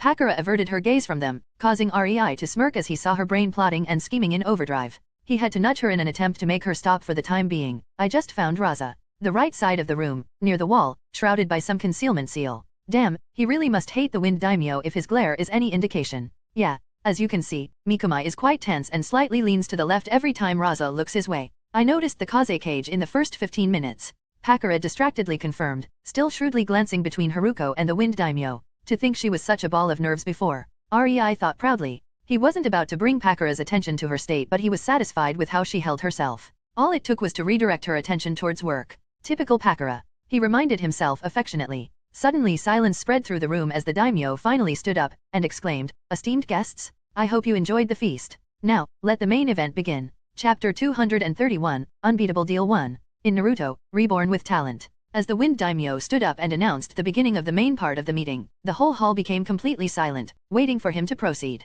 As is customary, we will begin with the contract for the import of rice. The daimyo glanced at Kurito who almost preened. Anyone who is interested may speak now, or be quiet for the next 5 years. And for a moment, nobody did. Everybody knew who would most likely win the deal for the import of rice. Only the Hasagawa family had considerable tax exemptions on several food products, including rice. Worse yet, Hasagawa sponsored Karen Kyo who was the representative of the country of rice, the most agricultural country on the continent. It was widely known the amount of rice they could supply would dwarf anyone else's proposition. Because of that, Hasagawa could ask for quite a high price for the import of rice and even if somebody offered a cheaper alternative, they wouldn't win the contract for the simple reason that Kyo could provide rice in much greater amounts and of superior quality than anybody else. Rice was far too important for the Wind Country. It was easily stored and moved, and yet could be easily imported in huge quantities while lasting an incredibly long time. It was the staple food of the whole country, so as long as the price was not extremely exaggerated, the deciding factor for the daimyo was how much the provider can actually import. Everybody knew that, and so, with all the benefits, tax exemptions, and whatnot, the deal was a literal gold mine that nobody could hope to challenge.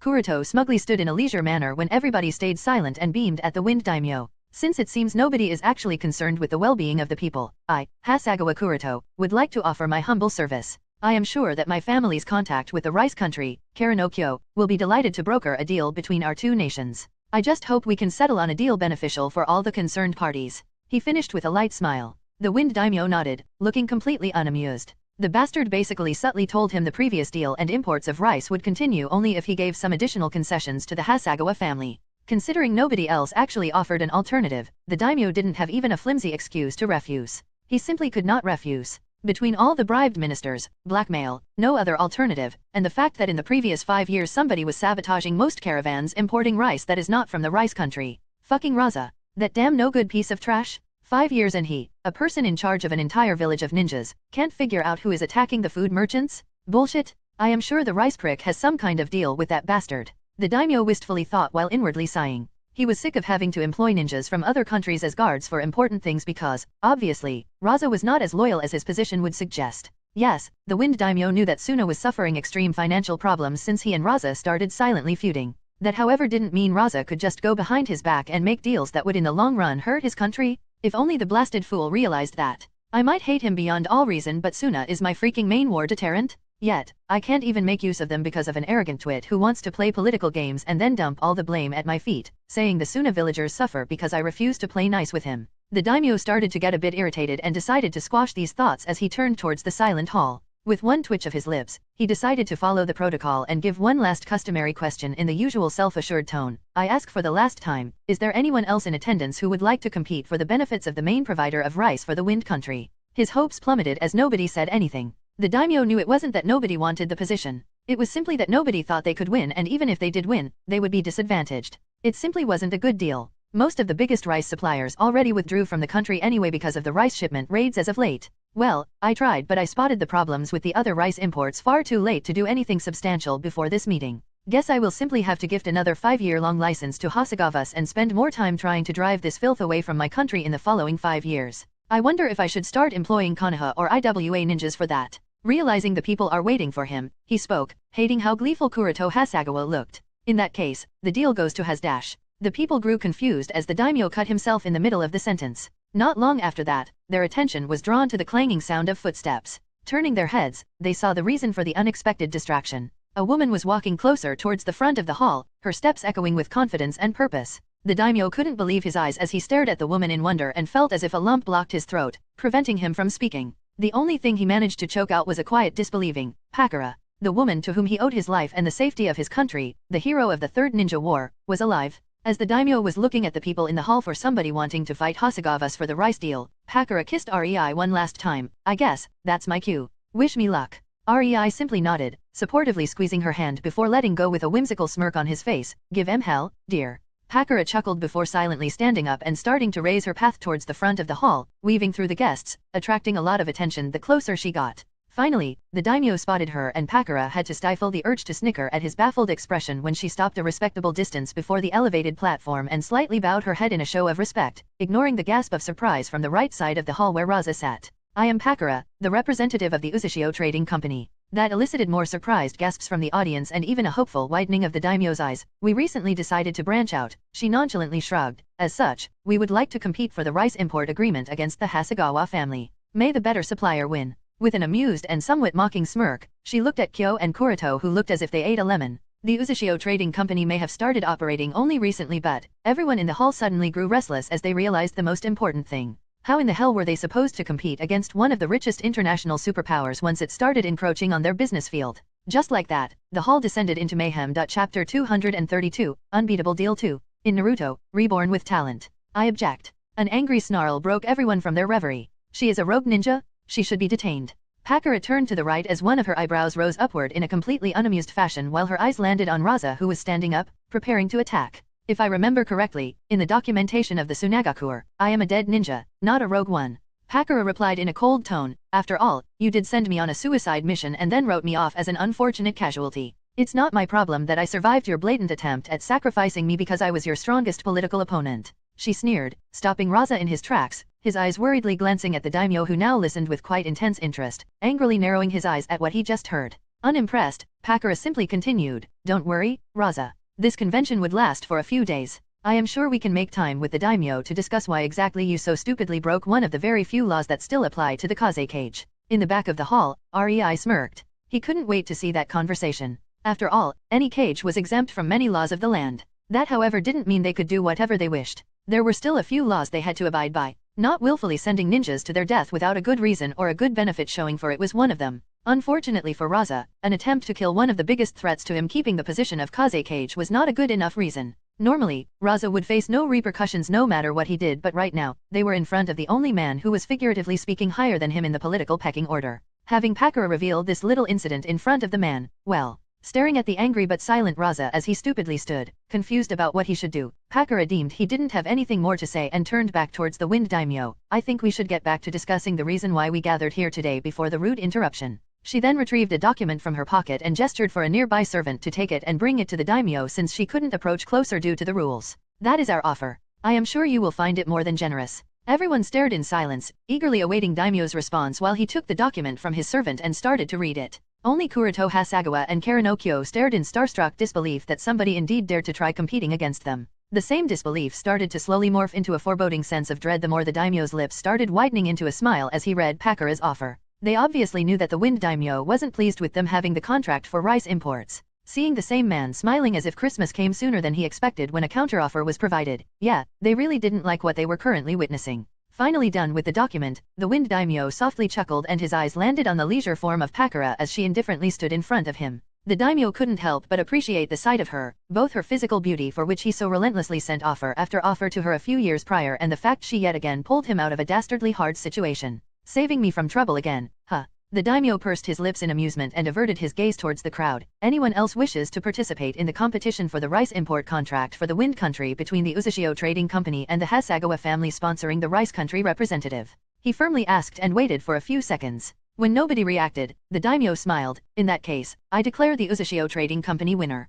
Pakura knowingly smirked. Karinokyo gritted his teeth, thinking about how to mitigate this disaster. He knew returning to his master with the message that the money flow from the Wind Country would stop would earn him some very painful moments as a test subject for his master's scientific endeavors. Unlike Karino, who took the declaration with calmness, Kurito Hasagawa turned red and only barely managed to keep his voice in line. At. He took several calming breaths, remembering that yelling at the daimyo would most likely not help his case. "May I ask why we lost?" The daimyo looked at him and nodded. "Naturally. That is your right." He passed the document to a servant who took it towards Kurito. "As you can read from the official offer from the Uzushio Trading Company, they offered 10 times the amount of rice you provided in the last 5 years for half of the price you asked for," he informed Kurito with unusual barely veiled giddy amusement. "Therefore, by the rules of this convention, the contract goes to them." It was a complete truth too. Pakura's offer was exactly half of the price and exactly 10 times the size of what Karino offered through the Hasagawa family. Only an idiot wouldn't notice that simple fact and what it meant. Pakura must have known weeks before the start of the convention what figures would Karino and Hasagawa try to push for in order to reach such a result. There must have been a rat. Kurito realized as he clutched the document, frantically reading it. His most lucrative business was just stolen and he could not contest it? If it was just a bit more than their offer, he could do it. But there was no way they could cover 10 times the currently promised amount of rice. He was screwed and he knew it. Pakura smirked at the face he was making. Clearly, they didn't meet Konan yet. As if there was information she couldn't acquire with a reasonable amount of effort. But, how can they produce so much? It is obviously a sham. Uzu Island doesn't even have sufficient space for so much farming. Kurito screamed, causing others to start muttering. It has to be said, the amount of rice Karino imported from the rice country was massive. It might not have been enough for the whole of the Wind Country, but it easily covered 20% of its consumption alone. 10 times that. It was a bit unbelievable. Pakura just snorted at the blatant accusation. "Our farms were created by partnering with the Biribiri Company. Their space expansion seals are quite handy for farming unlimited space. You are also forgetting that the Uzumaki clan are masters at sealing arts. We can produce a lot more than what we offered to the Wind Country. It's just that the Wind Country doesn't need more than the currently offered amount."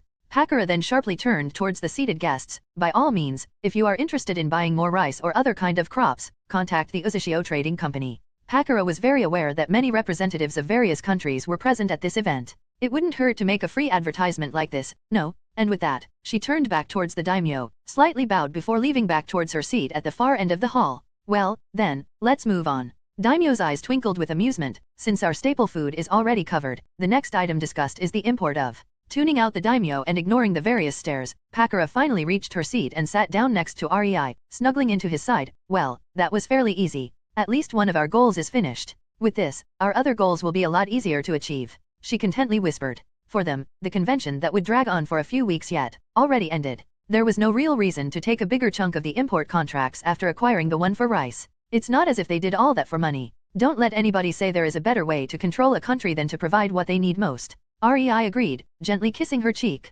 Next target. Raza. They both giddily chorused together. It was time to start rocking the boat called the Wind Country at its core. Chapter 233, Vacation with May 1. In Naruto, Reborn with Talent. The very next day, Rei and Pakura found Daimyo's servant waiting for them as they returned from exploiting the Wind Capital and received an invitation for a tea for the next week. Considering how busy the daimyo had to be because of the food imports convention, that really meant he was quite eager for the meeting. Then again, finding out the Kaze Cage who he hates sent the Kunoichi who he owed to a suicide mission because he was afraid of facing her head-on in politics, there was no doubt the Wind Daimyo would have a field day with that kind of information. Rei would bet if there was no important convention, the daimyo would already delightfully diss Raza with utterly gleeful abandon. Crimes of cages usually stay unexposed since the only person who can persecute them is their respective daimyo. Even for that, the daimyo first has to know something untoward happened, which is often not the case. For example, the daimyo was only told that Pakura died on a mission abroad. That was it. As suspicious as it was, there was no way for him to investigate, therefore there was nothing to even accuse Raza of. That's why Pakura so vehemently added her accusation he pre-planned her murder. Now, the Wind Daimyo had some basis for suspicion towards Raza and his rule-breaking. Now, he simply had to meet with Pakura and get her story and then he could call for a meeting of the Suna Council. All in all, there was a ton of fun to be had in the following weeks if your name was Raza. After another 2 days of exploring restaurants, food stalls, and sites in the Wind Capital while mapping the city, Rei and Pakura decided to teleport to Rei's dimension for a few peaceful days after they prepaid their hotel room for the next week so they won't lose it. The sight that instantly greeted them after arriving was May with her fox, Auburn, sitting on her shoulders in her shrunken form, visibly channeling chakra through May who had a ball of swirling dense bluish-red liquid moving not unlike lava above her palm. The vegetation around May was already drying out because of the intense heat the girl so readily ignored and the air around her shimmered. Honestly, Rei had to face palm. May. He started in a pleasant tone that was slowly turning threatening. Perchance, you wouldn't have completely ignored me when I last told you not to experiment with world-ending jutsu, would you? Right. And just like that, May stiffened, robotically turning towards them. Rei, what are you doing here? May quickly realized what she just asked after seeing the meaningful look Rei was giving her. This is not how it looks like. Ehehe. She awkwardly laughed, trying to avert her gaze from Rei's admonishing eyes and Pakura's amused stare. May quickly cancelled the technique and turned towards them in a fidgety manner. Not how it looks, eh? So, you are not really inventing yet another supercharged jutsu of doom, are you? Pakura mirthfully interjected, putting her hands on her hips. As if you could talk, Mrs. Desert Maker. May petulantly back-talked, you can and I can't do this. It's so unfair. She huffed and crossed her arms. It's not like I don't take precautions or am reckless with my experimentation. Pakura rolled her eyes at her. It's because I am responsible and you are childish. Yadolt, she playfully said without any real heat in the statement. If you want to play then ask Rei to build you a playground lest you burn down our home. Rei simply stared and rubbed his forehead. He was a man and as such, he was well aware his opinion was not wanted nor needed in this playful banter between his two females. Especially where May was concerned. He could admit his faults and sadly, he was far too lenient towards May. Pakura, on the other hand, had no such problem and could chew the younger girl somewhat fierce. It was better to leave the parenting talks to her. Much to his dismay, hearing Pakura's advice, May turned towards him. Will you really build me a place where I can experiment? She excitedly asked, almost bouncing on her feet. Rei couldn't in good conscience say no to that face filled with pure happiness at the thought. May was his little demolition expert who relished making destructive jutsu. Since she made her very first one, and Rei has to grudgingly admit that maybe he should not have heaped praise on her for being such a genius at annihilation. May simply found her calling and from there, she started to love experimenting with potentially planet-ending things. Oh, woe is me. Rei dryly thought. Where exactly is Tsunade? This week it was her job to take care of you. No clue. May uncaringly shrugged. She left 2 days ago. Not even Konan could tell me where she went. Probably one of her medicine gathering trips or whatever. Rei was a bit startled that Tsunade was supposedly away on her own business. Surprisingly, she didn't even inform Konan what she was doing but, in the end, he decided to let it go. After all, it wasn't as if she could somehow unwittingly mess up his plans, no. As upset as he could get that she just left May to her own devices, Rei couldn't fault Tsunade. May was an adult and should know better than to set countries on fire. Well, then, I think I will leave you two to it and go look for Maki. Pakura hummed and gave Rei a knowing look before leaving. Rei just chuckled and approached the clueless May who tilted her head at Pakura. As he got close to her, he suddenly hugged her, drowning her small lithe frame in his own embrace as he kissed her forehead. I am sorry, Mei, he whispered, making Mei stiffen. Recently, I might have neglected you because of the workload. Rei could feel Mei's hands circle around his torso and tighten around him gently yet possessively in appreciation. She clearly liked what she was hearing. I have a few days before we have to return to the Wind Capital for a meeting with the Wind Daimyo. I think spending them with you would be nice. What do you say? Mei pressed her face into Rei's chest, the tips of her ears burning red, causing Rei to chuckle. Suo, I wonder what kind of seals would I need to place to create an isolated space where you can do your... His voice slightly faltered. Hobby. We wouldn't want you to vaporize my entire dimension, now, would we? Hearing that, the happy Mei slightly pulled away from him, her arms still firmly around his torso. We can do that later, Rei. Now, I would very much rather find a place where we can do each other. She beamed at him. Somehow, Rei had to resist the almost irresistible urge to facepalm again. Chapter 234, Vacation with Mei 2. In Naruto, Reborn with Talent. Rei woke up to a warm and squishy sensation on his chest, spreading a comfortable feeling through his body. Groggily opening his eyes, the very first thing that greeted him was a sight of auburn hair messily covering most of his and Mei's upper body like a blanket. In a sudden bout of nostalgia, he remembered the small, androgynous, filthy, and hungry kid he saved from being beaten in the streets of Kirigakure. Rei couldn't help but admire the mind-boggling beauty Mei became. Was it already so long? He idly thought as his hand started absent-mindedly caressing Mei's hair. Geez, I sound like an old geezer. Now that I mentioned it, how old am I again? Sigh escaped his lips before they spread into an indulgent smile as he felt the warm Mei's body stir. Mei slowly lifted her cheek from his chest, looking still half asleep as her dull gaze landed on Rei's face and her body again relaxed, putting the full weight of her impressive bust back onto Rei's chest. Somebody is an eager early riser, I see. Mei quietly teased, poking a sleeping lady so hard. Before Rei could even properly register what his willful vixen said, her lips needily descended on his, gently administering tender greetings. Rei's arms subconsciously circled Mei's body, landing on her back as he pulled her closer. For a moment, the world ceased to exist for the two lovers who forgot themselves in each other's embrace. Finally separating, Rei appreciatively swept Mei's form with his eyes before licking his lips. To be honest, waking up to the tantalizing feeling of your bare chest, anybody would rise to the opportunity. His lips stretched into an honest smile. Mei didn't have the energy to clean and clothe themselves after their nightly activities yesterday, and unfortunately or fortunately for Rei, she decided his body is the best pillow she could ask for and refused to let go. Therefore, both slept completely naked. Sucks to be them, then. I already decided only you are invited to enjoy my benefits, she purred and started kissing Rei's chest. Enjoying the feeling for a moment, Rei reluctantly sighed and put his hand on Rei's head, stopping her. We should get up or we will stay in bed for the rest of the day like the previous 2 days. I swear you are far too good at keeping me here. I had a marvelous teacher. Mei giggled and tried to continue with her kisses, but Rei stopped her by relocating his hand on her forehead. Oh, he smirked, causing Mei to cutely pout in a last vain attempt at tempting Rei to stay in bed. I for one didn't forget having to construct you a separate place where you can experiment with jutsu. Come on, rise and shine, dear. If I don't finish it now, I fear the next time I return home it will be just a pile of ash. Mei reluctantly obeyed, mentally grumbling, I am not that bad, am I? After breakfast with all his girls present at home, Rei found out Konan was busy with the Biribiri company since Tsunade took a vacation, Ringo was in the middle of weapon development, and Pakura was neck-deep in paperwork for the new academy. In the end, it was again just him and Mei for the day, much to the redhead's delight.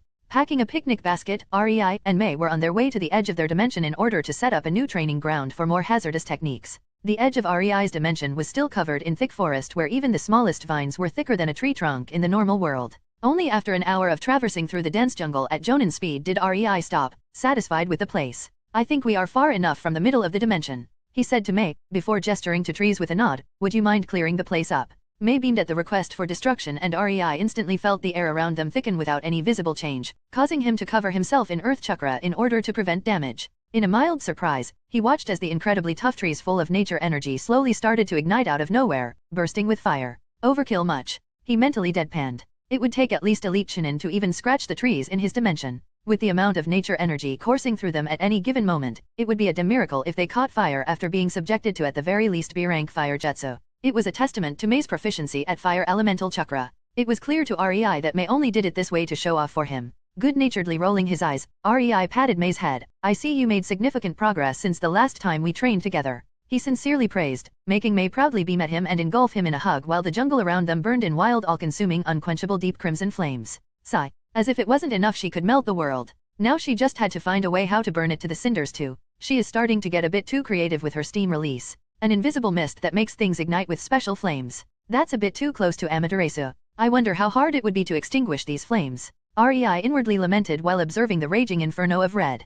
Poor Ao, the next time she visits Kirigakure in order to help Ringo with something, the guy will be scarred for life. Much to Rei's amusement, Ao and Mei had exactly the same relationship as they did in anime. Mei might not be the fifth Mizukage, but every time she is in Kirigakure, Ao spouts some kind of misunderstood remark and Mei threatens to melt him. Unfortunately for Ao, Rei taught Mei that empty threats have no meaning. Poor Ao, indeed. Setting the basket on the ground, Rei created an air barrier in between himself and Mei and the burning place around them in preparation for their picnic. No fair. Mei huffed when she saw that the barrier of air had no nature energy in it whatsoever. You clearly figured out my flames burn the nature energy in the surrounding at first glance. That's cheating? To think it could be negated so easily. She mumbled. Rei snorted. I and Tsunade are two best senjutsu users far and wide. What did you expect? But, honestly, anyone who is unable to eliminate the nature energy from the surroundings would be fucked beyond belief against these flames of yours. The whole planet is seeping with nature energy, non-stop producing it. He shook his head. Mei again created something outrageous. I already created a nature energy-less air bubble encompassing a few kilometers around us to control what exactly burns. Wouldn't want you to torch my entire dimension on a whim. That's unnecessary. I have total control of these flames. Mei proudly proclaimed before noticing Rei's unconvinced look. What? Don't look at me like that? I can learn from my mistakes too, you know? The last time I destroyed our house was just an accident. You don't say. Rei quietly said as his lips twitched upward before the volume of his voice rose. I am so proud. For the first time since I met you, Mei, you showed some responsibility. Rei quipped with mock tears. I blame your teachings for my destructive tendencies. Mei cheerfully replied in good humor. You flatter me. But enough of that. Rei approached Mei and put his arms around her waist, leading her to sit down on the blanket. I would like to hear what's going on in my village. Their picnic amidst hellish forest fire started as all semblance of cheerfulness drained from Mei's face, leaving only a serious and indifferent facade behind. Anyone who knew the excitable and childish Mei would be shocked, but same as all his girls, Mei too had her own role in Rei's village. After all, with how she usually acted, it was entirely too easy to forget she too was a kunoichi. Chapter 235, Mei's Report. In Naruto, Reborn with Talent. There are naturally many new things going on in the village. Mei reported with a small shrug that bled through her serious demeanor. Nothing really pressing or worrying though. I still say placing loyalty seals on our populace would be prudent, she stated with an intense piercing gaze. And I still say that would be going too far. Rei half-heartedly replied. I gotta keep my moral high, Mei. If only to feel self-satisfied with my actions so I don't feel any unnecessary doubt in my decision-making in the future. Mei released a small concerned sigh before giving an accepting nod. And I still think you should let your moral compass widen a bit. She grumbled but her body language indicated she inwardly accepted Rei's argument. She was more in tune with Conan's opinion on the matter and always preached Rei should just use the best seals to enforce obedience. Rei, however, only used secrecy seals to avoid anything he deemed a secret from leaking. Beyond that, there was no real safeguard from betrayal. That's where Mei actually became relevant. While her sisters had their own role in Rei's village, she couldn't really simply slack off, now, could she? Hence, Mei decided to use the skills Rei and Conan so painstakingly tried to beat into her during her apprenticeship and went more into the internal security of the village on the other side.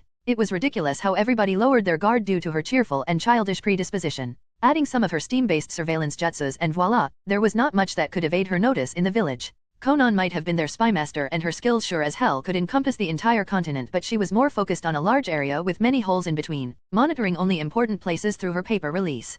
Conan could never really cover everything no matter how much she tried, and that was also the reason why many merchants of the Biribiri company acted as spies for them. Mei, on the other hand, could use her steam release to fill the air with a transparent mist, monitoring everything that went on inside of the said mist. The downside was that it could be used only around her in a certain radius. It was far from being able to compete with Conan in spycraft and certainly not convenient enough to compare to the way Conan used her paper release for that purpose. But as the internal security of a village, Mei's technique had Conan beaten in every possible way. It certainly alleviated some pressure from Conan now that she didn't have to focus on their village. Then again, if the loyalty seals were involved, there would be no need for internal security at all, would there? What about the Uchiha clan? Are they integrating well into the village? Rei asked. There is slight discontent in the newly added Uchiha ranks, but it's of no major importance as of yet. The same thing happens almost every time we incorporate a clan from the outside, since the system we use in our village is completely different than anywhere else. Mei started. Isamu and Izumi Uchiha are trying their hardest to contain their clansmen. The daily beatings at the hands of our ninjas in the guise of retraining are also helping.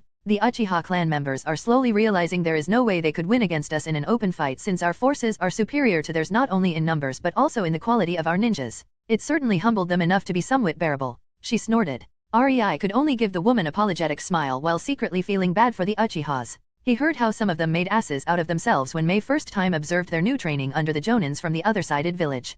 considering Mei was very proficient in shielding her chakra from detection in a way that showed even to Sherry non-users that she was just a Lochanin by chakra reserves. Simply, a fight broke out because of some insults and 20 Uchiha ninjas ended up beaten black, blue, and melting. Needless to say, the red-eyed folk gained a newfound respect for the resident excitable ginger. You might have been too busy to check, but the Uchiha clan is handled just fine. I dare to say in years to come, they will be one of the most loyal clans to us. Mei showed a self-satisfied smile. In the past week alone, the number of Uchiha kids entering our academy tripled compared to what entered the Konoha one in the past. The Uchiha civilians noticed we are willing to go to great lengths to awaken their kids' bloodline and teach them how to actually survive on the job. She finished with sarcasm marring her tone. Rei had to snort at that notion. It was a quite widely known fact that many clans in Konoha started to recede in the past few years, having fewer and fewer clan children joining the academy. It was not yet alarming, but the numbers started to slowly show the predicted endgame. Only clans like Hyuga, where everybody able had to become a ninja, kept steady numbers of new recruits. Simply put, civilian clan members knew how demanding the life of a ninja was, and as such, they would sooner teach their children how to craft something, be a merchant, or other civilian stuff that could earn them money rather than sending their children into a shinobi academy where they would be taught subpar skills in a subpar curriculum that would be worth jackshit in the end. Duty to the village be damned. They wanted their children to be happy and alive. National pride or will of fire could go stuff itself. Well, I can't say that's surprising. To clans, being a shinobi is an honor and privilege, it's something to be proud of. Rei sadly shook his head. That said, no parent would send his or her child to learn how to be a ninja with knowledge the academy would be next to useless to do just that. The second the Hokage gave power over the shinobi academy to the civilian council. He finished with a half-hearted shrug that indicated how amusing he found the situation. Yeah, the Uchihas are regaining their drive thanks to the benefits we are providing. I am sure that actually made it a lot easier for them to accept their new allegiance. After all, we were the guys who helped them after their last village decided to off them all, no questions asked. And that was that. Rei had no reason to hide anything from the Uchiha clan. He came clean with exactly why they were almost slaughtered. Needless to say, Konoha really lost a lot of respect in their eyes. Is there anything else going on in the village? Rei asked, satisfied with the Uchiha situation. He held no doubt Konan and Mei could manage the clan on their own without his intervention. Hearing his question, Mei's lips stretched into a wide smile while her eyes gained a mischievous glint. Oh, just a bit of gossip, really. She giggled, showing the serious stuff was over. My very own pet cat showed a great deal of interest in our resident self-pitying turtle. Last I heard they spend quite a lot of time together. Rei chuckled. Well, now that is one thing nobody could have anticipated. Yujito and Yagura, huh? With their past and circumstances, they will probably be good for each other. Doesn't hurt the closer he is to Yujito the more loyal Yagura will be to our village. Mei added with brutal honesty. It has been years since Yujito became a part of the village, but by now, nobody had any doubts the woman saw Rei and his wives as her family. As if he dared to betray us. Rei found the idea ridiculous. The man is simply beyond himself with happiness that Ringo is completely overhauling Kirigakure's system and making it more efficient. Maybe. Mei hummed and her shrewd pondering gaze landed directly on Rei's eyes. Say, what exactly are you trying to accomplish here, love? 2 villages are under your control, 2 international companies ranked in the top 10 worldwide belong to you, and now you are trying that stunt with Tsunagakure. One would think you are trying to conquer the world, dear. She finished with an intrigued purr. Rei stilled, and his eyes slightly narrowed in delight. He never once told his girls what he wants to accomplish. He knew it didn't matter to them. Even now, Mei was asking simply because she was mildly curious. Her eyes clearly showed she didn't really expect a straight answer. After all, he always trained her information-gathering skills by giving her half-truths and simple clues while expecting her to come to a certain conclusion herself. My endgame? Heh. Rei slyly smirked at Mei, causing her to widen her eyes before she found her back pressed onto the blanket with Rei's body towering above her and his face only an inch away from hers, their lips almost touching. A shiver of excitement starting to shake her body, Mei intently listened as Rei continued speaking. I am simply making use of opportunities left behind by idiots in charge, my lovely girl. It's simply sad how easy it is to gain control nowadays, isn't it? But enough of that. I think we should get back to enjoying our date, Rei suggestively whispered to Mei before lowering his lips on hers. Chapter 236, Scheming with the Wind Daimyo. In Naruto, Reborn with Talent. Welcome? It has been quite a while since we last saw each other, Pakura. The Wind Daimyo enthusiastically greeted Pakura as she and Rei entered the gardens of his castle. I am glad you accepted my invitation. Feel free to drop the formality. We are here for tea, after all. He amicably retorted as he beckoned his guests to sit opposite him behind the table filled with various delicacies.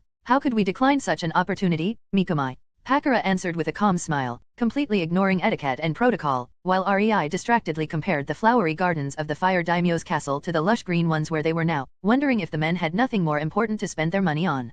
Pakura half-turned towards Rei. This is my husband, Yatsaba Rei, she introduced, causing the Wind Daimyo to widen his eyes in bewilderment and wonder. After a few moments of staring, Rei lifted his eyebrow at the man, half expecting a fight to break out because of something stupid like an accusation of stealing Pakura from him, but he was pleasantly surprised when Mikumai slowly turned to Pakura and his lips stretched to a satisfied smile. I see that somebody finally managed to catch you. Good for you, Pakura. I must admit I am a bit jealous of you, Mr. Rei, he added with a wistful sigh. That was something Rei didn't expect from a man who had over 50 wives and consorts. Maybe Pakura was right and he is a quite cool guy. Who would have thought? Rei silently mused, not detecting any jealousy. In fact, his instincts were telling him the Wind Daimyo was totally honest in that statement. Nice to meet you. Rei slightly bowed, happy this meeting won't go like the one with the Water Daimyo. Sure, pressuring these powerful political figures was fun, but Rei really didn't have any wish to pull power play on civilians. In his opinion, it was totally pointless. Especially since it was so much easier to simply use rules imposed by civilians in charge to penalize and manipulate the superpowered folk and vice versa. Frankly, Rei clearly saw the next stage in the development of the world would be shinobi taking over from the daimyo. It might not happen in decades yet, but it was the next natural path the world was leading towards. During the warring states, ninja clans were simply far too scattered, far too warring to actually progress and develop. All clans had their jutsu and guarded them with extreme prejudice. All clans tried to kill each other and earn some money in the process. In short, civilians, especially the wealthy ones, were completely safe and prospered while the clans were preoccupied with their own survival and development, surrounded by enemy ninja clans on every side.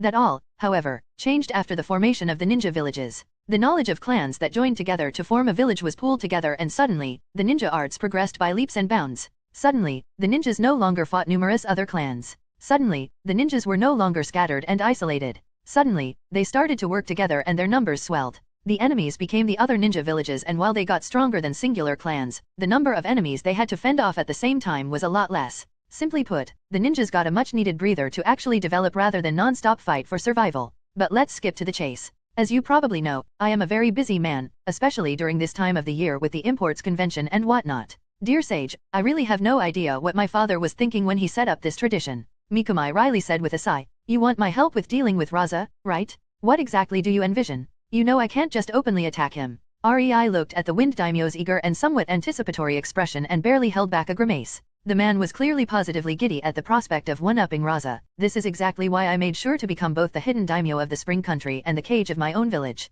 This spectacle is simply sad beyond words. And that's where the problem of the current society really laid. It was very surprising and refreshing when the Fire Daimyo reacted so friendly towards Tsunade. The Wind Daimyo, however, was a norm. Sure, he was a good man and clearly a friend to Pakura, but it was so obvious he wanted to subtly stick it to the Kaze cage. Something that was becoming all too frequent between various daimyos and their ninja village leaders. Powerless civilians held powerful positions in the government. Ninjas were peeved because, by all means, they were superior. Civilians were peeved because they wanted to hold on to their positions of power, and superpowered generals with entire armies of also superpowered soldiers at their beck and call was not an easy thing to control. Previously, ninjas didn't have time to set their eyes on the positions of daimyo or wealthy merchants. Now that there are villages, this started to slowly change. More and more often ninjas become wealthy by doing business rather than mercenary work. More and more often ninjas, retired or not, participate in the civilian stuff. Just the civilian council in Konoha has a few retired ninjas in it. Needless to say, inwardly, civilians are not really happy about it and see it as ninjas trying to wheedle them out of their seats of power.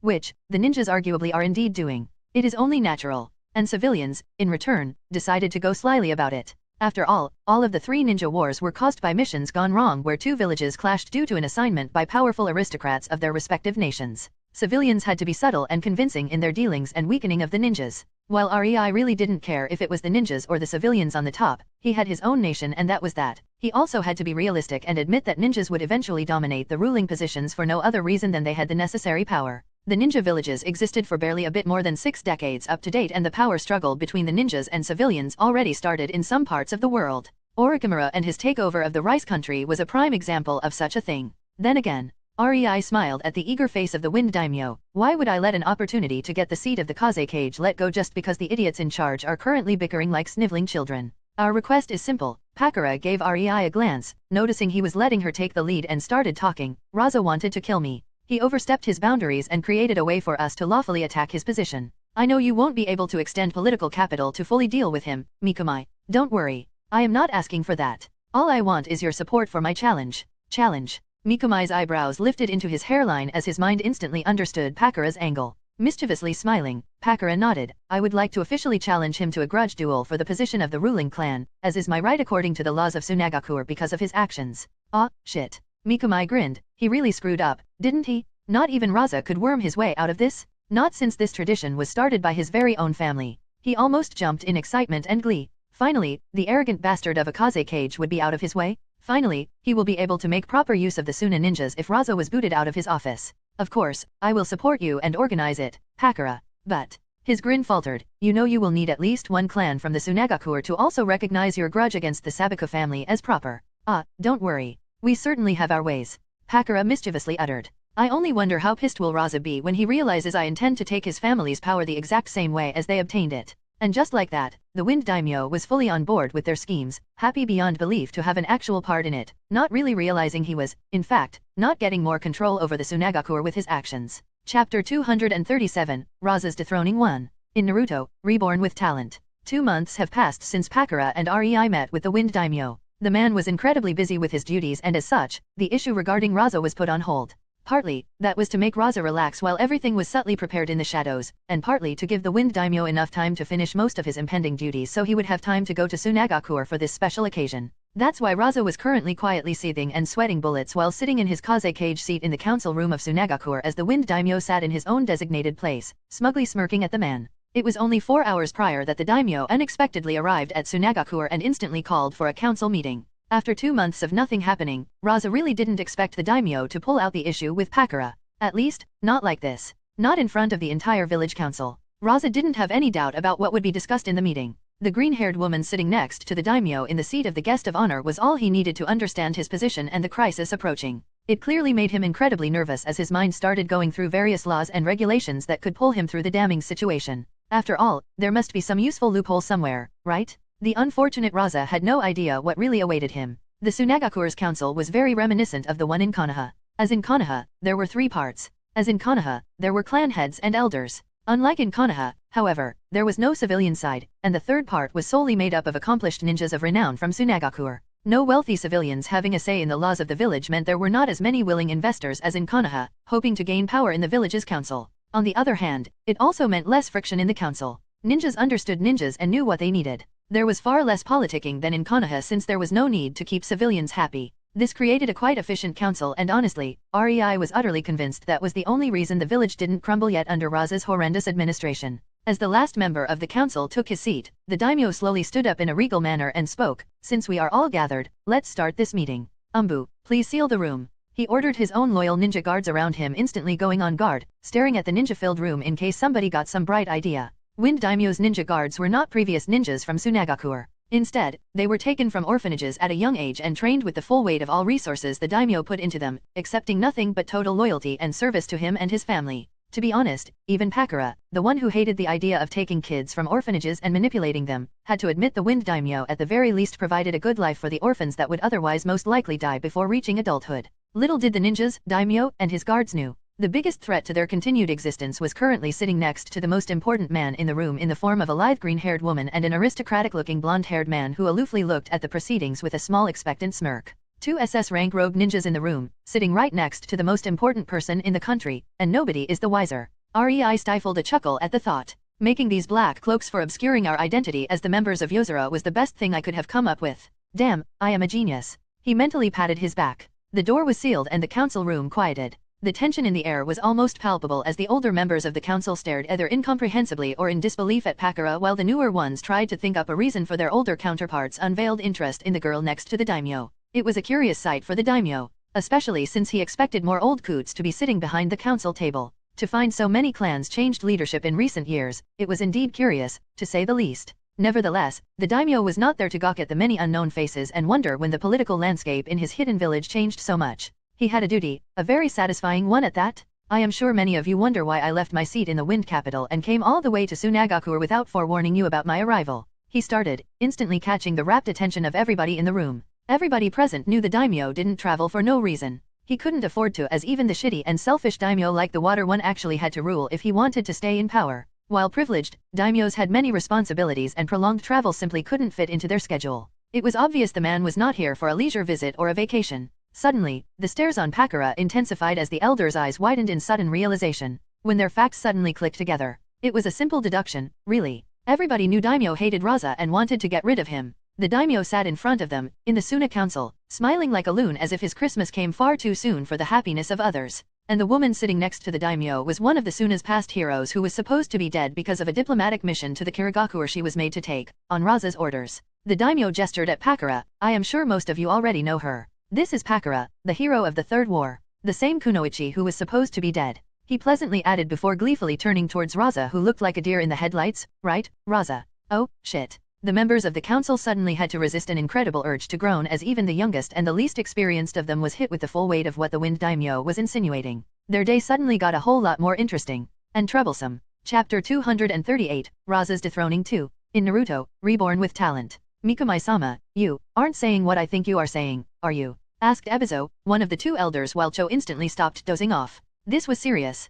Kaze Cage breaking the few laws that still apply to him? Distasteful. Worse yet, the Kaze Cage being discovered breaking the few laws that still apply to him? Disaster? That was an unmitigated shitstorm for the Sunagakure. From this point, anything from a complete overhaul of the higher UPS of Suna to a small manageable civil unrest could happen, depending on what the daimyo and council will agree upon. It was honestly in the wind. Though, from the way the wind daimyo looked and what was discussed, it was obvious the Kaze Cage hat would most likely find a new owner today. Stupid boy, Cho glanced at Raza with a disappointed tired gaze before focusing back on the daimyo and the supposed Pakura. Now, the only thing is to find out what route will the daimyo chose to go about this. She inwardly sighed, from the top of her head capable of naming 5 strategies that would have a chance at removing Raza from his seat in this situation. Let's see if I can somehow mitigate this disaster. Daimyo-sama, Cho's raspy old voice calmly rang through the council room, something that didn't happen for so long. The heads of the council members snapped in her direction. How are we to be certain the woman next to you is really Pakura? She eyed the green-haired girl with a shrewd gleam. We all know there are many ways one can be impersonated and that's not counting all the special bloodlines or jutsus we have no idea about.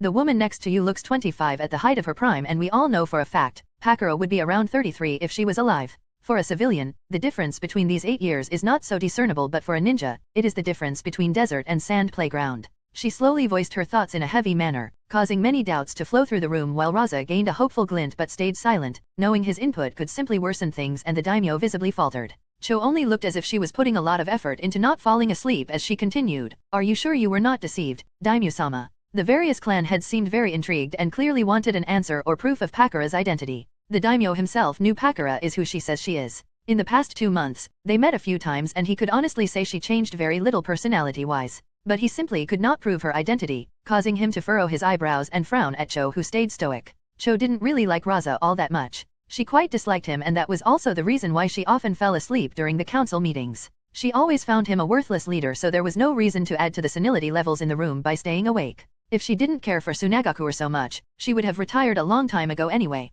It's just that her position granted her a way to prevent at least some disasters aimed at Sunagakure. Like now, for example. The best way to take the wind from the daimyo's sails was to discredit Pakura and establish doubts about her identity. Without a proper justification, there is nothing the daimyo could do, no matter if he was de facto the ruler of their nation. At least, not where it concerned the shinobi affairs. While the wind daimyo was frowning at the old hag who dared to question him, Pakura simply impassively raised an eyebrow at Cho, and that's when Cho knew she fucked up. It was years before Cho last interacted with Pakura. Coupled with her advanced age, her memory wasn't the best so nobody could fault her for forgetting something about supposedly dead kunoichi. That eyebrow raising, however, now that made Cho's mind experience flashback after flashback as dread filled her eyes when she realized. Shit, it's really Pakura? She is going to. Cho started to take a breath to stop the woman from. Elder Cho, Pakura's quiet, calm, and collected voice with a hint of amusement resounded through the room as a vicious gleam flashed through her eyes. You once told me about how poisonously stabby you got with your first husband during one particularly intimate moment. The poor guy never woke up after that. At least his wealth fell into the hands of his mortified widow, right? Pakura I smiled at the woman whose eyes bulged out while the jaws of the council members, Hidden Umbu, and the daimyo alongside his entourage dropped at the blatant accusation of kinslaying. Pakura slowly turned her head towards Ebizo, Elder Ebizo, her lips stretched into a small mischievous smile as if she was going to reveal some naughty secret. You killed your older brother when you were 15 in order to become the heir of your clan. But hey, unfortunate accidents happen all the time to the clumsy clan heirs. No. Ebizo's lips thinned but his facade held. The rest of the council, however, were now staring at him in utter disbelief. Especially the clan heads were torn between feeling disgust and wanting to demand proof he did not do what the green-haired woman insinuated. Killing a clan heir and stealing the heirship? There was no worse crime for these clan heads. Despite the sudden and shocking revelation, Ebizo's secret had as much worth as Cho's. None whatsoever. These were things that happened long, long ago. Things nobody would go poking their nose into just because. Yes, they were important and well-guarded secrets but in the end, they were harmless in the grand scheme of things. At most, the elders lost prestige. Nobody could persecute them for it. Not without proof that would be impossible to find after all these years. Then again, the shinobi world worked a bit differently. Pakura was quite satisfied as she turned her head yet again to the young man sitting to the right of Ebizo, her lips still in that infuriating small smile. Kuruin Koichi. She hummed, I don't really have anything on you since you are too young for me to know. Your father though. Trailing off, Pakura heightened the sense of dread in the young man who had no idea what kind of dirt the woman would pull on his family. If my memory serves well, you are a bastard child of one of your father's mistresses from the red light district since his wife is infertile. Your real mother was killed after giving birth and you were raised as a son of. We get it. Cho loudly exclaimed before coughing a few times from the stress. Koichi seemed totally bewildered by what the woman said about his circumstances of birth. Stiffening, he found himself being stared at by other council members and even the daimyo. Only after a moment, it clicked for him. I am not my mother's son. His breath hitched, remembering all the praise heaped upon him and how his talent in clan jutsu was just as high as his supposed mother. Needless to say, the world suddenly flipped upside down for the young clan head. That's enough. You are Pakura, Cho reluctantly admitted, her plan to discredit the woman utterly foiled. How could I forget she was one of the very few people with access to even the darkest secrets of our village? She mentally questioned herself, realizing what this all meant in growing horror. She is a walking treasure trove of village secrets and we can't even persecute her for it as she is declared dead. Oh, hell. Cho's shoulders slumped. Glad we cleared that up. The daimyo chuckled at how Pakura resolved the situation. Now, if nobody else has any questions, I think it's time for today's main agenda. He dramatically paused and everybody leaned forward in anticipation. Pakura came to me with a request to sanction a grudge duel against Raza Sabako for the position of the ruling clan. The winner's family will become the new royal clan of Tsunagakur. The room descended into deafening silence. Chapter 239, Raza's Dethroning 3. In Naruto, Reborn with Talent. Rei stifled a chortle as he saw the dumbfounded and slightly fearful faces of the Suna Council who wondered what kind of secrets Pakura knew about them. He was well aware all Pakura had to do was demonstrate her signature Scorch technique. While the council would still be able to question her identity because another Scorch user could have resurfaced or whatever bull they would probably try to pull, if the daimyo supported Pakura after that, there was nothing the Suna Council could do. It would pass as proof of her identity no matter how reluctant and unwilling would the council be. Revealing their secrets though, now that was a stroke of genius. She not only subtly threatened them, but she also showed them they need to integrate her back into the village. There was no chance to tag her as a rogue ninja. Not while their daimyo supported her. Not when she was a part of the Uzushio trading company. There was only one way to make her keep her mouth shut and that was to get her back into their ninja rank since every ninja is obligated to keep village secrets. Well, secret. Damn, she played these old and young coots like a fiddle. Rei's eyes sparkled in amusement. They have no other option than to give their support to her in the next stage of her plan. You want to usurp the Sabako clan. Raza angrily burst out and stood up, balling his hands into fists as he glared at Pakura with extreme hatred. You can't do that, he exclaimed. Raza was fine with being booted from the Kaze cage office. It just meant one of his cousins would get the position until one of his kids is a jonin. The very laws of his village would safeguard that. Raza also believed his kids to be failures. He could easily manipulate them from the shadows so, really, him not being the Kaze cage was just a formality that would probably even suit him well. He never expected Pakura to try and usurp the rulership of the village for herself. Daimyo knew the plan and as such, before anyone else could react and make the process more difficult, he spoke. On the contrary, Raza. It was your family that pushed, blackmailed, and bribed for this law to be introduced in the village. It was your family that snatched the control of the Kaze cage position through it. And it was your family that made it possible for us to demand the same of you as long as all the rules are properly followed. He gave the people in the room a pointed look, daring them to contradict him despite knowing he was right. As such, we will now vote if the reason of 1, Raza Sabako, for sending Pakura Yatsuba, one of the strongest and most influential ninjas of Tsunagakur in her time, on a suicide mission, conspiring with Kirigakur in order to get rid of his political enemy, is enough to evoke the grudge match. Raza Sabaku broke the laws of this village as well as this nation by conspiring with an enemy village for, not the benefit of either the village or the nation, but his own. He willingly offered the life of one of our strongest shields for no other reason than he felt threatened. I beseech you to think about it. If he could do it to Pakura who was at the time beloved and revered as the hero of Tsunagakur, who is to say he won't do it to you went unsaid. Raza knew he lost this round. If he threw a temper tantrum now, it would not help his cause. Not at all. It would simply portray him as immature. He had no other option than to sit down and quietly seethe, letting the vote go on. Cho impassively stared at the daimyo who just delivered his speech while inwardly she was groaning, knowing at least some of the young clan heads would be captured by it. As for the others, all the ways they could go about removing Raza, they just had to choose the most troublesome one. And I unknowingly made it easier for them? Curse it all. To think I would be so easily played. She huffed in irritation. Pakura had to be returned to the service of the village if the secrets she knew were to stay secret. All of the council members knew that. The problem was how to ensure it since she was clearly under the protection of both the Wind Daimyo and the Uzushio Trading Company. And here, the daimyo himself gave them an easy way out. After all, if the grudge match was on, it would either mean Pakura would die or she would become the Kaze cage. Either way, she wouldn't be able to reveal what she knows to the enemy. I guess, it could be worse. At least if the girl wins, the village would retain the daimyo's favor again. Cho grumbled as she made the decision of who to support. While Cho fought the internal battle of decisions, Rei watched the occupants in the room, seeing they also considered their options. Only when his eyes landed on Suzumiya Murano did they sparkle in a massive amount of amusement that could be translated to internally laughing his ass off. The woman in question noticed and returned a small understanding smile to Rei. Seeing the people in the room more or less made their decisions, the daimyo decided to continue the meeting. Let's vote. Unsurprisingly to Rei, Murano was the first who raised her hand and voted in favor of the grudge match. Seeing her do that, 3 other clans and 4 independent ninjas on the council followed her lead while Rei had to bite his lower lip in order to not burst into uncontrollable laughter at the bewildered face Raza sported when the entire neutral faction in the council, united for the first time during his whole tenure, voted against him. This was exactly why Rei and Pakura were so assured of themselves. The Suzumiya clan was a very new clan in the village. They only became a part of it at the end of the Third Ninja War. During Raza's rule, however, the clan rose in status until it rivaled the most influential clans in both wealth and power. There were not many ninjas in the Suzumiya clan, but all of them were powerful. When the financial crisis hit the village because of Raza's mismanagement and sour relationship with the daimyo, it was the Suzumiya clan who helped those in need, the poorer clans and individuals. Naturally, the amount of goodwill and political capital they accumulated over these harsh years was staggering.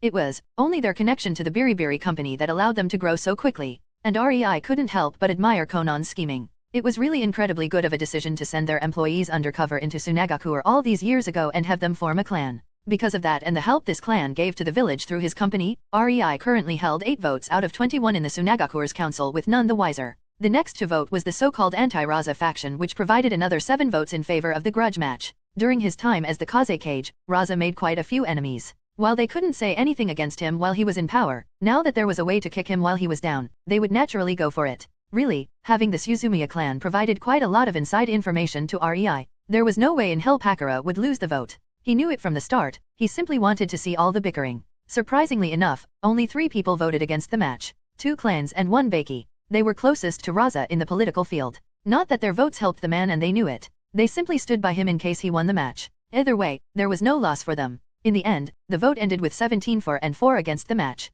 Raza couldn't help but slump in his seat while Pakura beamed at him. It was decided. The fight was on. Chapter 240, Pakura vs Raza 1. In Naruto, Reborn with Talent. Pakura stood 20 feet apart from Raza in the Sunagakure's arena, her right hand on her hip while the other arm leisurely hung alongside her body, prepared to snap into action at the slightest sign of need. Her slight knowing smile unnerved Raza, who eyed her for any kind of information he could discern before the fighting began, while his mind quickly started sifting through what he remembered of Pakura from her time of service to Sunagakure. Raza wasn't about to be careless. He knew well that Pakura was one hell of a kunoichi and grudge match was a fight to the death. Looking around, Pakura noted the arena didn't change in the slightest since she left the village. Even the boulders were in the same area where she remembered them. Unlike Konoha's Colosseum-like arena, Suna used vast open space akin to a desert littered with many boulders, occasional trees, and even a small lake on the side. Maintaining that lake was quite a problem for Sunagakure, so they only filled it with water during the Chuyunin exams.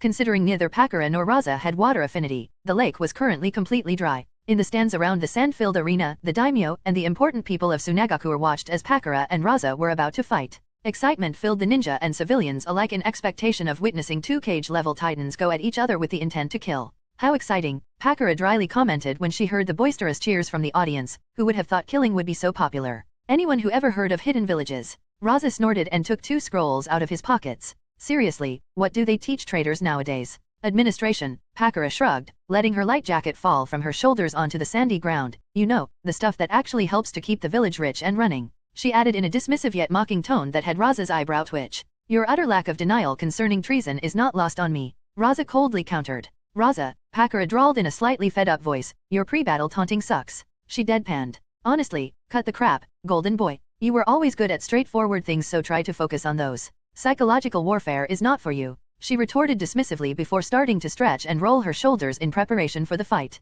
Silence ensued between the 2 combatants, signaling both were done with their pre-battle talks. Seeing it, Cho sighed, knowing the village would lose one of its S-rank ninjas today, no matter who won. Without further ado, she connected a chakra string to a basic puppet between Pakura and Raza, causing it to stand up and raise its wooden arm, raising the tension to the utmost extreme. With another twitch of Cho's finger, the arm swung down. Both combatants burst into action. Raza instantly threw the 2 scrolls upwards into the air and had to quickly move his head to the side as a kunai whizzed through the place. His eye was only a split second ago, courtesy of Pakura, who was now sprinting straight at him at Jonin level speed. Clicking her tongue at the two scrolls in the air, Pakura briefly lamented that her initial throw didn't prevent Raza from throwing them and bought her time to get close. As she was halfway through the distance between her and Raza, the two scrolls burst open in a copious amount of white smoke before it was brutally dispersed by the literal mountain of gold dust falling right onto Pakura in a crushing attempt at ending the battle. Within a blink of an eye, the golden dust landed right on Pakura's head, sending a small earthquake through the area as if a giant just stomped onto the ground. Raza's tensed body slightly relaxed, and Kunao found its way to the nape of his head, raising its way upward straight into his brain. Pakura, who appeared behind Raza, had to let go of her Kunao as Raza's body burst into golden dust that instantly snapped into action, trying to engulf her in its crushing embrace. As she jumped right and left, evading tendril after tendril of golden dust, Pakura suddenly tripped, only briefly noticing that some grains of sand under her feet glitter in a bit too sparkly way while her body was falling towards the ground. Raza didn't give her even a half-second of contemplation as the golden dust wrapped itself around her body and squashed. Throwing himself onto the ground into a roll, Raza barely evaded a swipe at his jugular from his blind spot. Arming himself with a kunao in mid-roll, the second he found himself again on his feet, Raza had to block Pakura's kunao only for his eyes to widen as she noticed her dual-wielding them a second too late. Pakura's second kunao buried itself into Raza's heart straight through the gap in his ribcage, his body again bursting into golden dust as Pakura jumped back and threw kunao to her right before using a quick kawarimi with it as the golden dust was about to compress around her. Coincidentally, the kunao landed right in front of Raza's feet, giving him a shock of a lifetime as the second Pakura appeared in front of him, her fist smashed straight into his nose, sending him flying backward with a satisfying crunch. Spikes of golden dust rose from under Pakura, piercing her body while the flying form of Raza dissolved into golden dust. Pakura spat blood with a wide-eyed expression, giving her only a second to comprehend what was happening before the spikes in her body twitched. Her body was completely and brutally torn to pieces from inside out, dirtying the sand with her blood, torn muscles, pieces of bones and organs. Raza was cautiously rising from the ground a few feet away from the horror scene when the temperature experienced a sudden rise in his vicinity, only giving him a moment to realize a genjutsu was at play. In a scorching flash originating right above Raza, the audience was briefly blinded. Only the most experienced ninjas of Suna noticed the place the kaze cage was rising from was now completely turned to superheated glass from the sheer searing heat before the temperature rose so much it evaporated water in the air, resulting in a cloudy vapor obscuring the spectators. Nobody got to complain, however, as a second later, the kaze cage used futon, great breakthrough, sending a crushing pressurized air through the battlefield, dispersing the vapor in a matter of milliseconds before he was forced to duck yet another swipe at his neck courtesy of Pakura, who used the brief distraction and lack of vision to sneak near him. This time, however, Pakura anticipated the dodge and Raza found her foot implanted in his stomach the second he ducked. The knife in Pakura's hand quickly flipped into backhand grip as she violently plunged it into the back of Raza's head, almost growling as he yet again burst into golden dust. A split second later, her upper body was torn from her lower parts by the sheer pressure a tendril of golden dust that smacked into her generated. As chunks of Pakura's organs showered the sands of the arena in the southern sector, in the eastern one, Raza barely managed to block a strike from the real Pakura with his own kunao, cursing at the disadvantage yet happy that this time he was wholly prepared for it. Golden dust under his feet snapped into action, aiming for Pakura at breakneck speeds while she simply flicked her wrist and let Raza's kunao slide on hers, getting into his guard in one masterful deflection of Raza's block, when the golden dust tore her legs to shreds.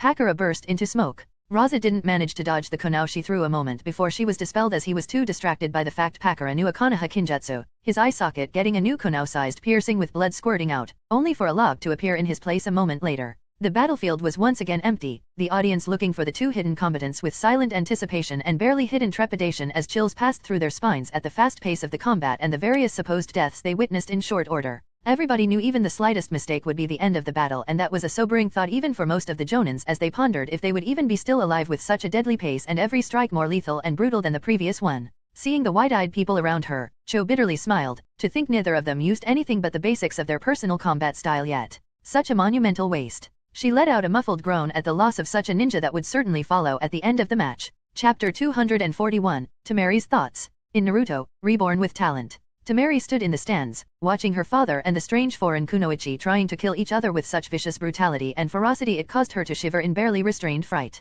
She was 10 years old and honestly, she envied Kankuro who dully stood next to her, staring in awe and considerable frustration at the fight. Her brother was not yet trained to the degree he could follow what was happening in the arena with his eyes. He knew he was witnessing something monumentally grand, something incredible, and he also tried to see more of it but he was unable to, and that, in Tamari's opinion, was quite fortunate. At least he wouldn't have a scare of his life. One cannot comprehend what one cannot see, after all. She, on the other hand, had sufficient training to be capable of following Shinin level speeds. Her bastard of a father made sure it was beaten into her as her early birthday gift until her reaction speed improved. While she didn't catch everything going on in the arena, she at least could get the gist of the important details in between all the rapid blurs and gory scary stuff. The bottom line was, Temari for the first time in her life saw what the elite ninjas were like. And with it, came a realization. She could at any time encounter such an opponent in the field once she graduated. No matter how slim the chances were, it was possible. Temari quickly re-evaluated her life values. I will have to step up my training. She decided deep down in her heart, unwilling to accept that the fight in front of her was making her a teensy bit excited because of how terrifying it was for her young mind.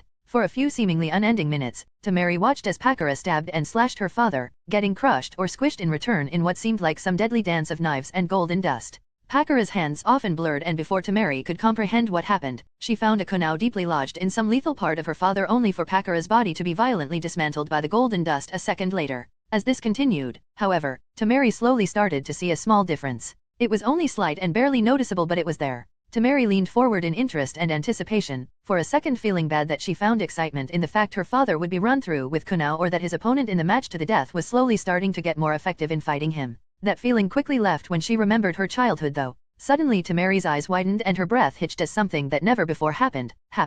The kunai of the green-haired woman slit Raza's throat only for him to burst into golden dust that instantly tried to smoothen Pakura. Everybody in the stands rapidly started looking around, expecting the two combatants to pop up in a different place and the fight to continue, but this time was different. This time, Pakura dodged. As the tendrils of golden dust tried to encompass her live form, Pakura flipped herself to the side, blurring, dodging the quickly moving dust. Temari blinked at the unpredictability of the action. Pakura didn't dodge even once, at least, not visibly. The sheer shock of the action made Temari blank out for a split of a second, only to notice her father's form a few tens of feet away with kunai handle deep in his forehead, its tip peeking out from the back of his head. For a moment, Temari held her breath and clenched her fists. She half expected him to die. Pakura killed him 2 times in under 2 seconds. Surely he was not fast enough to evade that. Before the slight feeling of guilt and happiness could fully bloom in her chest, the form of her father dissolved into golden dust, and Temari suddenly found herself trying to suppress the feeling of inadequacy and disappointment. Shaking herself from her feelings, she refocused back onto the fight. Her father and his opponent were yet again locked in close-quarter combat, exchanging blows with their kunais.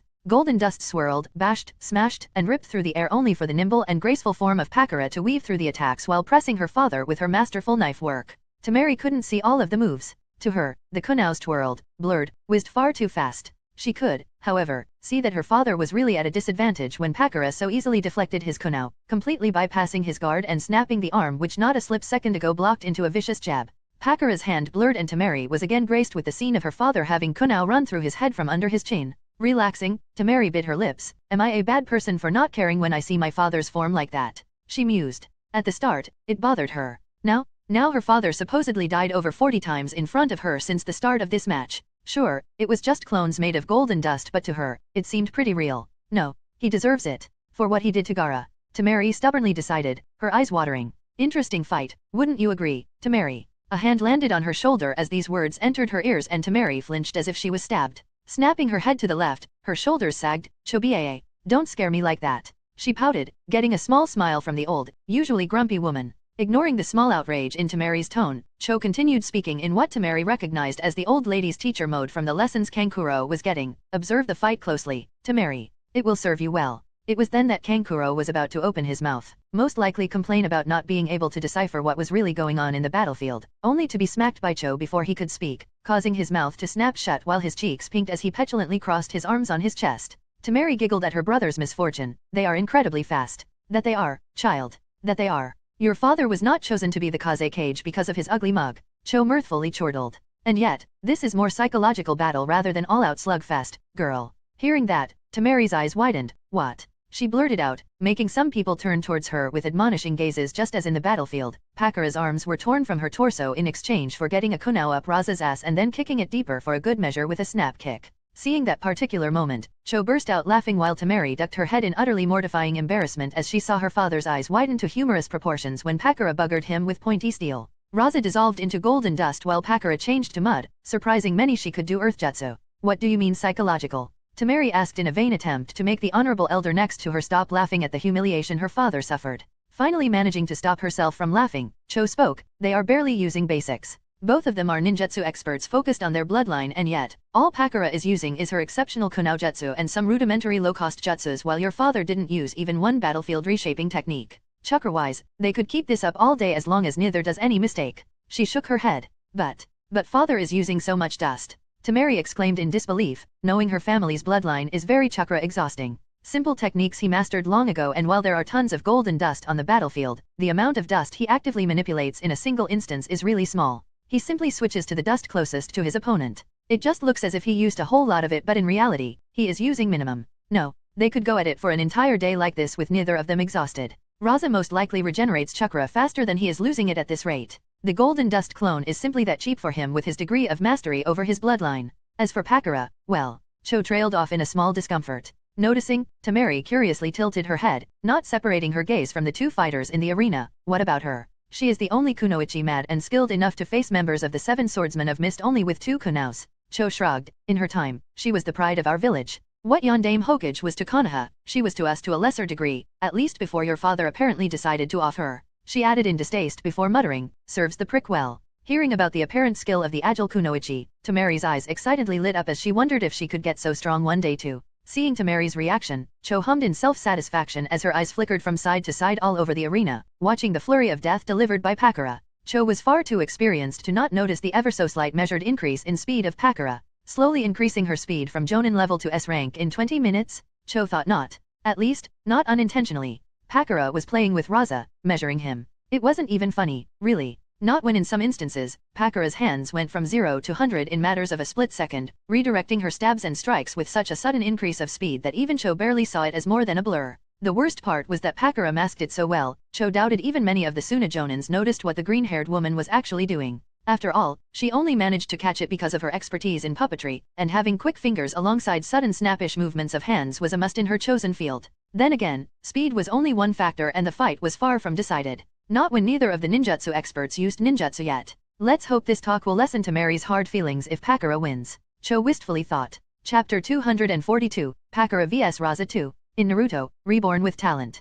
Pakara softly clicked her heel on the sandy ground under her, channeling her chakra, and instantly with a scorching hot white flash, the ground around her was instantly turned into a glassy area, preventing Raza from mixing his golden dust with the sand on the ground and sneaking it near her. I am growing tired of cutting you up. She crossed her hands under her chest in a condescending manner. Are we finally going to fight seriously? The second she said that, a massive 20-foot-tall wave of golden dust rose from the sands behind her in a blink of an eye, viciously lunging at her as if it was a hungry beast. Pakara turned her head, inwardly praising Raza that he attacked from behind rather than head-on as was seemingly the norm nowadays, and lifted her hand with her fingers ready for a snapping motion, aiming at the avalanche of golden dust. So he used our little foreplay to substitute sands under the ground with his golden dust, leaving only a thin layer of sand on top of it as camouflage. Huh. Pakara thought as she snapped her fingers, sending a rapid wave of her special scorch chakra forward with incredible velocity. The tsunami of golden dust met a supersonic wave of scorching heat, briefly blinding the observers as white flash spread through the battlefield as fast as it disappeared, leaving only a massive semi-liquid lump of smelted gold of the size of the Hokage monument in Konoha behind that was quickly cooling off and hardening, making Raza's chakra have a lot of trouble as he tried and failed to manipulate it.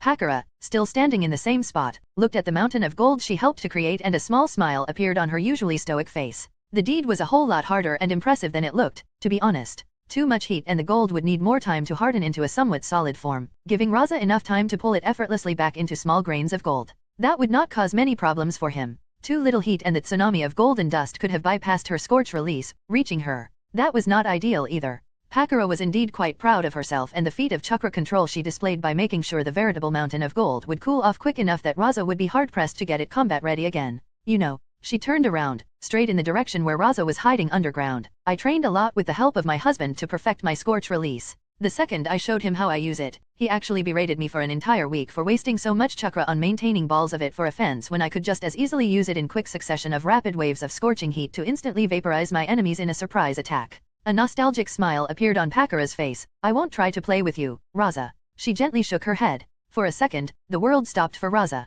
And then, it happened. An almost invisible wave of heat flooded the area in front of Pakara with such a speed, people barely noticed before its effects became apparent. Sand changed to glass, golden dust transformed into searingly hot pieces of precious metal, the very air shimmered and blurred from the heat, catching fire that extinguished itself only to again combust in quick succession all over the area where the scorch release hit. Instantly, 1/4 of the arena was changed to a superheated scorching hell that made even the audience far away sweat like pigs, feeling the scalding heat caress their skin. Pakara didn't get much reprieve after her attack. 3 spinning tendrils of golden dust burst forth from the ground, 2 on her sides and 1 behind her, raising their path towards her in an attempt to shred her to pieces now that Raza knew the person standing there was the real Pakara. In his opinion, no clone could release such a devastating jutsu. Jumping slightly to the side and tilting her body to the left at a precise moment, Pakura barely evaded the first drilling tendril that promptly smashed its tip to the ground on her right side, gouging a good chunk out of it. Turning her body to the right, the second tendril barely missed her, also smashing into the ground near her, blocking her from escaping to the left. Sensing the danger behind her, Pakura instantly threw her body to the ground, causing the last tendril of golden dust to barely miss, passing by above her now-duked head, smashing to the ground behind her, blocking her last path of retreat. Pakura's hands impacted the ground as she channeled massive amounts of her chakra into it. Before Raza could order the tendrils to attack the now-cornered Pakura, the ground around her became a peculiar mix of glass with liquid, quickly solidifying gold embedded into it while the three still spinning and twisting tendrils of golden dust connected to the ground slowly started to be smelted, fusing grains of the golden dust together. First, the parts near the ground became liquid and then hardened at a pace visible to the human eye, this as if in chain reaction spreading through the massive tendrils creating twisted pillars with a spiral-like pattern all over them reaching high up in the air. Before anyone could marvel at the newly created golden masterpiece, Pakura jumped up on top of one of the now solidified tendrils of pure gold, creating small scorching balls of the size of a small pebble around herself as her hands locked in a tiger hand seal while the corners of her lips tugged up into a playful smirk. Scorch release, scorching rain. Raza only got a brief bad premonition before Pakura started blanketing the battlefield with her balls of scorching doom in a splashing manner. She didn't target him but her attack was even worse than if she did. He couldn't safely evade in fear of jumping straight into another scorching ball. He could use Kawarimi as it was a bit disorienting afterward for a second. A second that could be quite fatal considering Pakura was madly cropping the entire battlefield with her jutsu of mass destruction. As if possessed, Raza started madly shielding himself with his golden dust, dragging it from the ground and having it intercept the small balls of scorch release, in turn turning into a liquid state that was dastardly hard to control for him. With every ball blocked, he lost control of some of his gold dust which, unlike sand, wasn't easily replenishable on the battlefield. Raza had no time to spend converting the liquid gold back into golden dust as Pakura relentlessly continued her jutsu, making him jump right and left while putting his dust in between his body and the balls. 2 minutes later, the panting Raza stood in the devastated arena, sweating not much from exertion as from the heat around him while the sandy ground now sported many blotches of glass or puddles of liquid gold, in some instances even both fused in a peculiar mix. It wasn't just Pakura's jutsu that raised the temperature in the surroundings. The gold in some of the puddles was basically boiling and bubbling, releasing waves of heat into the air. Even the already solidifying parts released a lot of heat, making the air scalding hot. The glass and sand around were almost too hot to stand on. Raza simply felt as if he was burning alive, his lungs screaming in protest as if the oxygen in them was smoldering him from inside. His skin tempered under the constantly hot sun of the wind country actually blistered and reddened. He felt teary-eyed but his eyes were far too dry for any tears to appear. The underside of his nails were irritating him to no end while his hands shook. His clothes unpleasantly clung to his body due to the heat and sweat, weighting him. Raza now completely understood that Pakura's biggest weapon was not the direct attack but the torturous discomfort she could cause with her heat. He fought a hard battle against his own wits, keeping his focus on his opponent who despite the massive chance to strike seemed content to just watch him suffer. Despite all the agony he was going through, Raza was far from finished. Noting his chakra reserves are still 80% full, he channeled some of it into his body to calm it down, make the heat more bearable, and prevent further damage, no matter how small. For a minute, Pakura just stared with a raised eyebrow at Raza as he regained his breath, appreciating and relishing both the direct and indirect damage her technique caused. Huo, still as honorable as ever, I see. Raza dryly commented with a raspy voice, his face scrunched in both concentration and barely restrained agony, trying to sound mocking. Not that it actually worked since he looked miserable. Sure, he was capable of channeling his chakra into his body to alleviate the effects of the heat but he was no scorch user. Pakura could stand in the center of her scorch ball and be completely fine, regarding it as a sunbathing experience. She long ago perfected protecting her body with her chakra against the effects of her own jutsu. By now, there wasn't much heat, flames, or high temperature could do to her. Raza, despite growing up in the deserts of the wind country, couldn't state the same. At his taunt, Pakura only regarded him with a sweet smile. I already told you that you suck at taunting, Raza. She narrowed her eyes with delight. In fact, she paused, creating suspense. Raza didn't even manage to blink as blood spurted from his neck, feeling the cold steel only after it long left his neck. His eyes widened in utter shock and bewilderment, uncomprehendingly staring at the stream of his blood dirtying the ground in front of him. He fell to his knees. Did you really think I only willy-nilly shot my jutsu at you, foolishly hoping you would somehow die? Pakura asked in a voice laced with amusement. You are standing exactly where I wanted you. Exactly where I stood at the start of this fight. Me being a ninjutsu specialist doesn't mean I need to end the fight by using ninjutsu, idiot. Knife to the neck is much more efficient. The last thing Raza saw before dying was Pakura's cold smirk that could freeze even the scorching dunes of the Sunas desert as his ears registered a small, barely audible pop behind him followed by a small burst of white smoke. Chapter 243, New Kaze Cage 1. In Naruto, Reborn with Talent. Tamari, in numb satisfaction and quiet horror, watched as the jacket behind Raza, the very same jacket Pakara discarded at the start of the fight, burst into what she suspected was some sort of clone and in one fluid motion slit her father's throat before he even realized it. Only when he already dropped to his knees, his lifeblood flowing out of his neck, did the clarity return to Tamari as the realization hit her hard. Her father, lost. Owlishly blinking, a bewildered left her lips, her brain refusing to accept that her horrible father was dying in front of her very eyes. Is it over? Tamari turned to Cho in confusion, noticing the old woman had the same expression of utter bewilderment she herself most likely sported. Just like that. Tamari couldn't wait for the answer from the village elder, however. She heard a choked sob next to her and realized Kankuro was also present. It was her duty as his older sister to give him at least some measure of support. She turned around and hugged her younger brother, who stared at the corpse of their father with an empty look. It was then that Tamari gained a small understanding of what it means to be a ninja. How easily one's life could be lost no matter how strong one was. As she comforted Kankuro, her eyes suddenly gained determination as her mind processed the entire event. She absolutely refused to be just another nameless corpse on the field. Not like that. Cho was completely flabbergasted. She knew the fight barely started. Both combatants barely exerted a small percentage of their chakra reserves. The battle was just starting. Until it wasn't. Until it was over before it even really started. She expected a massive ninjutsu fight. She expected an awe-inspiring and arena-shattering clash of titans. She expected anything but a knife to the neck. The worst and most humiliating way to go when facing a famous ninjutsu expert. A sign that it didn't even take ninjutsu to kill you. And yet, Cho had to applaud Pakara's move. Pakara chose cold and brutal efficiency, dispatching her enemy in a way that led her ready and relatively fresh for another fight. With this one fight, she not only gained the position of the Kaze cage but also cemented it beyond anyone's doubt. She reminded everybody of her power by cornering Raza while only scratching a surface of what her bloodline could do. Every single ninja knew facing the unknown was dangerous. When the said unknown could vaporize you in an instant, Cho doubted there was anyone who would try to directly scheme against Pakara unless there is some convenient buffer to absorb damage should the plans go awry. Most importantly, Pakara has subtly shown ruthlessness and cunning that would stop many of the clan heads from acting out even if they had a scapegoat. Sliding Raza's throat was a message. Piss me off at your own peril. Raza, for all his good points, was a calm man with a peculiar kind of brashness. He was straightforward, and if she were to be honest, he was not cut out for politics. Pakara, on the other hand, she just finished off borderline S-rank ninja with a plan she weaved from the very start of the fight. She not only accomplished that but also ensured nobody got even an inkling of what she was planning despite the presence of so many high-ranking ninjas of Suna. Healthy mix of fear and respect. That's how you want to rule, girl. Cho sighed, knowing the following years in the Suna Council won't be easy. Her eyes glanced at the Wind Daimyo who, contrary to the expectations, didn't look as jubilant as at the start of the fight. Maybe. In the center of the stands, Mikumai, the Wind Daimyo, watched Pakara with a conflicted gaze. The way Pakara dispatched Raza hit him like his fifth wife after she found him doing that cute little maid she promptly sacked only to have her return as one of his concubines because he really appreciated her nimble tongue. And damn, did that slap hurt? One would think she would get the hint considering she was his 12th concubine turned fifth wife. Apparently not. Troublesome power-hungry woman. The real reason why Mikumai felt uneasy at the way Raza died was a bit hypocritical. Even he could understand that. Ninjutsu was cleaner, seemed less cruel, less ruthless. He knew that Pakara using her bloodline would be either infinitely more painful or instant, depending on how fast Pakara would decide to vaporize the man.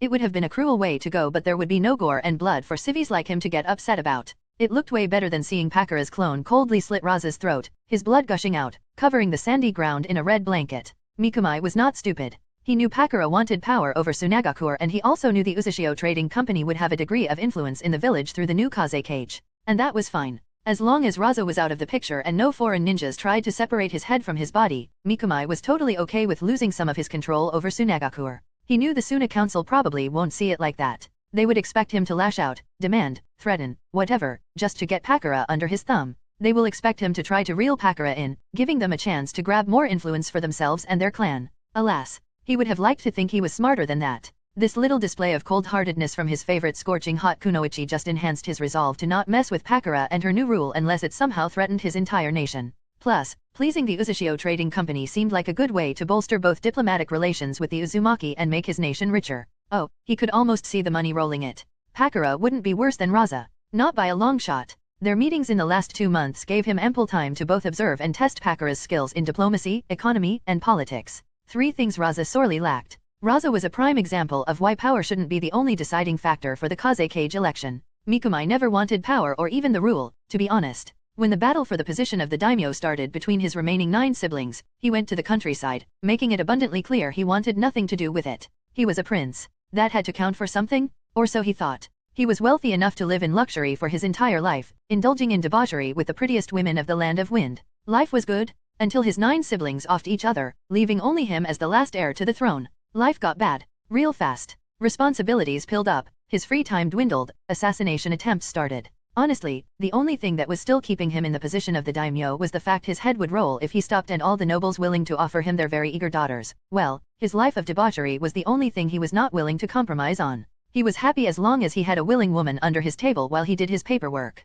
He was happy as long as an eager and naked wife lying in their bed greeted him at the end of his busy day, offering herself for his relaxation. He was happy when he woke up to a nice warm sensation from his lower member. He was happy as long as he had his women eager to please him, no matter if it was to get more power for their families, further their ambitions, or simply to live their lives in luxury. Mikumai long ago saw that he was just a human being and decided to enjoy his life without trying to chase some imaginary dominance over other nations. His entire life depended on a fine balance between fulfilling his responsibilities, which kept him alive in considerable luxury and his state running, and enjoying his life to the fullest alongside all his mistresses, concubines, and wives. Raza was threatening this balance by just existing with his utter stupidity, and the man didn't even know it. That's why Mikumai hated him to the core. As such, why would he care about who ruled Tsunagakure as long as they did right by their duties to the land of wind? Still, Mikumai made a mental note to never piss Pakura off, lest it would be his throat she slit the next time she gets the urge to soak the ground in something red. Hey, he was the daimyo, not a god. He knew his limits. Chapter 244, New Kaze Cage 2. In Naruto, Reborn with Talent. Pakura impassively gazed at the dead body of the previous Kaze cage that was still leaking blood and staining the ground with it. This was her revenge against the man who sent her to certain death. And yet, Pakura decided she didn't really feel satisfied. Not by a long shot. In fact, she didn't feel almost anything now that Raza's corpse was rapidly cooling off in front of her. It honestly put a sincere smile on her face. She never really felt shackled by a desire for revenge, but now she was certain. Now she knew for sure she didn't care either way if Raza lived or died. She didn't kill Raza because he wronged her. No. That didn't matter to her anymore. She killed him for REI, for his plan to proceed. Lifting her gaze towards the stands, Pakura quickly found REI staring at her in silent amusement, measuring her reaction. Despite all that aloof indifference he excluded, Pakura spent enough time around him to notice the slight sign of underlying worry in his expression. It lifted her mood, to see he really cared. To see she mattered to the man she loved. Their eyes briefly met, and yet, for anyone observing them, it would be as if the world stilled into a deafening silence while they shared a silent, intimate conversation. Not even a full second later, Pakura pulled her eyes away, back to Raza's body while her lips formed a small frown. Sighing, Pakura was well aware of the silent crowd watching her without any cheer. For them, this was not a happy day. This was the day their Kaze cage died. For most of them, this was a sad day. They understood whys and hows. They were also ninjas, and this was a part of their lifestyle. They would learn to adapt under the rule of the new leader, namely her.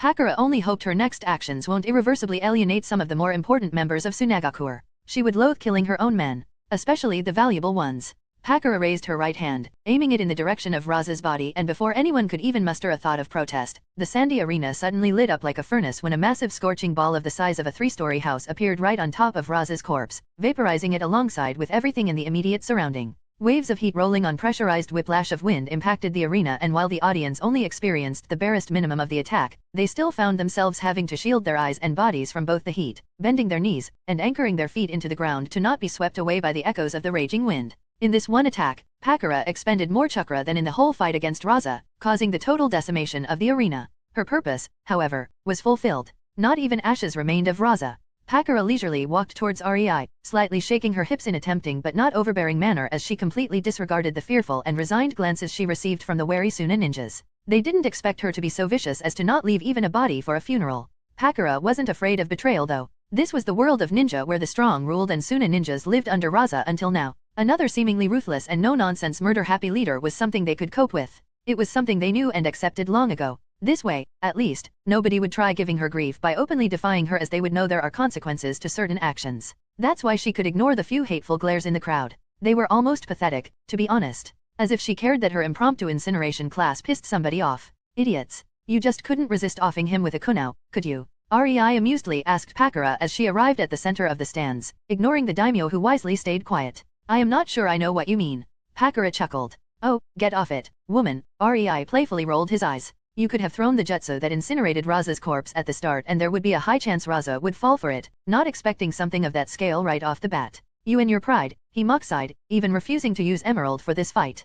Pakura could only blush at the admonishment from her husband, knowing he was right. Raza always bitched and moaned about my fighting style when we were jonins. He always mocked me for using kunows too much and said I should focus solely on my bloodline in this utterly cocksure self-absorbed condescending tone that could piss off even a monk. Pakura awkwardly shrugged. I think this was poetic justice. Plus I didn't want to just steamroll him. He was a leader using overwhelming power. I wanted to show I am different in my approach. If you are so Rei was about to reply when a childish roar interrupted him. Cho was taking Temari and Kankuro to see the new Kaze cage, hoping to introduce them now that they belonged to Pakura. The law about the grudge match for the hereditary ruling position was a brutal one. The Sabaku clan made it so in order to prevent others from trying to use it against them. After all, not only did a clan or person need a majority in the council voting in favor of it on top of daimyo's approval, both parties put forward the highest stakes which made many people think twice before trying to go this route. Namely, their families. While the Sabaku clan was not affected at all, Raza's children now officially belonged to Pakura with their social status suddenly becoming a very flexible thing. Pakura could do anything from adopting them as her own to making them into servants or even slaves. Nobody could complain because it was all in the scope of the law. What was previously added to discourage challengers from attempting to make use of the very law now could quickly become the undoing of the Sabaku siblings. Not that Gaara had anything to fear from Pakura. In this one instance, his special status was actually a boon rather than a curse. Cho didn't want to see Kankuro, one of her quite gifted students, reduced to a slave because of Pakura's vindictiveness. She wanted the boy to continue in the art of puppetry and as such, she made it her mission to talk with Pakura while introducing her new charges. While Cho remembered Pakura from all these years ago and the woman didn't seem the slavery type but one simply never knew in the ninja world. That's why the world spun in front of Cho when the very first thing Kankuro did after seeing Pakura's back was to tear himself from Temari's grip and charge at the killer of his father, roaring in rage while brandishing a kunao like a maniac. It would have been funny too if the foolish kid didn't trip in the middle of his charge and almost slit his throat on his own kunao. Temari's heart leaped to her throat as the world slowed down, making her watch the pointy end of the kunao approach Kankuro's neck without being able to do anything about it. Only Pakura's quick reaction stopped the offending steel a half-inch from the boy's skin as she forcefully flipped him on his back, tearing the weapon from his hand. This, Pakura lazily waved the kunao in front of the frightened, hyperventilating Kankuro, is a weapon, not a toy, she admonished, adding a bit of her killing intent. Rei could only marvel that for some reason, in Tsunagakur, scaring kids witless with killing intent was deemed a totally good way to make kids attentive. And they wonder why the kid likes to wear makeup. Temari shook herself from the horror she felt and instantly ran in front of Kankuro, shielding him with her body. Please? He didn't mean it. Please forgive him. She pleaded while the Suna ninjas watched with bated breath how this would unfold. Pakura snorted. Didn't mean it? Yeah, right. The next time I run somebody through with a kunao I will also proclaim I did not mean it and everything will be just peachy, won't it? Taking a good look at the young blonde though, Pakura saw something interesting there. Tell you what, girl. You now belong to me. I might not like it but since I did challenge your father, I take you as my responsibility. I can pardon your idiot of a brother and even help strengthen the Jinhyuriki seal so he can sleep during the night. The more Pakura said, the bigger and more hopeful Temari's eyes became. But I want something in return. Temari gulped, deep down knowing she would accept no matter what in order to help her brothers. Pakura started to really like the determined look in the girl. She reminded her of younger Maki. It was then she decided. I want you to be my personal kunoichi. Temari's jaw dropped while the winds caressed the speechless spectators as yet another bomb was dropped in the already too eventful day. As for Pakura, she only grabbed the Kaze cage hat and leisurely put it on her head, enjoying the silence as she smiled at grinning Rei. I could get used to this. Chapter 245, Pakura's Days as Kaze Cage. In Naruto, Reborn with Talent. The following days in Tsunagakur were quite peaceful by Rei's standards. Sure, some cocksure ninjas who just returned from missions, hence they missed Raza's and Pakura's match, deemed it wise to challenge Pakura's new authority, and as expected, they got ass-whooping of a lifetime for their effort. Pakura wasn't killing them. Suna was far too weak for that. She, however, made sure they learned their lesson in humility and subservience well. Few burns here, few cut tendons there, and even the bravest ninjas experienced the fear of being crippled for life with no way to provide for themselves and their family, which then fed their survival instinct, and voila, Pakura got the necessary obedience. The sharp decrease of discontent background noise after these events was surely just Rei's overabundant imagination. Honestly, it wasn't even that cruel of a method and the Suna ninjas knew it. If it was Raza in Pakura's place, he would probably execute them or someone from their family in front of them depending on their importance in the village. That didn't make the man evil. That simply made him an effective leader of a militaristic village full of trigger-happy professional killers. One simply had to somehow keep his soldiers in line. Rei was actually glad the tension in the village eased after a few days. Pakura portrayed herself as a hardass but a reasonable leader and as such, she was accepted quite readily. It did help that the Suzumiya clan and their allies put their support behind Pakura which stacked up nicely with the financial help from the Usushio trading company Rei prepared even before the actual grudge match. Tsunagakur was on the fast track to full recovery and people noticed. It was quite hard to miss the increase of readily available and cheap food, better ninja supplies, more metal deliveries for the forges, and overall increase in the living conditions. Frankly, it really didn't take long for Pakara to be praised to Kingdom's Come after that. Rei spent this time leisurely, watching Pakara's frustrated expression while drinking sake in her office. It wasn't that he was enjoying her suffering. Rei knew Pakara well enough to understand she enjoyed working. She, for some inexplicable reason, enjoyed the paperwork. She never felt it was a burden. She loved doing it and figuratively building something with her own hands. The horror? In his capacity as a responsible husband, Rei simply had to show her what she was missing by relaxing right in front of her with a satisfied smirk while she worked. No, the suggestive and heated looks he was throwing at her most definitely had nothing to do with her frustrated expression and slightly lustful gleam in her eyes.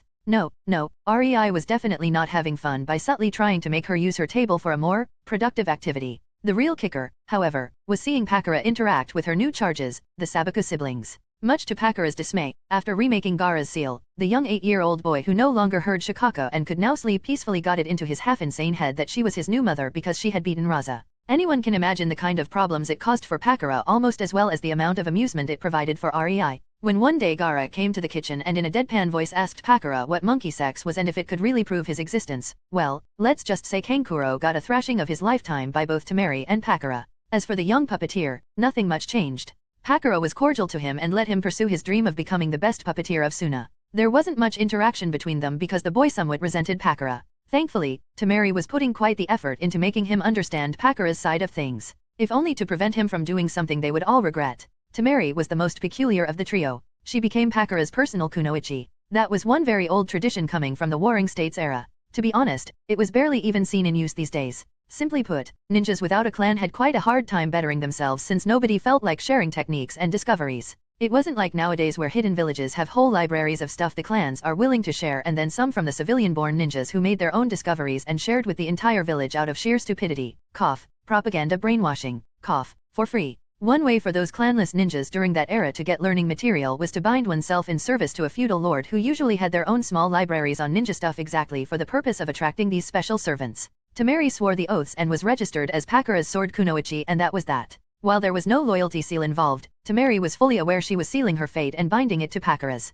Rogue ninja had it hard but rogue sword ninjas had it a lot harder. Their problems were no longer just hidden villages and occasional opportunistic bounty hunters. Nobles from all countries knew about personal ninjas and laws around them and they took it very seriously even though it was rarely used nowadays. If only to prevent the idea from spreading. There was a reason why most ninjas avoided swearing their loyalty to individuals like a plague. Defecting a hidden village meant a chance at life in another hidden village. Nobles didn't care so no really preventive laws were put into use on an international scale. Little 10-year-old Temeri started to study the mannerisms of servants and drove Pakara half mad with her childish and innocent attempts at proving herself. Especially since Pakara only wanted the girl to be a loyal apprentice who she could call for in times of need to fight by her side. Alas, Pakara gained a small bossy maid with a penchant for cute pouting and teary eyes. Seeing Pakara's flustered look as she tried to handle the 3 children, Rei really had to admit that taking over Sunagakur was indeed worth it. Well, I must admit, I didn't expect you to provoke a grudge match only to do this. Isn't it a bit much, disrupting the entire country alongside its hidden village only to, I have no clue how to call it without sounding ridiculous. Konan deadpanned as she stared at her husband's newest creation. Pakara was currently handling important affairs in Sunagakur and unlike Ringo, she loved it so there were usually no shadow clones and blackmailing other people to do her job involved. Rei thankfully didn't stay in Suna all the time. Even though Tsunade was away for a few months, leaving only a few reassuring efforts that she is on a mission to better her healing arts, Rei still had 3 other women whose needs he had to satisfy.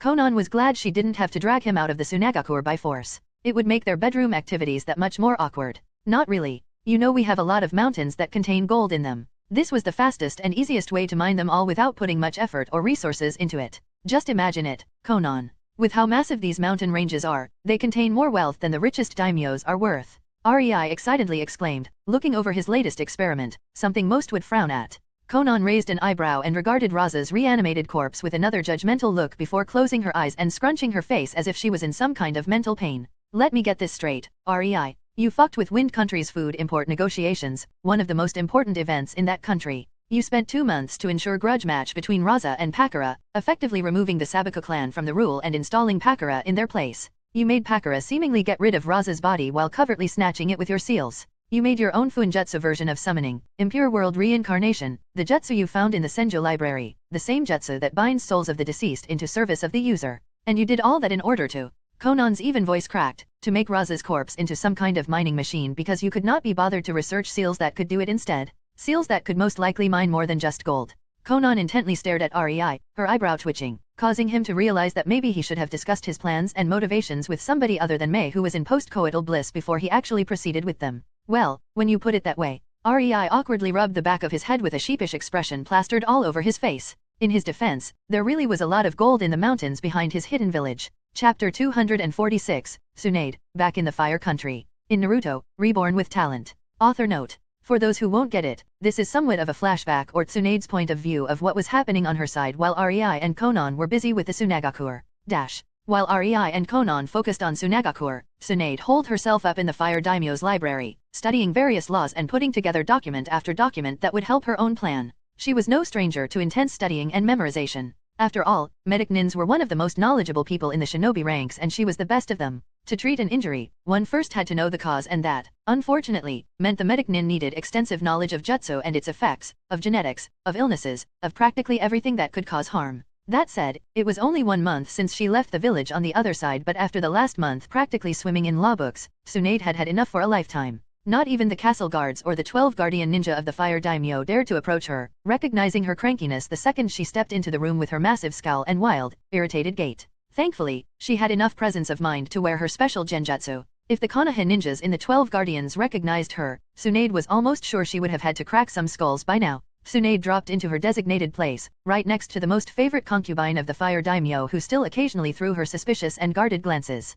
Tsunade long ago learned to ignore the polite fake who thought she would stoop so low as to try her hand at seducing the daimyo, the same man to whom she refused to be married to in her youth. Not that Tsunade could in any way refute the suspicion or provide some kind of proof. She couldn't just start proclaiming she was the wife of the hidden daimyo of the Spring Country, now, could she? She was, after all, in disguise of Nadatsujusen, the president of the Biribiri Company, who was currently on vacation in the Fire Capital and took a shine to the daimyo's library. It was quite hilarious too, eating right next to Sarutobi Asuma while the boy tried to flirt with her, not recognizing her even after a month of deflecting his advances. Poor Kurane. Tsunade could just shake her head. She was the head medic during the Third Shinobi War, and that meant something. Ninjas trusted medics. They talked to them and said things they would not tell others. Especially when both the patient and the medic were kunoichi. The little academy student Kurane Ui was very forthcoming with the information about her crush on the youngest of the Sarutobi boys. Tsunade already decided to approach the woman and offer her a chance at learning how to medic nin from her. The girl had incredible chakra control, and if Tsunade wasn't so sure she would have had to leave after the Third War, she would have taken the girl into her care there and then. Then again, at that time, nothing was ever so simple. Tsunade wasn't even sure if or where her new home would be during these uncertain days. She only knew she wanted to be with Rei and that Rei was about to defect from Kiri. Look at me, getting all nostalgic and stuff. She inwardly rebuked herself, trying to cover the small gentle smile that bloomed on her face by taking a sip from her hot chocolate milk. 50 years of age, huh? I guess I finally left my puberty by the Senju and Uzumaki standards. Tsunade giggled, attracting the attention of the people dining with her. Oh, someone is in a good mood today, Asuma quipped, causing the Fire Daimyo to lift his eyebrow at Tsunade, who simply shrugged. I finished with my research, she nonchalantly announced, causing the daimyo to smile warmly at his childhood friend. That's good to know, Nade. Will you be leaving soon, then? You should inform me about these things sooner. I need to throw you a goodbye party, he giddily exclaimed. Honestly, the man was very grateful to Rei for the deals between his nation and the Spring Country. The economy was steadily improving, the previously tarnished diplomatic ties started to repair, the still leery allies started to lose their tension caused by the fuck-up called Jiraiya's wedding, and it all was the influence of the trade agreements with the Spring Country. Really, Tsunade did him an incredible favor by bringing her husband for a visit. The Fire Daimyo knew Tsunade's goal and had no problem with it. Then again, he would not give her active support either. Not that he deluded himself she needed him. She could simply go and take what she wanted, taking names and kicking balls. He would know. He could still feel the kick to the balls she delivered to him when they were kids after she got to know about their impending betrothal. The Fire Daimyo shuddered, thanking heaven Tsunade didn't have her super strength technique back then. You are already leaving, Lady Nadetsu? Asuma butted into the conversation with wide eyes, earning himself a few incredulous looks. The man was one of the Fire Daimyo's guardians, and his place behind the table was only a courtesy to his father. Him interrupting the conversation between the daimyo and his guest was one massive breach of etiquette. Then again, he still was the son of the Hokage, and as such, the daimyo had begged Tsunade to bear with him after the first time he tried to flirt with her. Otherwise, she would have long ago sent the young monkey back to Konoha via an intimate meeting of his ching with her fist, getting a lift by the kinetic force taxi agency. Asuma really found Nadatsujusen enchanting. She had dark skin, was petite with a nice curvaceous body, had a pretty face, melodious voice, and exotic hair color.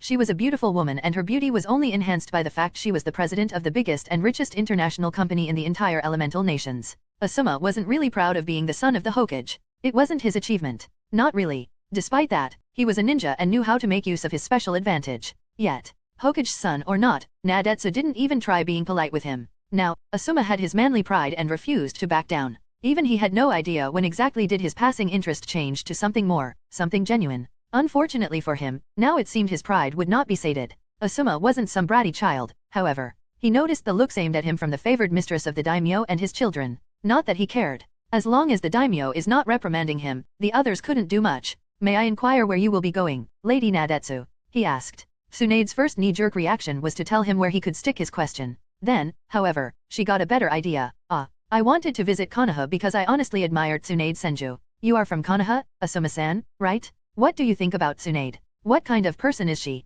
Tsunade calmly asked, making the daimyo stifle his guffaw. Asuma frowned and scrunched his eyebrows. Oh, her. He remarked, and his dislike almost poured from him. You shouldn't admire that woman, Lady Nadetsu. He started in a tone as if he was giving her some kind of profound advice, to which Tsunade could only amusedly lift her eyebrow at the man. Oh, and why is that? I heard she is the best doctor in the world. That's something admirable, don't you think? I am not disputing that. She really is the best. Asuma nodded before leaning towards Nadetsu as if he was about to disclose some kind of secret, but she is also a very traitorous person. Oh, my, you don't say. Tsunade mock gasped in surprise while Daimyo gaped at Asuma. Well, just wait until my plan is finished, brat. I will show you traitorous. It was your father who let my clan be hunted like animals without alerting anyone. She inwardly seethed. Yes. The second the third war ended, she left the village. Nobody can find her. My father tried for years to locate her. Asuma sighed in exasperation. He put so much attention to that bitch who is who knows where. He grumbled. She had a responsibility to the village, Lady Nadetsu. I am sure you understand.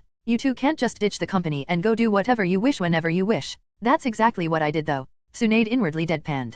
Tsunade was our medic. Everything she knows, she has Konoha to thank for. My father to thank for. Asuma dramatically shook his head, and yet she simply doesn't appreciate all the effort put into her. What do they teach kids in Konoha nowadays? Tsunade mused while her eyebrow twitched. All of my medical knowledge is from my own research or the Senju library. Sure, the old monkey was a good teacher when he finally got to teaching me something. That said, he was far too preoccupied with Orochimaru and later Jiraiya who, according to him, didn't have a clan to support them. And now his spawn now wants me to kowtow to the old man for basically neglecting me. Tsunade's lips started turning into a frown. At least, she trained her apprentice, Shizune. That woman is a very good medic too. She is a gentle and very good person. Asuma said, stopping all of Tsunade's displeasure at the mention of her old apprentice. Something in how he said it didn't mesh well with Tsunade. Do you know Miss Shizune well, Mr. Asuma?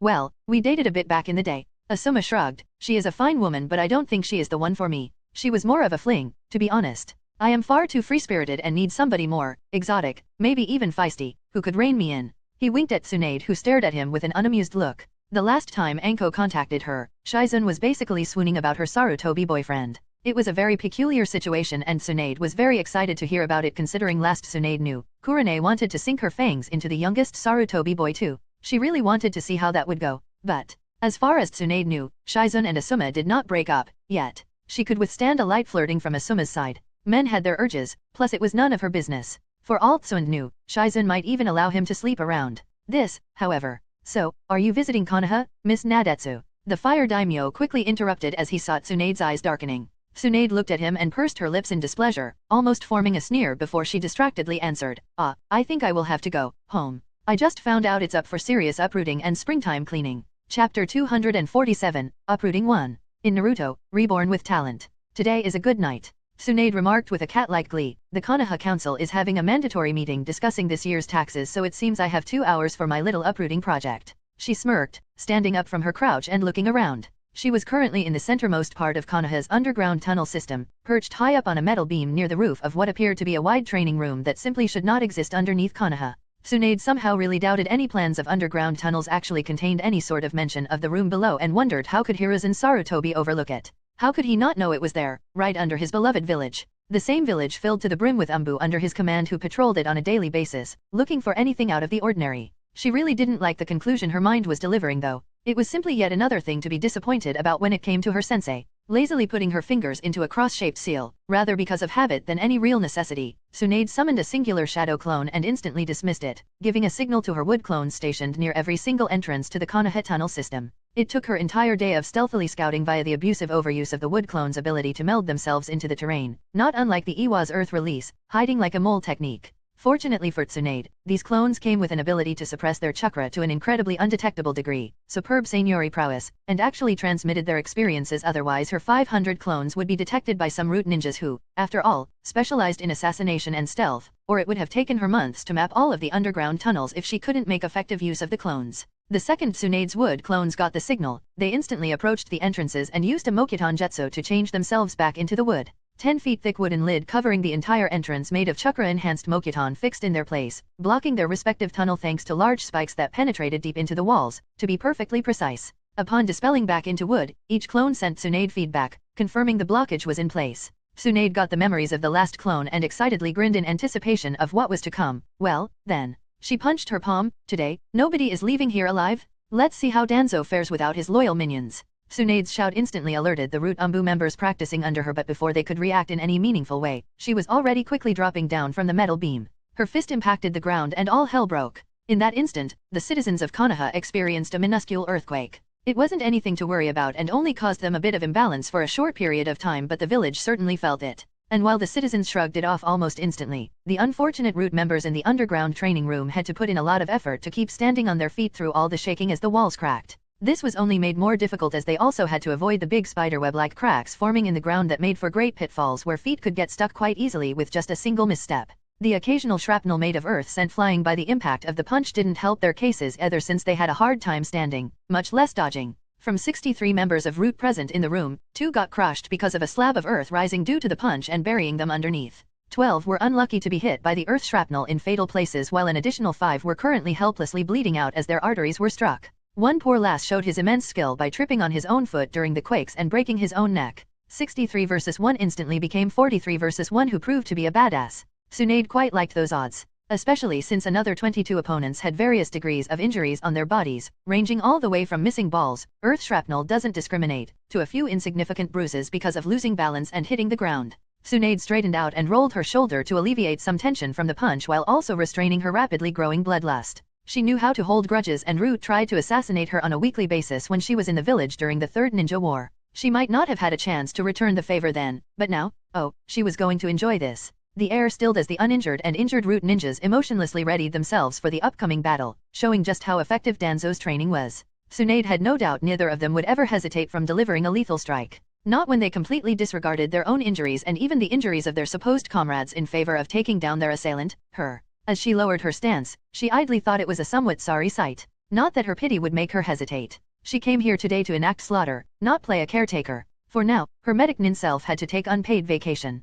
It was time for a more brutal part of her personality to take over. The moment of suspense passed as quickly as it appeared, and the Root ninjas charged at Tsunade with abandon. Tsunade, on the other hand, simply stood in her place and waited for them, opting to take a more defensive approach. The first wave of her would-be attackers finally reached her, and all 3 of them sprang to the offensive like a well-oiled machine. One from the front while 2 others attacked her from the sides. As she was ducking under the high kick from her right side while also tilting her body to narrowly avoid the stab from her left, Tsunade had to admit the teamwork and organization of these ninjas was quite polished. There were over 40 of them, and yet, only 3 attacked at a time, knowing to not overcrowd her, and instead, they spread out in the room in fear of being taken out by some large-scale ninjutsu while also limiting her available place for dodging. Or at least, that was the general idea. Tsunade quickly hooked her arm around the elbow of the ninja in front of her whose punch she evaded, and then she twisted. With a resounding crack, the Root ninja's arm snapped at the elbow, and yet, he and his comrades didn't even flinch. The only thing indicating the man even felt his bone breaking was a single muted grunt as his other hand already whipped towards Tsunade's temple while he used his now broken limb as an anchor to keep Tsunade in place.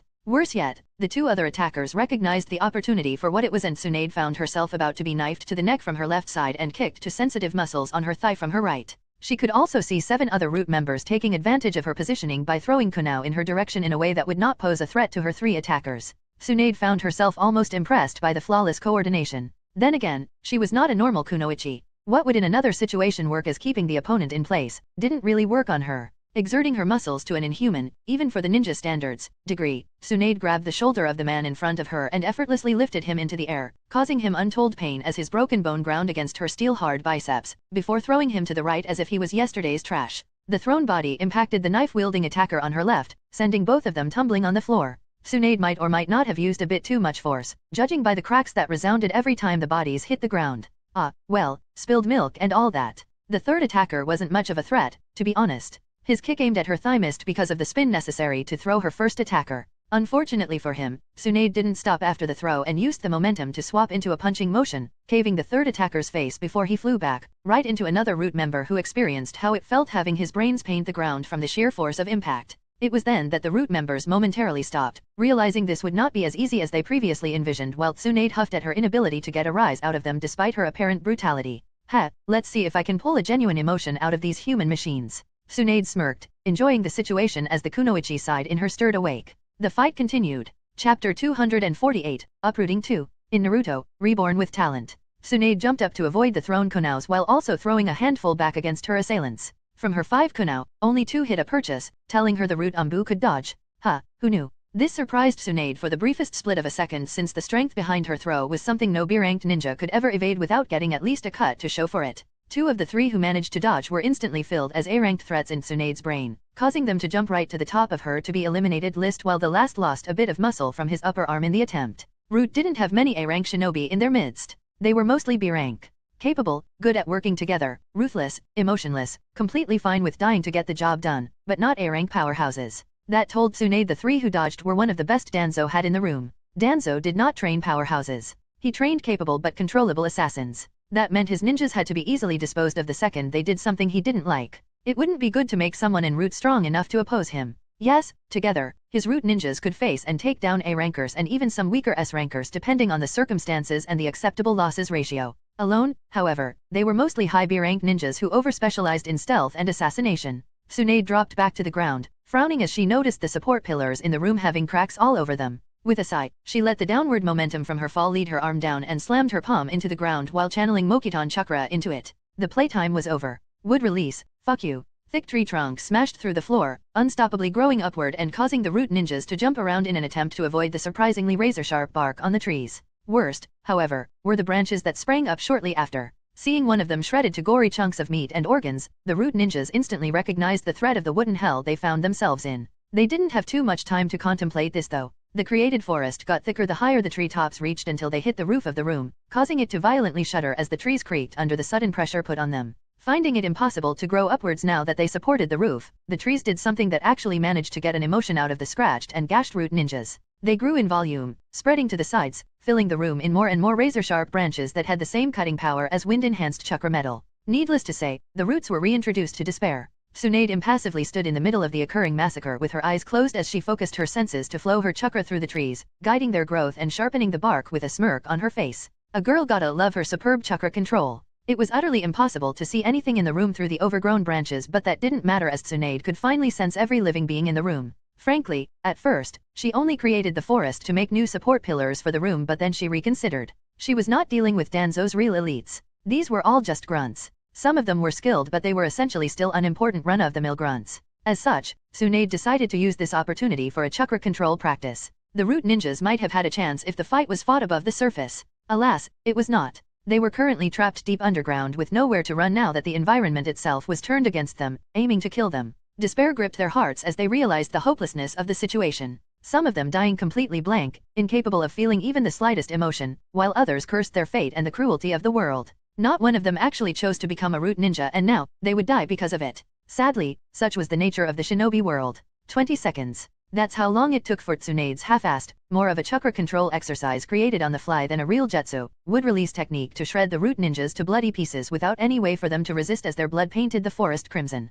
Tsunade, on the other hand, was elated. Not because of the death she caused. That didn't even enter her mind. She long ago made peace with her existence as a killer. She became genin at 6 and killed her first person when she was 6 years and 7 months old. People usually forget and focus on her reputation as a healer, but it is the healers who make for the best killers. The number of lives ended by her hands far outstretched the numbers she saved, and she was considered the best medic in the world? Honestly, Tsunade couldn't really bother caring anymore as she registered the twinge of guilt and showed it into the dark recesses of her mind, forgetting about it a second later. These Root ninjas were not worth more thought than the training dummies in her courtyard. No. Tsunade was elated because she slowly started to figure out how to make her forests permanent like Grandpa Hashirama. She simply had to jump and shriek from the sheer joy she felt. Her primary mission and the reason why she even bothered to infiltrate Konoha and Root Base pushed back, Tsunade proceeded to happily whistle and experiment with her newfound knowledge while the Konoha's underground tunnels changed into an orchestra of pain-filled shrieks, despairing screams, and blood-curdling wails, all melding into one a soul-chilling symphony supporting her happy tune of whistles and hums.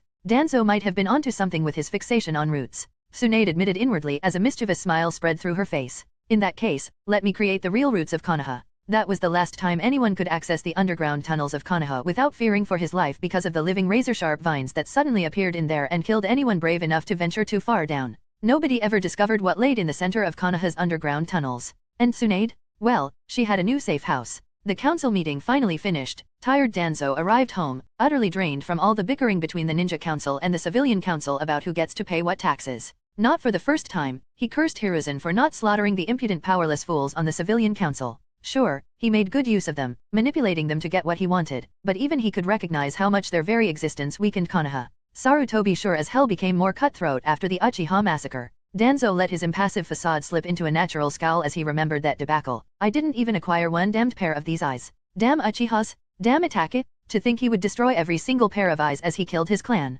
I can't even gut his little brother as the twerp doesn't even have his Sharingan awakened yet. He seethed. The Uchiha massacre that happened a few months prior was the biggest mistake of his career as the Yami no Shinobi. The only real haul was Shisui's eye, and while that was marvelous, it still hurt to see all that coordination, all that work, literal years of spreading rumors and distrust against the Uchiha clan, go to waste just because he didn't foresee Uchihas utilize something similar to Hyuga's caged bird seal that destroyed their eyes upon their deaths. Worse yet, Konoha lost an entire clan and was weakened without him even getting anything substantial in return. Sarutobi even refused to let him copy the Uchiha Jutsu scrolls, quoting they belonged to Suzuki. What a load of. The irritated Danzo finally reached his living room, stiffening right after he entered the room. His mind briefly wondered what was wrong before the answer sprang into its forefront as instincts kicked in. He smelt a faint scent of blood. Danzo quickly switched the light on and, for the first time in the last 20 years, he bent at the waist and puked his guts out. His whole living room was caked in liters of blood, pieces of organs, splinters of bones. The worst were the hundreds of eyeballs put on the table, arranged to stare right at him.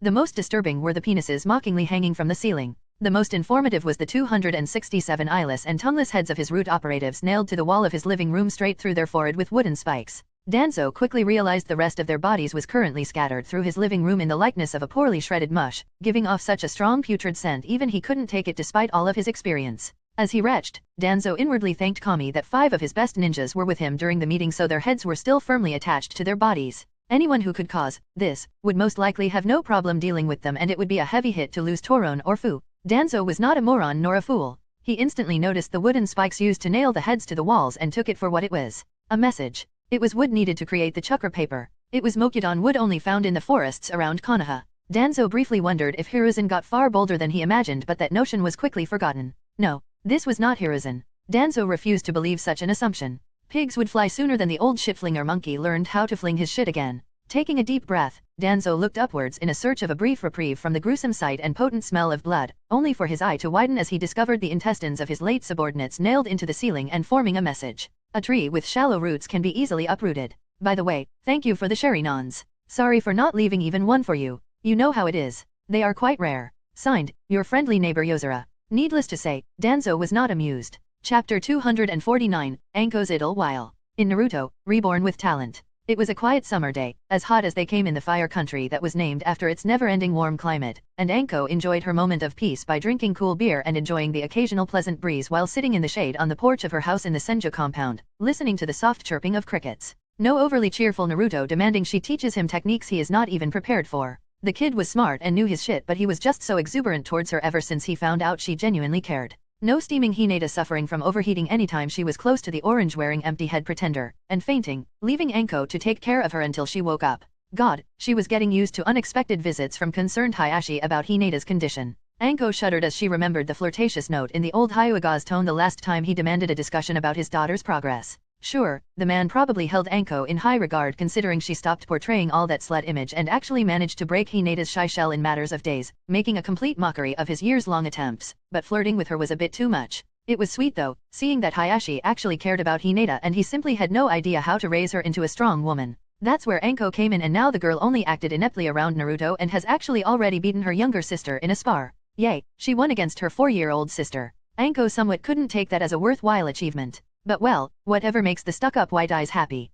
Hyugas were weird like that. Anyway, Anko made it her mission to stop any subtle advances Hayashi Hyuga tried on her. She was barely leaving her teenage years, and an old half-stuck-up stickler for rules was eyeing her just because she helped his daughter gain a measure of self-confidence? All it took for her to get attention was to stop wearing clothes that proclaimed she would sleep around for Dango and whatnot. Not happening. Don't go there, brain. Go back to sleep. Anko Hyuga has a really bad ring to it. Anko disgruntledly mused, thinking up excuses to avoid Hayashi the next time he gets it into his head to invite her for a family dinner. Then again, it's still better than that marriage proposal from the lone survivor of the Shimura clan. Anko shuddered again, this time in disgust, momentarily choking on her beer. Yet, now that she was officially accepted as an honorary senju, some really fishy and decrepit individuals tried to sink their claws into her. Idiots, as if Lady Tsunade let their dirty paws anywhere near the senju wealth or library. Anko snorted at the notion that they could get anywhere near it through her while gazing at the sky in contentment. Despite all the uncomfortable situations, Anko was grateful for Lady Tsunade offering her this chance, which completely changed her life for the better.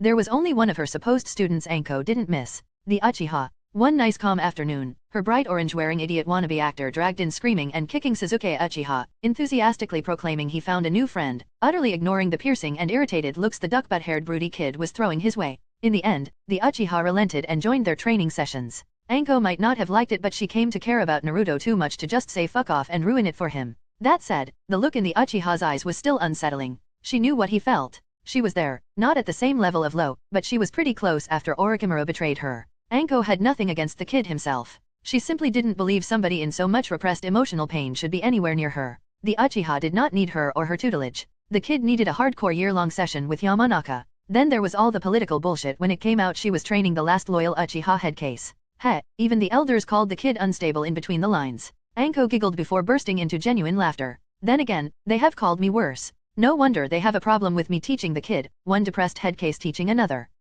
Throwing those kunao so close to his jugular might not have been the brightest idea.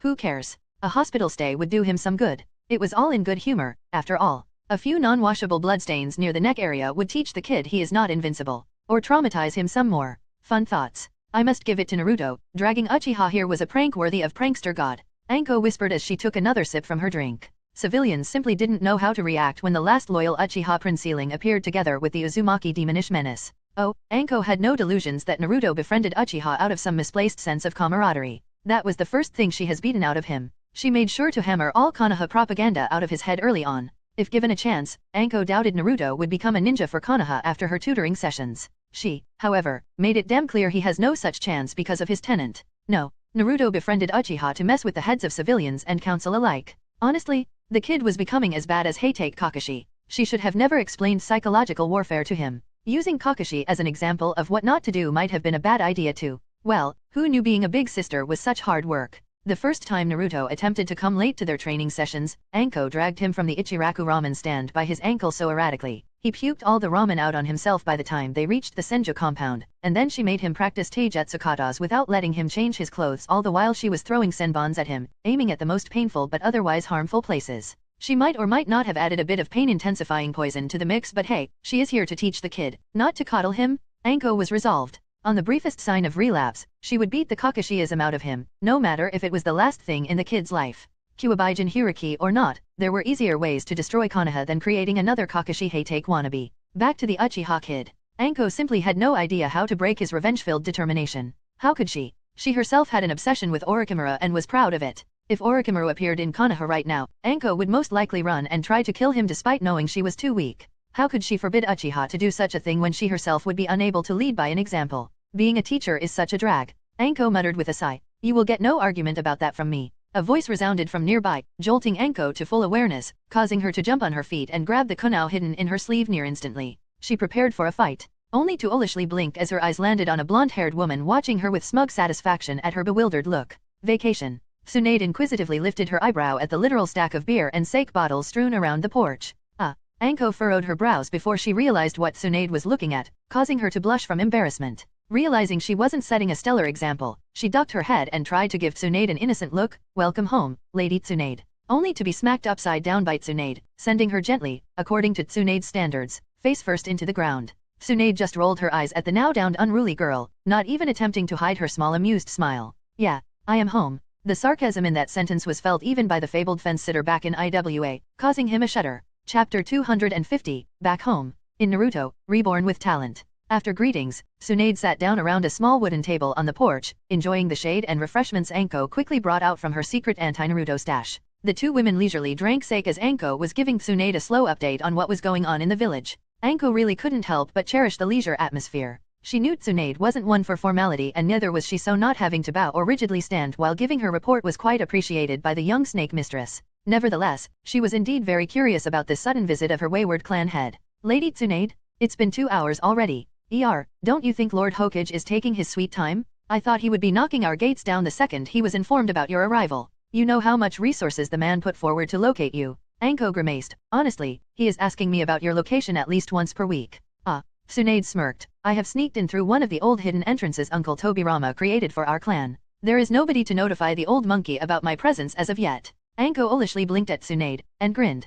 Is that so? There were only so many reasons Tsunade could have to avoid detection when coming home. If it was Jiraiya, Anko wouldn't have wasted her time, knowing the man simply skipped the gate in order to get a few minutes more for peeping. Then again, that might have been the reason why the man was such a good spy. Nobody expected him to do anything but perving on women. Tsunade, however, was a completely different jar of cookies. Well, Anko still couldn't forget how the woman played her like a fiddle when they met for the first time. Sure, it was for Anko's own benefit, but still. No matter how grateful she was to Tsunade for opening her eyes, that meeting made it abundantly clear that scheming Tsunade was dangerous. Tsunade. I wonder how much mayhem she is gonna cause now that she is actually present in the village. That's so. Tsunade lazily nodded and took another sip of sake. Meh, it wouldn't do to alert him of my presence. I have a few goals to accomplish here. She hummed and looked Anko straight into the eyes. There are 2 things you forgot to inform me about when it comes to the recent happenings of the village. Anko stiffened, mentally trying to figure out what she could have missed. The spy network she set up in Konoha was not the best, but it was sufficient. She didn't want to disappoint Tsunade. What exactly do you mean, Lady Tsunade?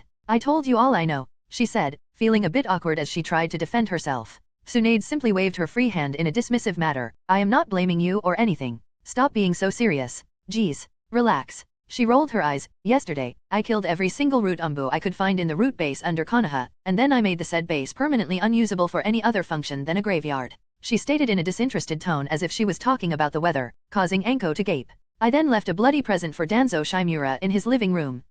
He took the bait hook line sinker. Apparently, there will be an emergency meeting of the council tomorrow thanks to the old mummy. So that's why the umbu were so frantically running around the village during the night. Wait. You massacred over 200 people to make Danzo call an emergency meeting? Anko asked weakly in an incredulous tone, not knowing how to take that bit of information. Sure, Anko was one ruthless kunoichi. She had her fair share of assassination missions behind herself, and these were her favorite, but it is quite different to kill one person because of a cause you believe in and simply get rid of hundreds just because they were in the way. Maybe that's why I wouldn't be good as a leader. The thought briefly flashed through Anko's head. Of course not. Tsunade rebuked as if she just heard something ridiculous, causing Anko to release a relieved breath. I killed them because trying to subvert their loyalty to Danzo would be a pain in the ass. How do you persuade a brainwashed individual that his brainwasher is a bad person? She flippantly added with a gentle shake of her head. Anko threw Tsunade a deadpan gaze, but inwardly, she had to admit that it might be a bit bigger problem than one would think at first. But Tsunade was, from what Anko experienced, quite good at persuading people to see her point. Seeing the doubts in Anko's expression, Tsunade elaborated, this is a ninja village, Anko. The only people who are allowed to have their own forces are Hokage and clans. Hokage is the de facto leader of the whole ninja force, while there is no way to forbid the clans from having their own loyal ninjas short of slaughtering them all. Clan ninjas are always loyal to their clan first and only then the village. There are very few exceptions to that rule, and it's for this very reason that the Hokage is kept in check despite being somewhat of a dictator. Danzo Shimura is neither. Anko added. She never really thought about it from this angle. Why would she? Mitarashi might have been quite a strong clan focusing on various poisons during the village founding, but now she was the only one left. Heck, after Orochimaru defected, leaving her behind, the clan assets somehow mysteriously disappeared before she could inherit anything. When she inquired about it, she was bluntly told Orochimaru stole everything from scrolls to money. When they told her that, she was just a kid, but lately, Anko didn't know how much she believed that to be the truth. Therefore Root should have been integrated into the village after making sure they will be loyal. Their very existence meant this village went to shits. The second sensei overlooked Danzo taking in orphans and then making them into emotionless drones. Konoha became something any senju would loathe, proving the whole council corrupt beyond repair. Tsunade continued, not minding the brief thoughtful expression on Anko's face. But killing 200 ninjas. Anko furrowed her brows. The village has around 4,000 active ninjas, which isn't much considering Kyuubi and Uchiha massacre. We are still recovering our forces. I simply think killing them was wasteful. In the past, Rude Umbu was filled by Umbu who wanted to give more to the village. They took the most dangerous missions behind the enemy lines during the war. They helped the village a lot. But Sensei disbanded Root, and from then on, Danzo decided to go about it in a different way. He started again, training kids and making them loyal only to himself. This extermination was a long time coming and, to be honest, I am very disappointed it had to be me who performed it and not the village's Umbu. Tsunade sighed before offhandedly adding, then again, it can be counted as my first act as the 5th Hokage. I see. Anko nodded before her head caught up to what Tsunade told her. Wait, what? You are taking over the village. Tsunade threw Anko a funny look. Isn't that obvious? Pray tell, why else would I come back? It's high time someone kicked Hiruzen's ass out of his comfy chair. That said, I will need you to run some errands for me first, before the emergency meeting. She gave Anko a knowing smirk that brought the young woman an unwelcome sense of foreboding. Seeing it, Anko closed her eyes and rubbed the bridge of her nose. Hyugas. She resignedly asked. Hyugas. Tsunade gleefully confirmed. Ma, don't be so disheartened. After you finish with it, I am going to fulfill another part of our deal. I made sure to create a nice and utterly painful training regime just for you. If you want to kill Orochimaru, you will have to suffer for it first. Needless to say, Anko was not a happy camper.